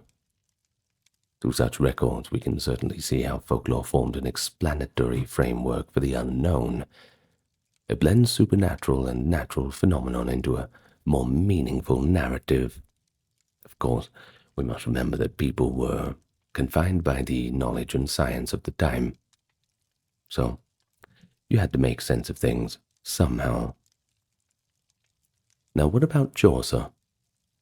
Well, by his time in the late 14th century, educated English society was quite aware of the tension between lingering folk belief and the official religion. The Canterbury Tales, Chaucer's main work. In this he rightly observes that the land was, quote, filled with fairies in the ancient days of King Arthur. But now no one sees the elves because, quote, the holy friars, blessing the halls and chambers, have driven them out. Well, this tongue-in-cheek remark, which is actually from the Wife of Bath's Tale prologue, shows that the medieval people believed in elves and fairies, yet they also knew that the church's view that such things were either gone or never existed. But of course we can also view this as an allegory. When they say that the church and all of the rest have driven them out, are we to believe this in a literal sense? Or are we to believe that they've been driven out of the collective imagination, driven out of the mind of the people? This kind of thing. We can take it in a few different ways, and I'll leave that up to you. But despite clerical disapproval, belief in fairies and a host of other otherworldly creatures certainly thrived among ordinary folk, preserved in those old practices and fireside story-tellings on long nights. And so in summary, the foundations of English folklore, they lie in the ancient pagan myths, those heroic legends, spirits of nature, gradually adapted, but certainly not extinguished by Christianity. And I think we're better off still having them around, that's for sure. Medieval chroniclers, poets, and clerics inadvertently recorded little bits and pieces of this lore, whether as fanciful legend or moralizing tale, or even deriding them as superstition. But in any case, we've still got them here, and it allows us to reconstruct the folk beliefs of the people long long before us. So let's talk about one of the, in my opinion, it's one of the most charming aspects of English folklore. And that's all the fairies and, quote, little folk. But as far from the diminutive winged sprites of the Victorian fairy paintings, medieval English fairies were quite diverse. Sometimes quite nice little creatures and sometimes dangerous, but always otherworldly. Now, the very word fairy is from the Old French. In medieval use, it referred broadly to enchantment and the realm of supernatural folk. So, with that in mind, let's broaden our definitions a little bit and not just sit within the modern Disney-style definitions. In local legends, these beings were often invisible presences that one had to appease. Chaucer's reference suggests that people thought fairies roamed the land more freely in earlier times, especially in wild places, out in the forests, the woods, etc., but especially at night. And indeed, a common theme was that fairies and elves withdrew from the world as Christianity advanced, lingering only in remote hills or ruins. Yet for the medieval peasant, fairies were a practical reality. One might blame fairies for a changeling child, or seek a fairy blessing for a newborn. We'll get to changelings in a little while. Well, English folklore distinguishes several types of fairy-like creatures. Elves in the Anglo-Saxon belief system were not Tolkien's noble elves with their fighting prowess and all the rest, but rather malevolent sprites causing illness. Not the kind of things you want around. And as I have mentioned, the Anglo-Saxons feared that elf shot, invisible elf arrows causing sudden pains. And, of course, to ward this off, they devised charms to cure it. By the later Middle Ages, the word elf and fairy seem to have been used interchangeably, and generally people imagined them as humanoid, magical beings, albeit living in a parallel realm, sometimes crossing over to cause some mischief. Folk tradition held that leaving small offerings could attract benevolent fairies, or at least avert their mischief. For example, fairy rings of mushrooms in the grass were believed to mark where fairies had danced in the night. Prudent folk would avoid mowing or disturbing these rings, lest they offend the unseen dancers. But more intimate were the household spirits, known as hobgoblins or even brownies. These were thought to dwell in homes and barns, helping with chores at night in exchange for a little bit of food in return. A typical English farmer's family might speak of our hob or the brownie in the barn, with a mix of weariness and affection. Now, the brownie in northern England and lowland Scotland was described as a small, ragged, hairy little man who'd come to sweep the floors, churn the butter, or even tidy the kitchen after everyone slept. As payment, he expected a bowl of cream, a crust of bread, or some fresh milk left on the hearth. That sounds like a pretty good deal, don't you think? If I could have someone come around and wash the dishes in my place, I wouldn't mind it, especially for a little scrap of bread. Very good deal. Of course, if you gave him his due, the whole household thrived. But if you managed to offend him, he might turn into a malicious poltergeist known as a bogart. And unfortunately, brownies were quite sensitive. They were easy to offend. Offer overt thanks, or worst of all, a gift of clothing, and the brownie would be quite annoyed taking insult. Let's give an example of a popular tale. It goes that a well-meaning master left a new suit of clothes for his brownie, who put it on, capered with pride, and then vanished forever, saying that he will work no more, as he's now a gentleman. Talk about backfiring, huh? Well, indeed, folklore across Britain holds that giving a fairy clothes sets it free. Now perhaps you just raised an eyebrow.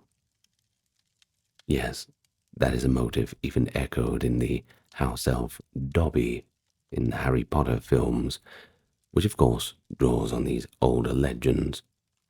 And not the only one, too. Of course, there's a few other pieces of literature that has that. Of course, for Dobby's case, it was a sock, I think, from memory. Master has given Dobby a sock. I believe that was the line. Well, in any case, in medieval eyes, this wasn't a fantasy for children. These weren't superstitions for, little kids to keep themselves up at night or that sort of thing. There were real explanations for sudden household mishaps, or even inexplicable good fortune. If things went missing, or milk turned sour, perhaps you'd think the brownie was slighted. But if the floors mysteriously gleamed in the morning, perhaps the brownie or a helpful hob had been at work. Now, let's get on to the hob, that being short for hobgoblin.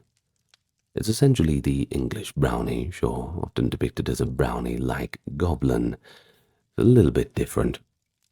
A famous example is Robin Goodfellow, also called Puck, a mischievous hobgoblin of English lore. We get it from Shakespeare. He immortalized Puck in A Midsummer Night's Dream, but he drew on existing folkloric figures. In medieval English folklore, Puck or Poke simply meant an impish spirit or demon. Puck, or Robin Goodfellow, was known as a trickster of the countryside. He might lead travellers astray at night. We had a term for it too, to be poke-laden or pixie-led. He might even spoil milk, play pranks. But for some weird reason, he could also do housework or drive away pests, if he was in a helpful mood. One 17th century ballad has Puck boast of a shape-shifting and misleading night wanderers, exactly the deeds country folk attributed to will-o'-the-wisps and hobgoblins. The Irish puka and the Welsh puca are cognate beings, reinforcing that such household or nature sprites were part of a pan-Celtic and English fairy tradition.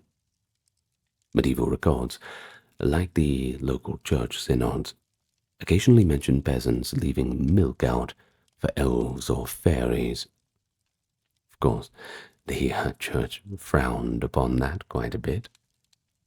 But think about the reality of it. How are you going to stamp that out? You're going to go around to people's houses and make sure they're not leaving a little bit of milk on their tables. As long as they're not causing too much trouble, the church generally tolerated it, albeit with that aforementioned eyebrow raised. Now, alongside the helpful brownies were the more perilous, those being the boggart, especially in northern England. We talk of Lancashire, Yorkshire, those areas. It was essentially a brownie who had lost its temper, a malicious household spirit, pretty much like a poltergeist. Yeah, pretty much indistinguishable from a poltergeist, to be honest. If a brownie felt mistreated, the law said he would turn into the boggart and create chaos.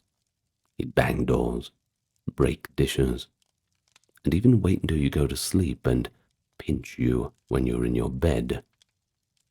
Families tormented by a boggart sometimes tried to move to escape it, only to find that the boggart followed them to their new house.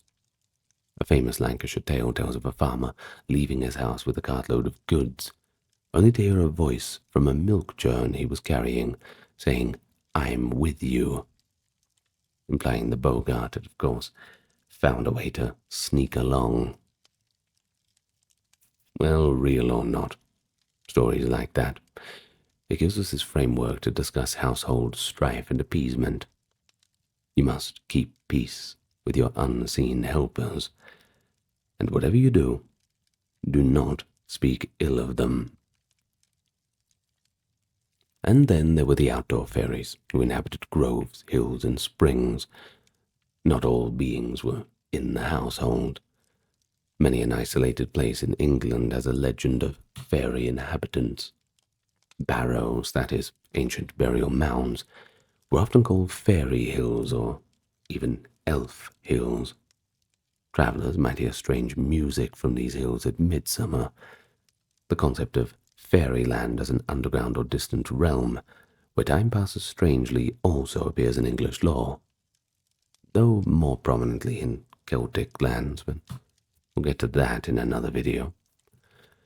Medieval romance literature, like the tale of Sir Orfeo or Sir Launfal, shows knights encountering fairy queens and otherworldly palaces, likely reflecting folk tales of ordinary folk stumbling into fairy revels. In fact, Chaucer's Wife of Bath tale mentions the, quote, elf queen and her merry company dancing around in the meadows of the old times. Of course, over time, high literature and humble folklore fertilized each other. Local stories of fairy abductions or fairy midwives were woven into romances, and literary depictions of fairies influenced how common people imagined them. Now, one intriguing class, but admittedly less well-developed of fairy beings in the English lore, are the water spirits. English counties do have their share of river hags and merfolk legends, and yes, they're not as developed as the Celtic selkies or the nixies of Germany. What was that? You want me to do a German folklore video? You better leave your thoughts in the comments about that, Well, in northern England, parents warned children to stay away from ponds with tales of Jenny Greenteeth, a green-skinned water hag who lurks around to drag the unwary, especially naughty children into the depths. I think the parents might have added that one just for a bit of, just to have a little bit of discipline in the household, perhaps. Well, in eastern counties, the mysterious phenomenon of will-o'-the-wisp, that is, flickering swamp light, was attributed to a mischievous sprite, sometimes a pixie, or simply called a hobby lantern, leading travellers off the safe path. Though these spirits are less personified, they do form part of the fairy ecology, and therefore they should be mentioned. Now, finally, for this section, we have to talk about how folklore often blurred the line between fairies and the dead. Some have suggested that fairies in British folklore represent diminished pagan deities or spirits of nature. Others note they might personify souls in limbo or a mythical golden age. In medieval ghost stories, apparitions of the dead sometimes appear as a fairy host.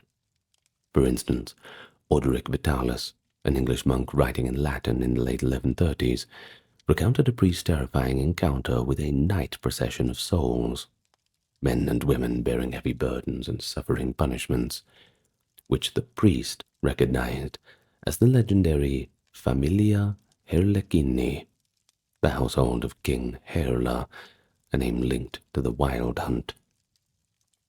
The priest admitted that he had often laughed at such stories, until he witnessed it himself. Now who's laughing? Not him, apparently. Well, Orderic's account intellectualizes folklore into a more Christian lesson on purgatory. Of course, everything is seen through that lens of what people understand, especially when it comes to spiritualism. Yet he does use a lot of folkloric motives. A ghostly cavalcade led by a known legendary figure, Herla or Harlequin's troop. And that certainly shows that what one person calls fairies, well, could be to another simply spirits of the restless dead. Though English folklore does paint a pretty vivid picture of a world alive with unseen beings, that's certainly not a point of argument. From the helpful brownie by the hearth to the fairy trooping on the heath, these entities played roles in explaining daily mysteries, and of course reinforcing moral norms, i.e., don't be lazy, or the brownie will get angry and turn into a bogart, and then we're in real trouble. But it's also a dimension of providing a sense of wonder and enchantment, that in a world by daylight was governed by church and king, and you don't get too much wonder and enchantment from the king. Well, the next time you leave a dish of milk out at night, or a glass, or see a ring of toadstools in the dew, just have a little imagination. You might be touching on the same enduring thread of belief that runs through centuries of English folk tradition. Of course, we still leave a glass of milk and cookies out for Santa Claus, don't we? What? You don't do that? Neither do I. I've grown up now. Sure. Well, the landscape of England, with its ancient hills, mysterious stone mountains, it seemed to the medieval imagination to bear the marks of giants and monsters. Giants, in particular, are pretty deeply embedded in English folklore. In fact, nearly every region boasted of a local giant in its legends, often to explain the unnatural features or ancient ruins. They had to get there somehow, right? The roll call of English giants, it includes Gog and Magog, said to be two giants subdued by Brutus's Trojans, commemorated in London's Guildhall statues. The giant of St. Michael's Mount in Cornwall, that is, Cormoran, later slain by Jack the Giant Killer. And that's just a few of them. Geoffrey of Monmouth's mention of Gog Magog, the giant chieftain hurled off a cliff by Corineus, fixed one such tale into pseudo-history, giving a legendary origin for a very real place name. In the popular mind, giants were the old ones, builders of the prehistoric stone circles and earthworks that medieval people encountered with awe. We all know the old English rhyme, fee, fi, fo, fum, I smell the blood of an Englishman. It immortalizes the threatening cry of an English giant and later fairy tales. But the roots may lie in much older storytelling traditions about cannibalistic giants and brave human tricksters who dared to go up against them. Folklore often credited giants with superhuman feats of engineering and strength. Think about Stonehenge. Who built that? A medieval legend recorded by Geoffrey of Monmouth claimed that giants of Africa originally set those massive stones in Ireland, and Merlin magically moved them to the Salisbury Plain. A pretty charming fusion of giant myth and wizardry. But who dug the great ditches and earth banks? Well, in Sussex, they actually said the devil, often interchangeable with a giant in folklore, dug the devil's ditch and attempted to flood the valley, but was thwarted by a trick. In other tales, two quarrelsome giants might lob boulders at each other, leaving rocky outcrops strewn across the countryside. Through such stories, medieval folk acknowledged the presence of the past in their environment. Those boulders, mounds, standing stones, they integrated them into a mythic narrative framework. And if giants were personifying primordial strength, well, dragons symbolize mystery and terror. Dragons in English folklore reign from the cosmic to the local. On one hand, St. George and the dragon, imported from a pan-European legend, became England's favorite tale of a heroic knight in combat. The saint slays the dragon to rescue the maiden and symbolizes Christian triumph over evil. By the later Middle Ages, St. George was England's patron saint, and the dragon his heraldic foe. But beyond St. George's continental dragon, many shires had their own worms, often more serpentine and grounded in specific locales.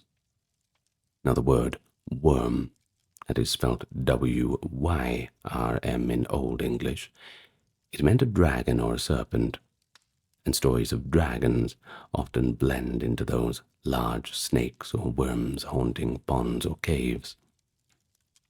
For example, the folklore of northern England gives us the Lambton worm of County Durham, a worm that grew to monstrous size after a young Lord John Lambton caught a strange eel-like creature and foolishly decided to throw it into a well.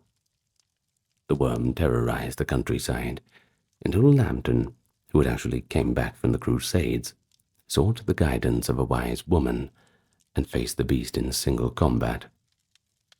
He managed to slay it too, wearing spiked armor so that the worm squeezed itself to death upon him, but only by also filling a grim family curse involving sacrifice. This legend, first written down in the 19th century, but clearly drawing on older oral tradition, is pretty rich with those medieval elements you would expect from a story like this. You've got a knightly hero with a sin to expiate, a monstrous dragon devastating crops and livestock, and a folkloric admonition about keeping one's promises. Similarly, the worm of Sockburn, also in the north, and the knucker of Sussex, a water dragon inhabiting a deep pool or knucker hole, are regional dragon tales that echo medieval encounters with the destructive forces, perhaps floods, plagues, reimagined as dragons, this kind of thing. But the fact that some local families claimed ancestry from the dragon slayer lent these stories a little bit of credibility, and, well, as you can imagine, quite a lot of prestige. Medieval chroniclers sometimes included sightings of dragons treated as prodigies. The Anglo-Saxon chronicles Fiery Dragons in 793 we already noted. Likewise, a 12th century chronicler recorded a marvel in Welsh borders. An illuminating dragon was seen in the sky at night, perhaps signifying a war to come. Bad news, that's for sure. But reports like that often blur the line between folklore and history. It shows that dragons occupy a role as omens as well as the typical storybook monsters. To common folk, a dragon could just as easily be a very large snake in the forest, or a metaphor for Satan, as in church sermons, of course. But within the realm of folklore, the physical reality mattered less than the meaning drawn from it. It's all about imagery. But dragons always demanded heroes to confront them, be those heroes as saints, knights, or even clever peasants. But besides dragons, English tales featured other monstrous beasts, often one-of-a-kind creatures tied to a certain location. One's quite simple. The black dog. The prime example of a folkloric beast across England, a spectral, nocturnal hound said to prowl the lonely roads. Different regions gave it different names. Black Shuck in East Anglia, Padfoot in Yorkshire, and the Barghest in the north, etc. But the descriptions converge on a huge, coal-colored black dog with glowing red or sometimes yellow eyes. But unlike a flesh-and-blood wolf, this apparition might vanish or change size, and encountering it was certainly an ill omen. In East Anglian legend, Black Shuck infamously burst into Bungay's church one stormy night in 1577, killing 2 parishioners and leaving claw scorch marks on the door. Or at least, that's how the old story goes. While that account comes from a post-medieval pamphlet, It likely drew on the older folk belief in fiendish dogs that haunt churchyards and crossroads. These tales give form to the fears of travelling alone in the dark, where imaginations certainly run wild, turning the howling of the wind or the distant bark of a dog into a ghostly terror. And even in the learned medieval imagination, black dogs feature as familiars of witches, or as transformations of the devil. The persistence of black dog lore, from the Hound of the Baskervilles back to medieval times, shows how vividly a simple folkloric image can endure, and endure it certainly has. But we should also mention mermaids, which sound a lot more friendly. They occasionally swim through the English folklore, for lack of better terms. Well, there are no better terms than that. That was clever, actually. Though more common in maritime cultures and classical mythology, mermaids were certainly known to English folklore by the later Middle Ages. Often they were considered omens of doom. A mermaid sighted off the coast meant storms or disaster. One 15th century English ballad tells of a mermaid who prophetically tries to warn a ship, but the sailors misunderstand, and they meet their fate. It echoes the themes found in Breton and Scandinavian lore. What's that? You want a Scandinavian folklore video? Better tell me in the comments then. Well, on inland waters, the idea of a fish-tailed woman might blend with the water fairies or nymphs of earlier tradition, and while not as prevalent as in Irish or Orcadian lore, mermaids contributed to the bestiary of marvels that the English listener might accept as possible, especially on faraway ocean journeys. But finally, the unicorn and other fabulous animals entered English folklore partly via the medieval bestiaries and crusader tales. Though no peasant ever saw a unicorn, they readily told stories of one-horned beasts in distant lands, whose horns could purify poison. An interesting case of scholarly lore from classical writers, filtering down from these folk beliefs. But closer to home were rumors of wild men, or woodwoses, hairy, wild folk living in the woods, and great wyverns, two-legged dragons who guarded treasure. Some English church carvings depict woodwoses and dragons, implying these creatures were part of the visual folk culture, reinforcing those old oral tales. Of course, in these great stories of monsters and giants, one can see a sense of both caution and awe. They provided thrills and moral lessons, the brave versus the brute, good overcoming evil, etc. But they also served to explain what was unexplainable. A lightning-scarred hilltop becomes a giant's battleground. A strange skeleton unearthed might be a dragon's remains, and indeed dinosaur bones in later centuries were sometimes displayed as giant's bones or dragon bones. Interesting little bit of trivia there. The existence of these monstrous foes also ennobled the community's heroes.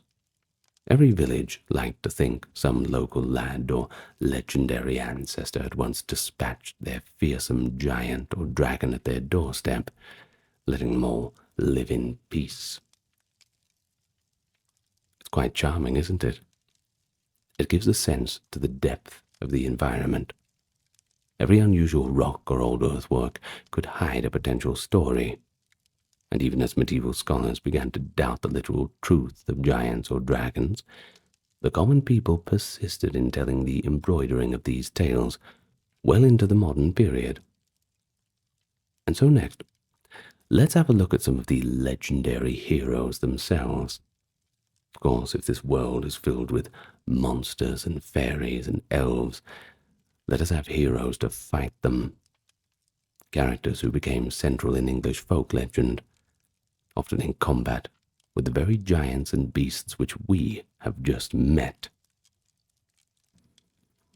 Now, every culture's folklore features heroes who reflect its aspirations and values and culture. And in England, There are two figures above all that have attained immortal status. One is King Arthur, and the other is Robin Hood. Now, they're very, very different people, of course, very different classes. One a king of Britain's mythic past, the other an outlaw in medieval Sherwood. But they both straddle that line between history and legend, and both have ancient roots that flowered into rich folklore. King Arthur, as mentioned, began as a shadowy war leader in the early medieval Welsh stories, and by the 12th century became the centerpiece of grand romances. To medieval English folk, Arthur was a paradoxical figure. You see, on one hand, high literature portrayed him in chivalric splendor. You're talking Geoffrey of Monmouth, Chrétien of Troyes, that sort of thing. But local folklore often localized Arthur in the landscape. Hundreds of sites in Britain are named for Arthur, from Arthur's Seat hills to Arthur's Well springs, and every one of them has a legend that goes with it. Actually, near my hometown in Australia, one of the mountains is also called Arthur's Seat. So, it's international, for sure, at least among the Commonwealth. In England's West Country, people said Arthur was not dead, but sleeps in a cave or under a hill with his knights, waiting to rise up again. And this folkloric motive of the sleeping hero attached to Arthur strongly. Well into the 14th and 15th centuries, there was a popular belief in Arthur's eventual return. The discovery of a grave purported to be Arthur's at Glastonbury at 1191, which was likely a hoax by monks, aimed to squelch that belief by proving that Arthur was actually dead. Excuse me. Yet, ironically, it only transitioned Arthur into a more mythic plane. If not returning in flesh, he returns in dreams, literature, and kind of a manifestation of the hope of Britain's renewal. Folk tales also cast Arthur in a more down-to-earth light. Some rustic stories, especially from Wales and the borders, but known in England, depict Arthur not as a noble king, but as a leader of the wild hunt, a ghostly figure galloping across the night sky. Walter Map, an English courtier, recorded one such tale. A spectral company, known as the Herlathingus, was said to conquer, and wander rather, with the dead among them, deriving its name from King Herla, whom Map equates with the ancient Briton king, essentially Arthur under a different namesake. And here Arthur, or Herla, becomes a cursed wanderer leading a host of spirits, reflecting perhaps older pagan ideas of a deity like Woden leading that wild hunt. Of course, the Christian redactors turned it into a cautionary legend about prideful kings, Arthur's dual identity, the once virtuous ruler of Camelot and the eerie leader of the ghostly hunt. It shows a multivalence of folklore. A single figure can wear many symbolic hats, and that depends on the intent of the storyteller, of course. But if Arthur was a hero tinged with melancholy and loss, that is, the fall of Camelot always looming in his legend, Robin Hood is the exuberant hero of the common man. Well, let's talk about Robin, the legendary outlaw of Sherwood Forest, or actually in the earliest ballads, the Forest of Barnsdale in Yorkshire. Is first mentioned in medieval texts by the late 14th century. William Langland's Piers Plowman in 1377 has a character say he knows the rhymes of Robin Hood, indicating that by then Robin's tales were widespread in oral traditions. These early Robin Hood ballads, some of which survive in the 15th century, depict Robin not as a nobleman in disguise, but as a yeoman, a skilled archer and a leader of a band of outlaws living out there in the greenwood. Robin Hood was the quintessential cunning hero, clever, bold, and fiercely anti authoritarian. It was he and his merry men, Little John Much the miller's son, and others, Maid Marian and Friar Tuck were added later. They poached the king's deer, robbed wealthy abbots or officials, and aided poor farmers. The ballads show him killing or outwitting representatives of oppressive authority, sheriffs, rich churchmen, etc., and then sharing the captured loot with the neediest of peasants. It's kind of a weird image of medieval wealth redistribution through outlawry. It resonated strongly, of course, in an era of great inequality, and we can recall that the Peasants' Revolt of 1381 occurred around the time of Robin's legend emerging. While Robin Hood isn't mentioned in that revolt, later generations might have projected similar rebellious spirit onto him. Perhaps Wat Tyler, himself the leader of that revolt, was a little bit inspired. Well, to the medieval village folk, Robin Hood's stories were both escapism, but also commentary, a way to fantasize about turning the tables on those who were pushing the boot down on their necks. But Robin Hood also moved from oral song into popular culture via games and plays. By the 15th century, villagers were incorporating Robin Hood pageants in their annual festivities, especially around May Day. In some spring festivals, a man might be elected Lord of Misrule or May King under the guise of Robin Hood, presiding over carnivalesque games. Records from church wardens in the early 16th century show expenses for costumes for, quote, Robin Hood plays, which likely involved comic scenes of the outlaw and his companions. These folk carnivals often included merry parody of authority, and it's telling too that Friar Tuck, being a disreputable cleric, and Maid Marian, perhaps originally a man dressed as a woman, given the cross-dressing aspect of May games, joined Robin's entourage in these entertainments. Now this suggests Robin Hood's legend merged with older folk festival traditions of overturning social norms and celebrating fertility and renewal.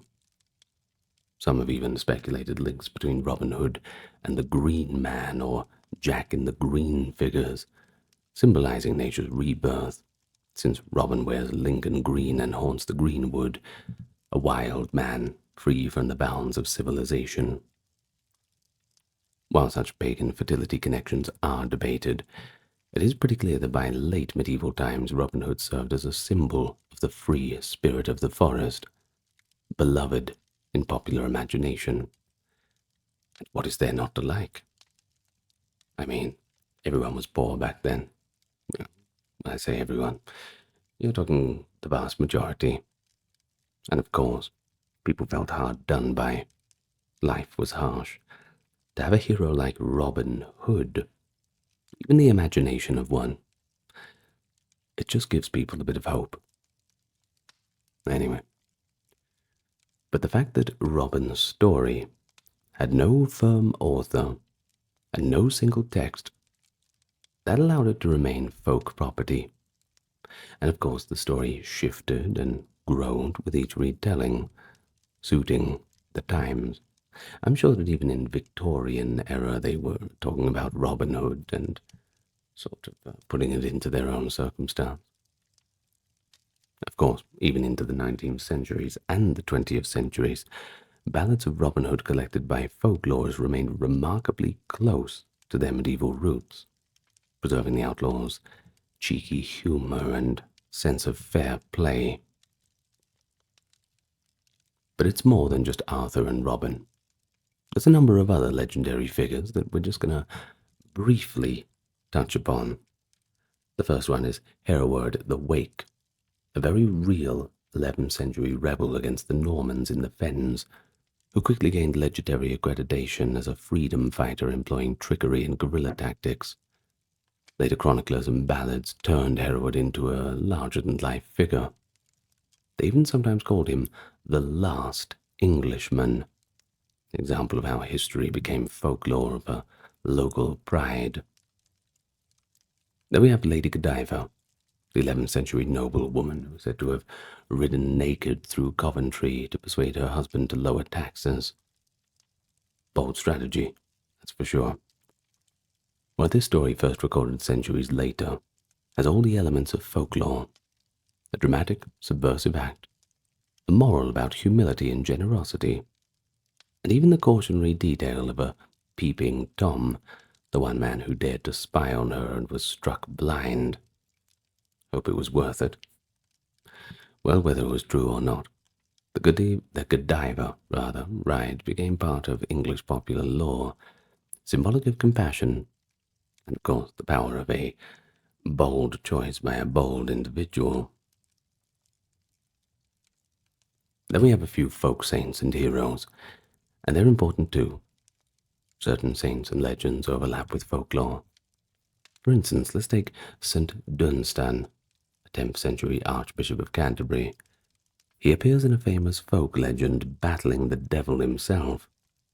One story recounts how, as a blacksmith, Dunstan nailed a horseshoe to the devil's hoof so skillfully and painfully that the devil begged for release.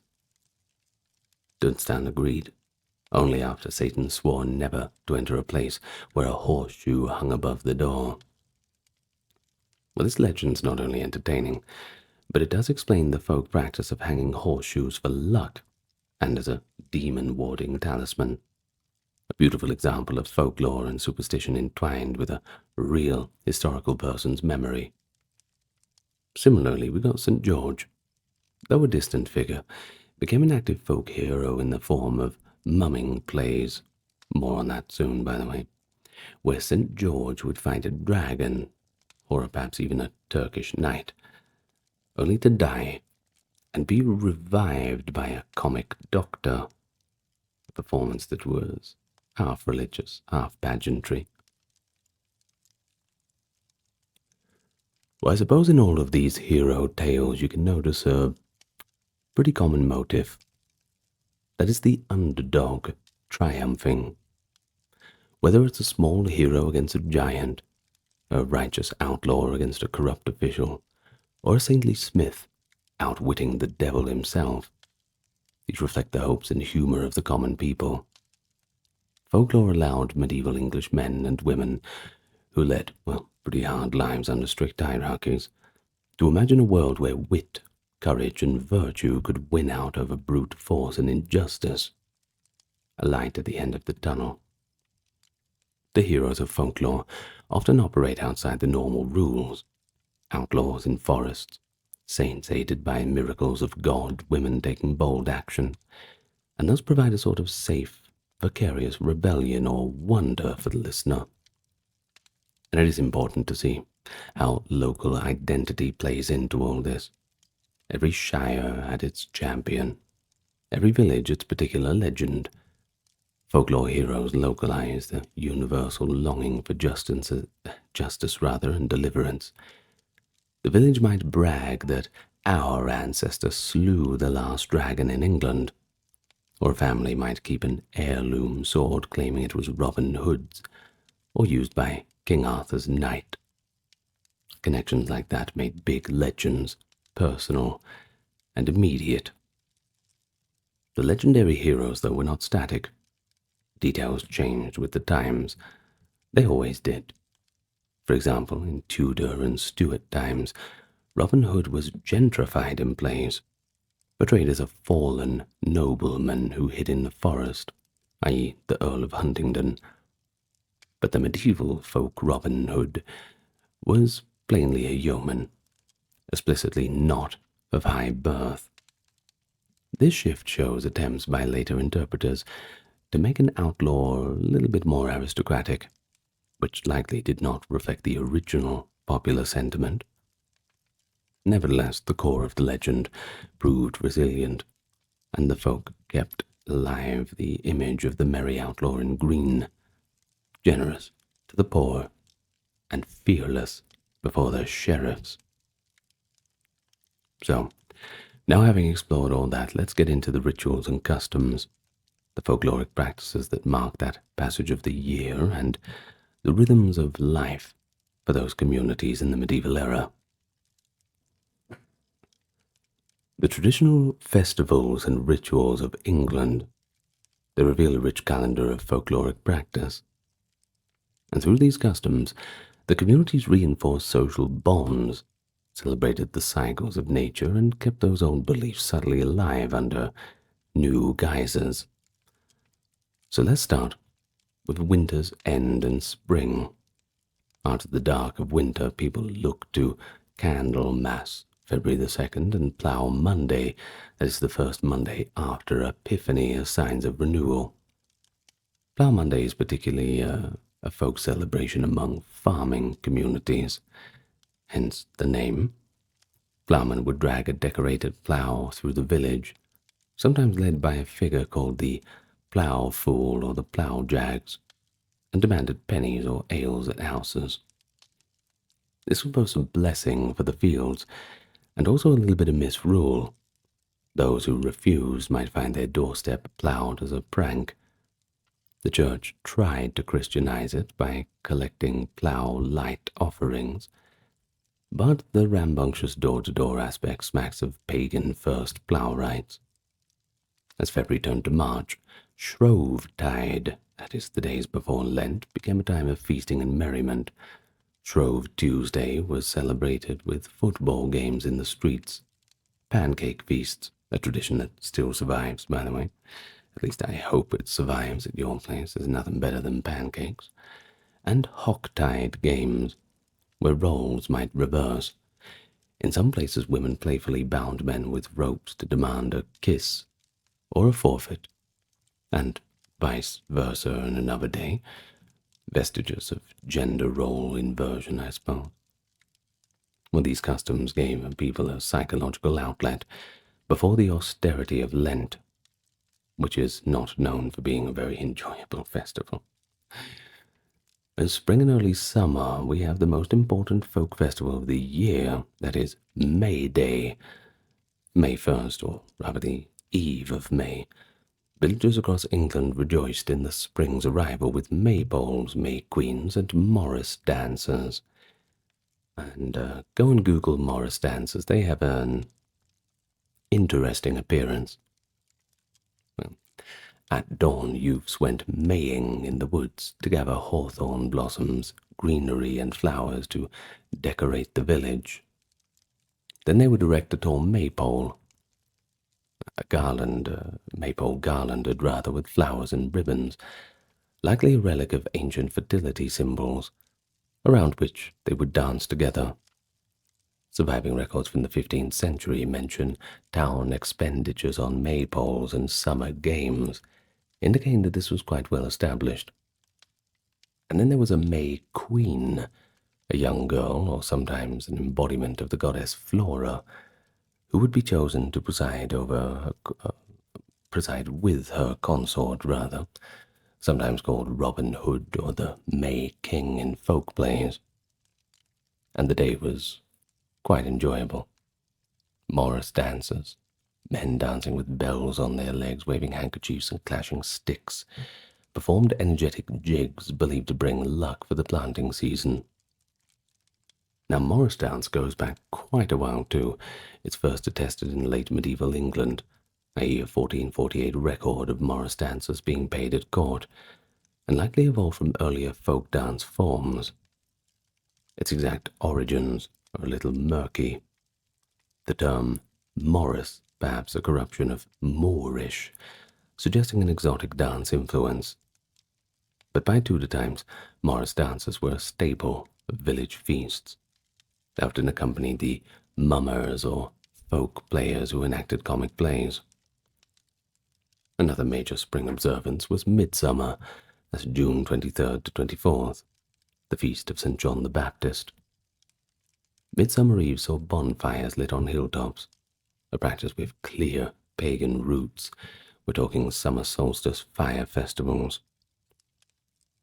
Well, the church tolerated it, of course, but only when they put it under the saint's banner, that being St. John the Baptist. People leapt through the flames or embers, which were said to bring protection from evil, and cattle might be driven through smoke for purification. Charms and herbs gathered at midsummer were deemed to be especially potent. One might collect St. John's wort to ward off fairies and witches, or watch for omens because the night was enchanted. And in some communities, young men rolled a fiery wheel downhill, symbolizing the sun's peak and decline. Overall, midsummer was a bloody good time, and it was a time when the veil between worlds thinned. Later folklore held that on Midsummer Night fairies held their revels. Shakespeare's play attests to that very idea.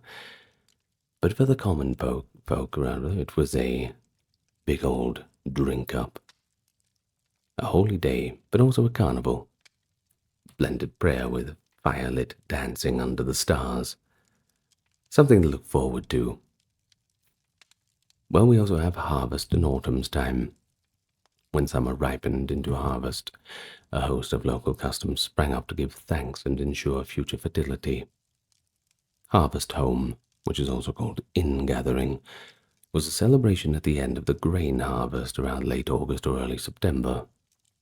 After the last sheaf was cut, farm laborers would joyously bring in the harvest load, often shouting and blowing horns while they did it. The last sheaf of corn doll might be dressed in ribbons to represent the corn maiden or the harvest queen, carried in procession. Feasting and drinking followed this, provided by the landlord or farmer. This was a time of temporary equality, when masters and servants dined together, and the hard work of harvest gave way to merriment all round. While much of the harvest home's detailed documentation comes from early modern sources, the practice certainly has medieval antecedents in feudal boon day harvests and the festivals that accompanied them. Well, an echo of possible sacrificial rites might be seen in the folklore that the spirit of the corn lived in the last sheaf, and that by cutting it, the reapers had to catch or placate the spirit, hence weaving a corn dolly to keep it safe until the next sowing. As the day shortened, All Hallows' Eve, or Halloween, on October 31st marked a turning point, a night where ghosts and supernatural beings were believed to roam. Medieval All Hallows was primarily a religious observance, prayers and masses for the dead on November 1st and All Souls on November 2nd, but folk customs thrived around it. In England, the medieval practice of souling illustrates a blend of Christian and pagan tradition. On All Souls' Day, November 2nd, the poor, often children, would go door to door, offering prayers for the departed in exchange for food, typically small spiced cakes called soul cakes. A soul, a soul, a soul cake. Praise you, good mistress, a soul cake. That was one of the traditional songs they used to go around singing, and each housewife would give a cake, or perhaps some ale in return. The visitor promised to pray for the souls of her kin. And this custom was certainly well established by the Reformation as the 16th century, and it likely began back in the Middle Ages. Some accounts held that for every cake eaten, a soul was freed from purgatory, a notion that gave comfort to the living and reflected the era's intense concern for the dead. Souling also had a quasi-spooky element, I suppose. There was one belief that if you did not offer soul cakes, the restless spirits might return to play tricks on you. Nothing too bad, but, just inconveniences. We see here the clear ancestor of modern-day trick-or-treating, with his blend of charity, prayer, and gentle threat. And indeed, some soulers carried hollowed-out turnips with candles, representing souls in purgatory to ward off evil. We can find this too in the histories of Ireland. They certainly did the same thing, especially with the turnips. And actually, when the Irish went to the New World and the pumpkin harvest was more bountiful, well, that's where it changed. I'm sure you'd know that if you watched my video on Irish folklore. Well, thus Halloween in medieval England was not about costumed children yelling for candy, but it did involve going to house at night with lanterns and acknowledging the supernatural, all under the auspices of aiding souls in purgatory. Now the Church, focusing on prayer, tolerated this, though later Protestants would suppress the practices. Always ruining the fun, I'm afraid. Well, finally we come to the heart of the dark half of the year. Yuletide. The 12 days from Christmas Eve to the 12th night, that is January the 6th. Medieval Christmas was a rich mix of sacred and profane celebration. A little bit different, but a little bit recognizable too. Just decked halls with holly, ivy, and mistletoe. Now, mistletoe, though a druidic sacred plant, found its way into Christmas as a greenery under which kisses could be stolen, a practice first clearly attested in the 18th century, but likely evolving from older fertility symbolism. Feasting, music, and games were the order of the day, and one widespread custom was the Lord of Misrule, a figure, often a peasant or subdeacon, appointed to lead the Christmas revels, whose job was to turn normal order upside down. Under the Lord of Misrule's reign, high and low mingled, a mock court was held, silly decrees or burlesque rituals were enacted. This tradition, documented in medieval and Tudor times, descends from the late Roman Saturnalia, and shows that enduring folklore of social inversion was a bit of a safety valve. By temporarily letting the world go topsy-turvy, society reasserts order for the rest of the year. English folklore also brought mumming plays to the Christmas season. Mummers, from the Middle English momen, to wear masks, were troops of amateur actors, often local youths or guild members who performed short comic dramas in exchange for food, ale, or coin. The classic mummers play, dating in written form to the 18th century but almost surely performed earlier, features characters like St. George, a Turkish knight, a dragon, a quack doctor, and in the play St. George and the antagonist, sometimes called Slasher or the Turkish knight, boast arrogantly and eventually come to blows. Now poor old George actually gets himself killed, or sometimes the other knight is slain by George, depending on when they want to change the story. And then a doctor comes in. Miraculously, he revives the dead character with potions, prompting, of course, a rejoicing reaction from the crowd. This little drama, often with added fools like Beelzebub or hobby horse characters, is essentially a death and resurrection theatre, and that's rooted, of course, in the folk ritual of renewing life. The mummers wore gaudy costumes, disguising themselves sometimes with ribbons or cloth and wire masks, and they would enter the wealthy homes or village inns and perform the play, and then pass the hat around. Notably, St. George and the Dragon frequently appear in these plays, meaning the folk themselves kept alive the legend in vernacular dramatic form, long after any real belief in dragons. Mumming plays were especially common around the 12th night, or in New Year, and they do survive in some English villages today as cherished traditions. Another Christmas folk custom was waysailing. Now this took two forms: house visiting wassail and orchard wassail. House visiting waysailers were like carolers of sorts. They carried a wassail bowl of spiced ale or cider and went door to door, singing and offering a drink in exchange for gifts. Or if there were no gifts, just simply good wishes. Now the word wassail comes from the Old English wassail, i.e. being be hale or be healthy, and it was actually a toast, like saying cheers or good health, this kind of thing. One traditional wassail song begins, "Here we come away sailing among the leaves so green."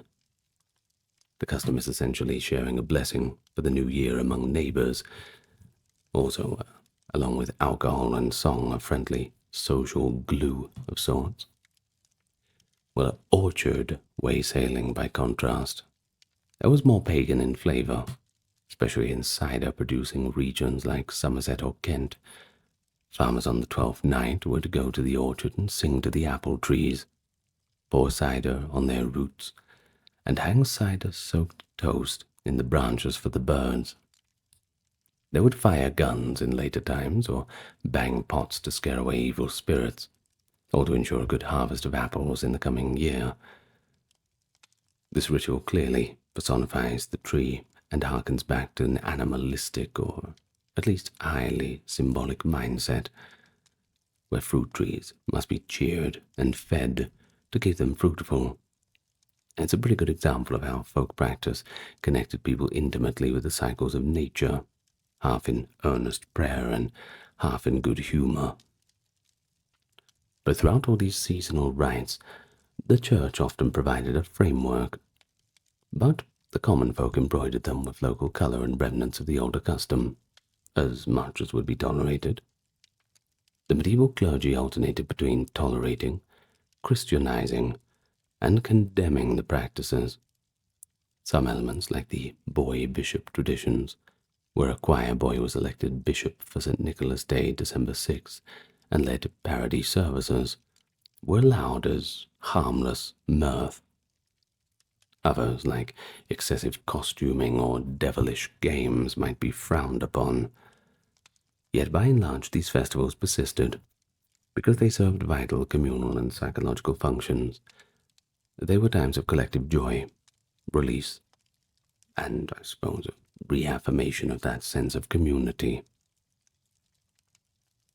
Unique local customs abounded too. The horn dance at Abbott's Bromley, as men dancing with reindeer antlers, perhaps dating to medieval times or earlier.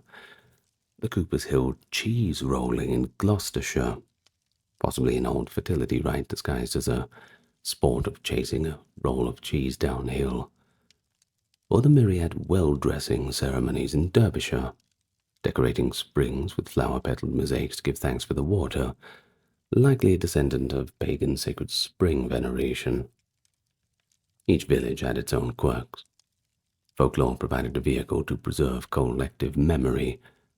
For example, some towns had rebel oaths that they recited annually to commemorate some long-ago defiance. Like, for example, Painswick's custom of ritually refusing entry to the bishop stemmed from a medieval dispute. In repeating these rites, people kept their local history and identity alive. So when we say English folklore, well, that's just the tip of the iceberg.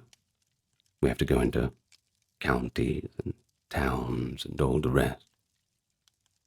But before we move on, it is worth noting that many such customs show a blend of enjoyment and fear of the supernatural. Celebrating May Day was joyous, yet night on All Hallows carried dread of ghosts. Christmas was warmth and light in darkness, yet those 12 days were also magical. The time when animals might speak at midnight or the wild hunt could be heard across the sky, howling out there in the storm. Folklore acknowledged both the bright and the dark. For instance, an old belief held the 12 days of Christmas were omen-bearing. Each day's weather presaged the corresponding month of the new year. People also avoided certain tasks during these days, no spinning yarn, for example, as it might offend the fates.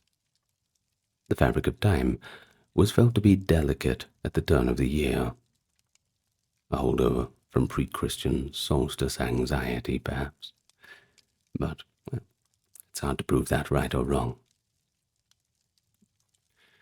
All right, well, we saved the best till last, haven't we?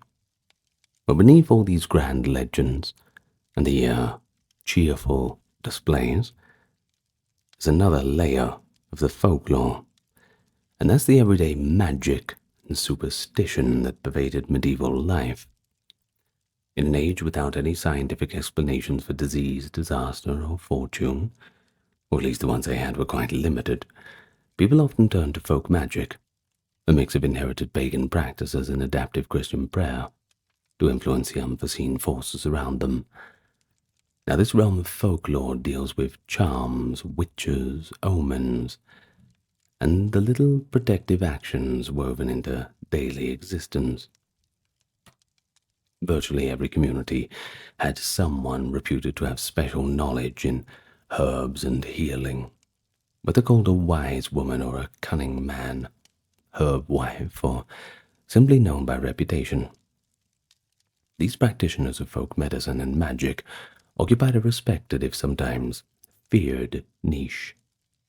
They would craft herbal remedies for ailments, recite charms for healings, find lost objects, and even cast horoscopes. The lore was largely oral, of course, handed down through apprenticeships or family lines. Much of it, in hindsight, was effective, practical knowledge, which plants soothe pain or how to set a broken bone, but it was always couched in ritual to give it power. For example, for a fever, a cunning woman might brew a herb potion while reciting a psalm, thus blending spiritual authority with natural effect. For a difficult childbirth, one might place a written charm, perhaps a saint's name or a biblical verse, under the bed, or call in the wise woman to lift the curse believed to be blocking the birth. The Church, of course, tacitly allowed many of these practices, as long as overt pagan references were left out. However, when wise folk strayed into fortune-telling, love spells, or curse-lifting that invokes spirits, well, that was a line that the clergy found to be one they didn't want them to cross, condemning them as traffickers in these forbidden crafts. As for charms and amulets, they were common too. Infants might have an amulet of coral or a wolf's tooth hung around their neck to ward off the evil eye, a malignant glance that could cause harm. Farmers might nail a horseshoe over the barn door, as we saw in St. Dunstan's tale, to protect the livestock from witches or fairies, and horseshoes were indeed particularly lucky. Iron in general was considered a protective metal against enchantment. Maybe because it is cold iron that repels fairies in many legends. People would drive iron nails into doorsteps, or carry a knife on their person to feel more secure, which, well, that is a very practical way to feel more secure, of course. But then we got crucifixes and holy water. They were the church's protective tools. But in folk usage, they had a magical tinge too.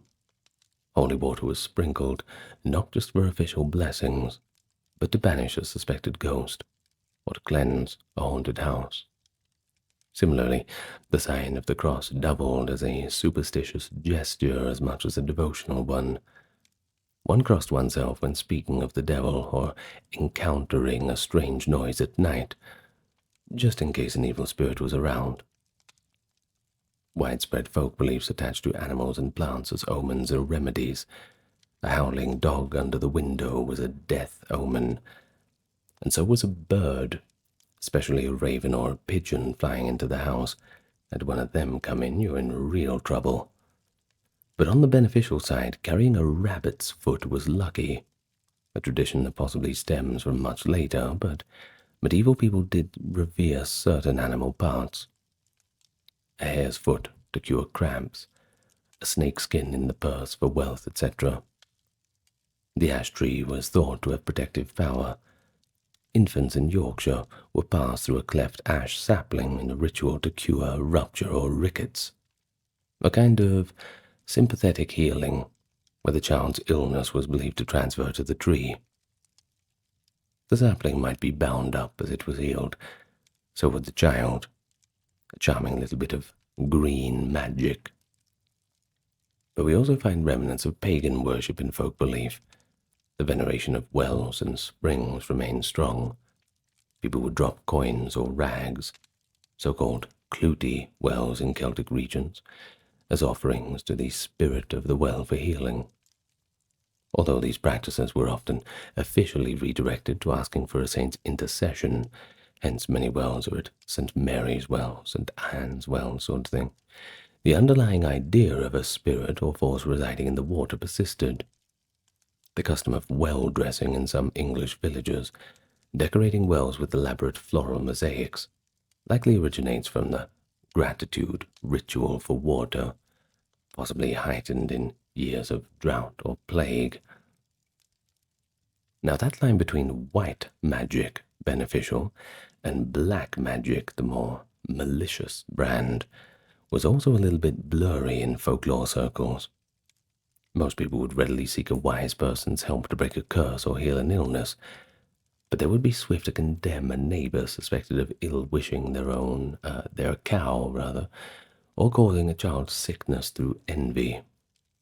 The belief in witchcraft, people, usually women, who made pacts with evil forces to harm others, certainly existed in medieval England, though it only reached hysterical heights in the early modern-era witch hunts. In the 15th century, English law made witchcraft a crime, but references before that are pretty sparse. There is one early case, Lady Alice Kittler, in the 14th century Ireland, which is a little bit out of our purview, but it is under English jurisdiction at the time, so we will mention it. She was accused of sorcery and heresy, and shows that an elite woman such as herself could be targeted for practicing dark arts too. Yet at the village level, probably informal action was taken long before any authorities were involved. Shunning or locally punishing someone believed to be a witch was likely, or conversely, hiring a cunning man to counteract the witch's spell by means of a ritual or charm was common too. For instance, if a farmer's cow suddenly wouldn't give milk, he might suspect the evil eye from a spiteful neighbor. He could consult a cunning man, who would advise placing a hag stone, which is a stone with a natural hole over the barn door, since such stones were believed to trap or repel witches. Or he might heat what is called a witch bottle, a glazed jar filled with the victim's urine and pins. By the fire in the law, this tortures the witch by proxy and forces her to lift her spells if she is guilty. These folk counter-magic practices were a clandestine kind of justice system for dealing with suspected witches, long before any learned witch hunters came on the scene. Yeah, we'll get to that later in a different video. I've already made a few videos about witch hunts. You'll find them in the playlist. Now, medieval records hint that ecclesiastical authorities were aware of persistent folk paganism. The canon Episcopi, and is the early church law popularized around the 10th century, famously denounces, quote, wicked women who believe and profess that they ride out at night with the pagan goddess Diana or Herodias, and a crowd of women traversing great distances.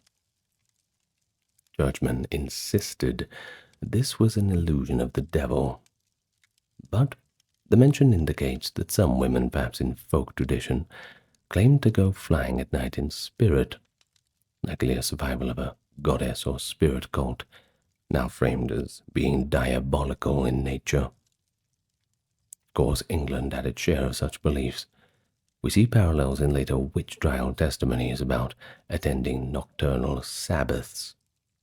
But in the Middle Ages, rather than mass trials, we mostly got sermons and penances aimed at these practices. It does show, though, how folklore and religion clashed and converged. To the church, folk magic and superstition were often, well, just that, superstition, from the Latin word superstitio, roughly meaning leftover pagan belief. And it was tolerated when harmless. But when it smacked of idolatry or anything demonic, well, that's when the hammer had to come down. Another bridging figure of religion and folklore is the ghost. And we got them in plenty of different cultures now, don't we? Medieval Catholic doctrine allowed for the concept of ghosts, typically souls from purgatory returning for some unresolved matter, or perhaps to seek prayers for their soul. Folklore eagerly expanded on this, depicting many kinds of hauntings. The earlier section on revenants demonstrated how strongly people felt about the restless dead.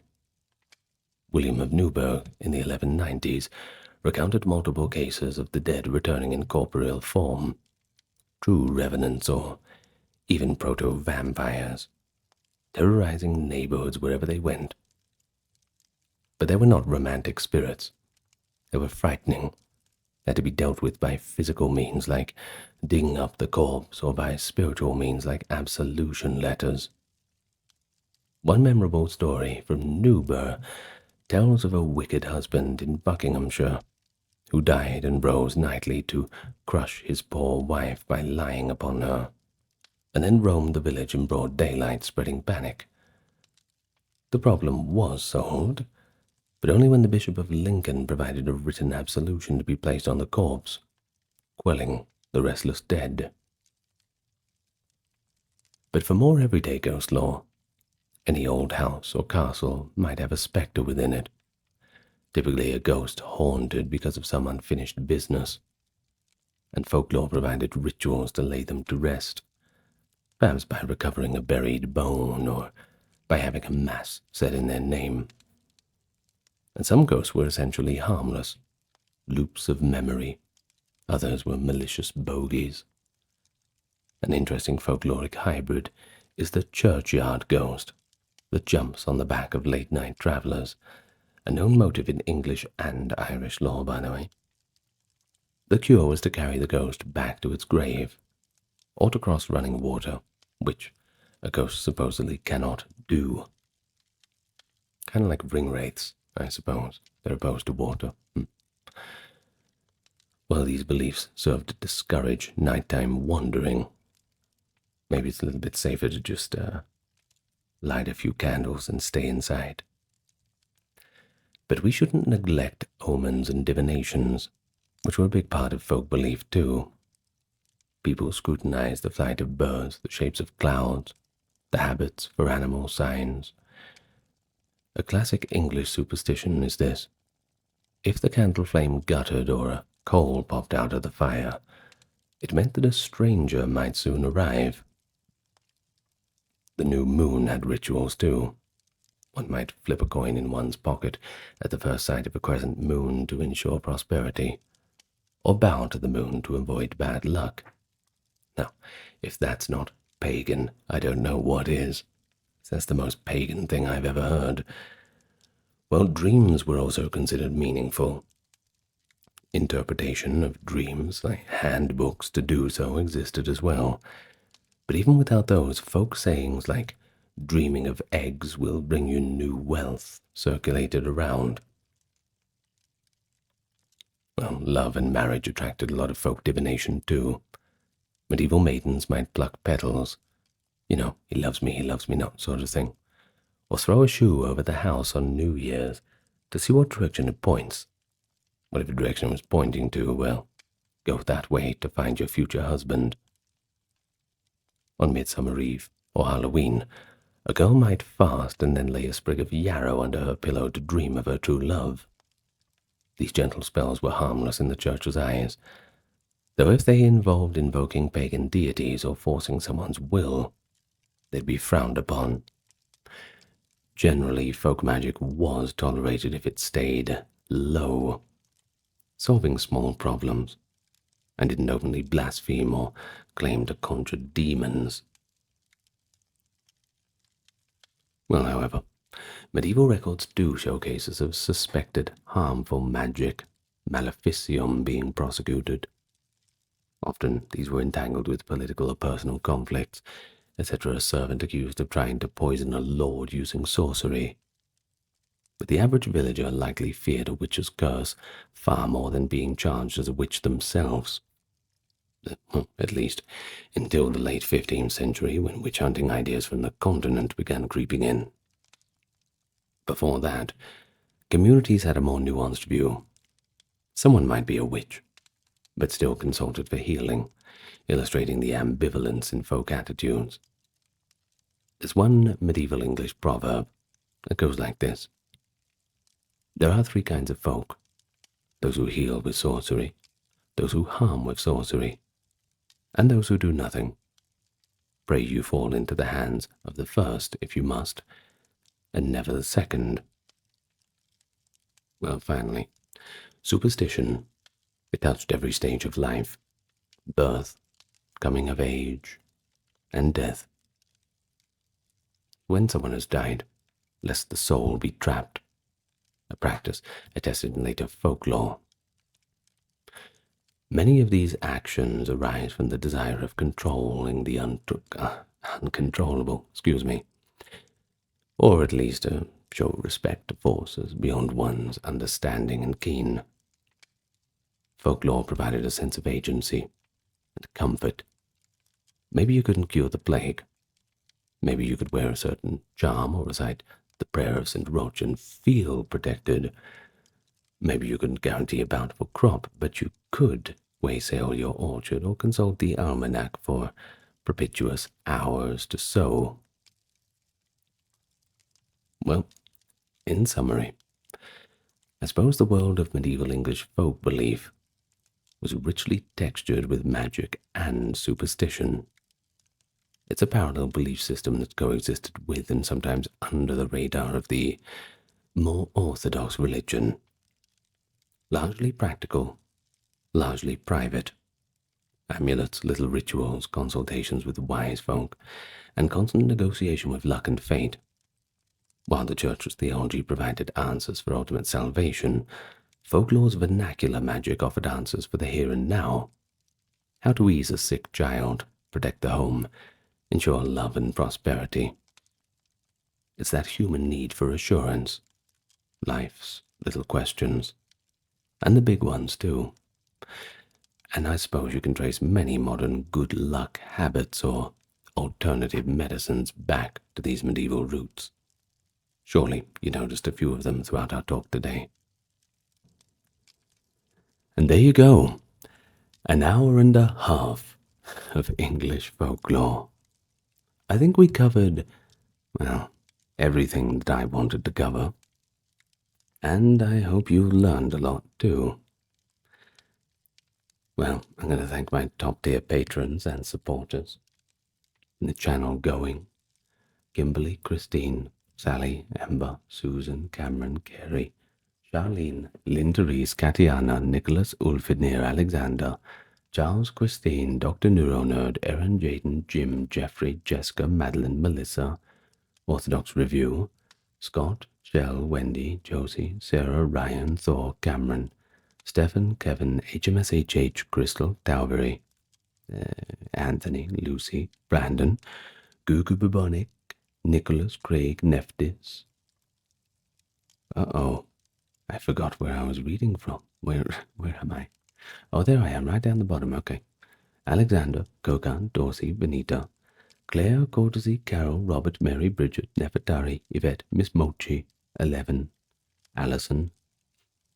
Free American. Jennifer, Brittany, and David. Yes, thank you so much. Okay, so that's it from me tonight. I'm going to go and have a little bit of a rest. It was a long video, wasn't it? And I hope you enjoyed it. As always, lots of love to you all. And I will see you next time. Good night, everyone. Look after yourselves out there. Plenty of water, too. Please, stay hydrated. It's more important than you could imagine. Farewell for now.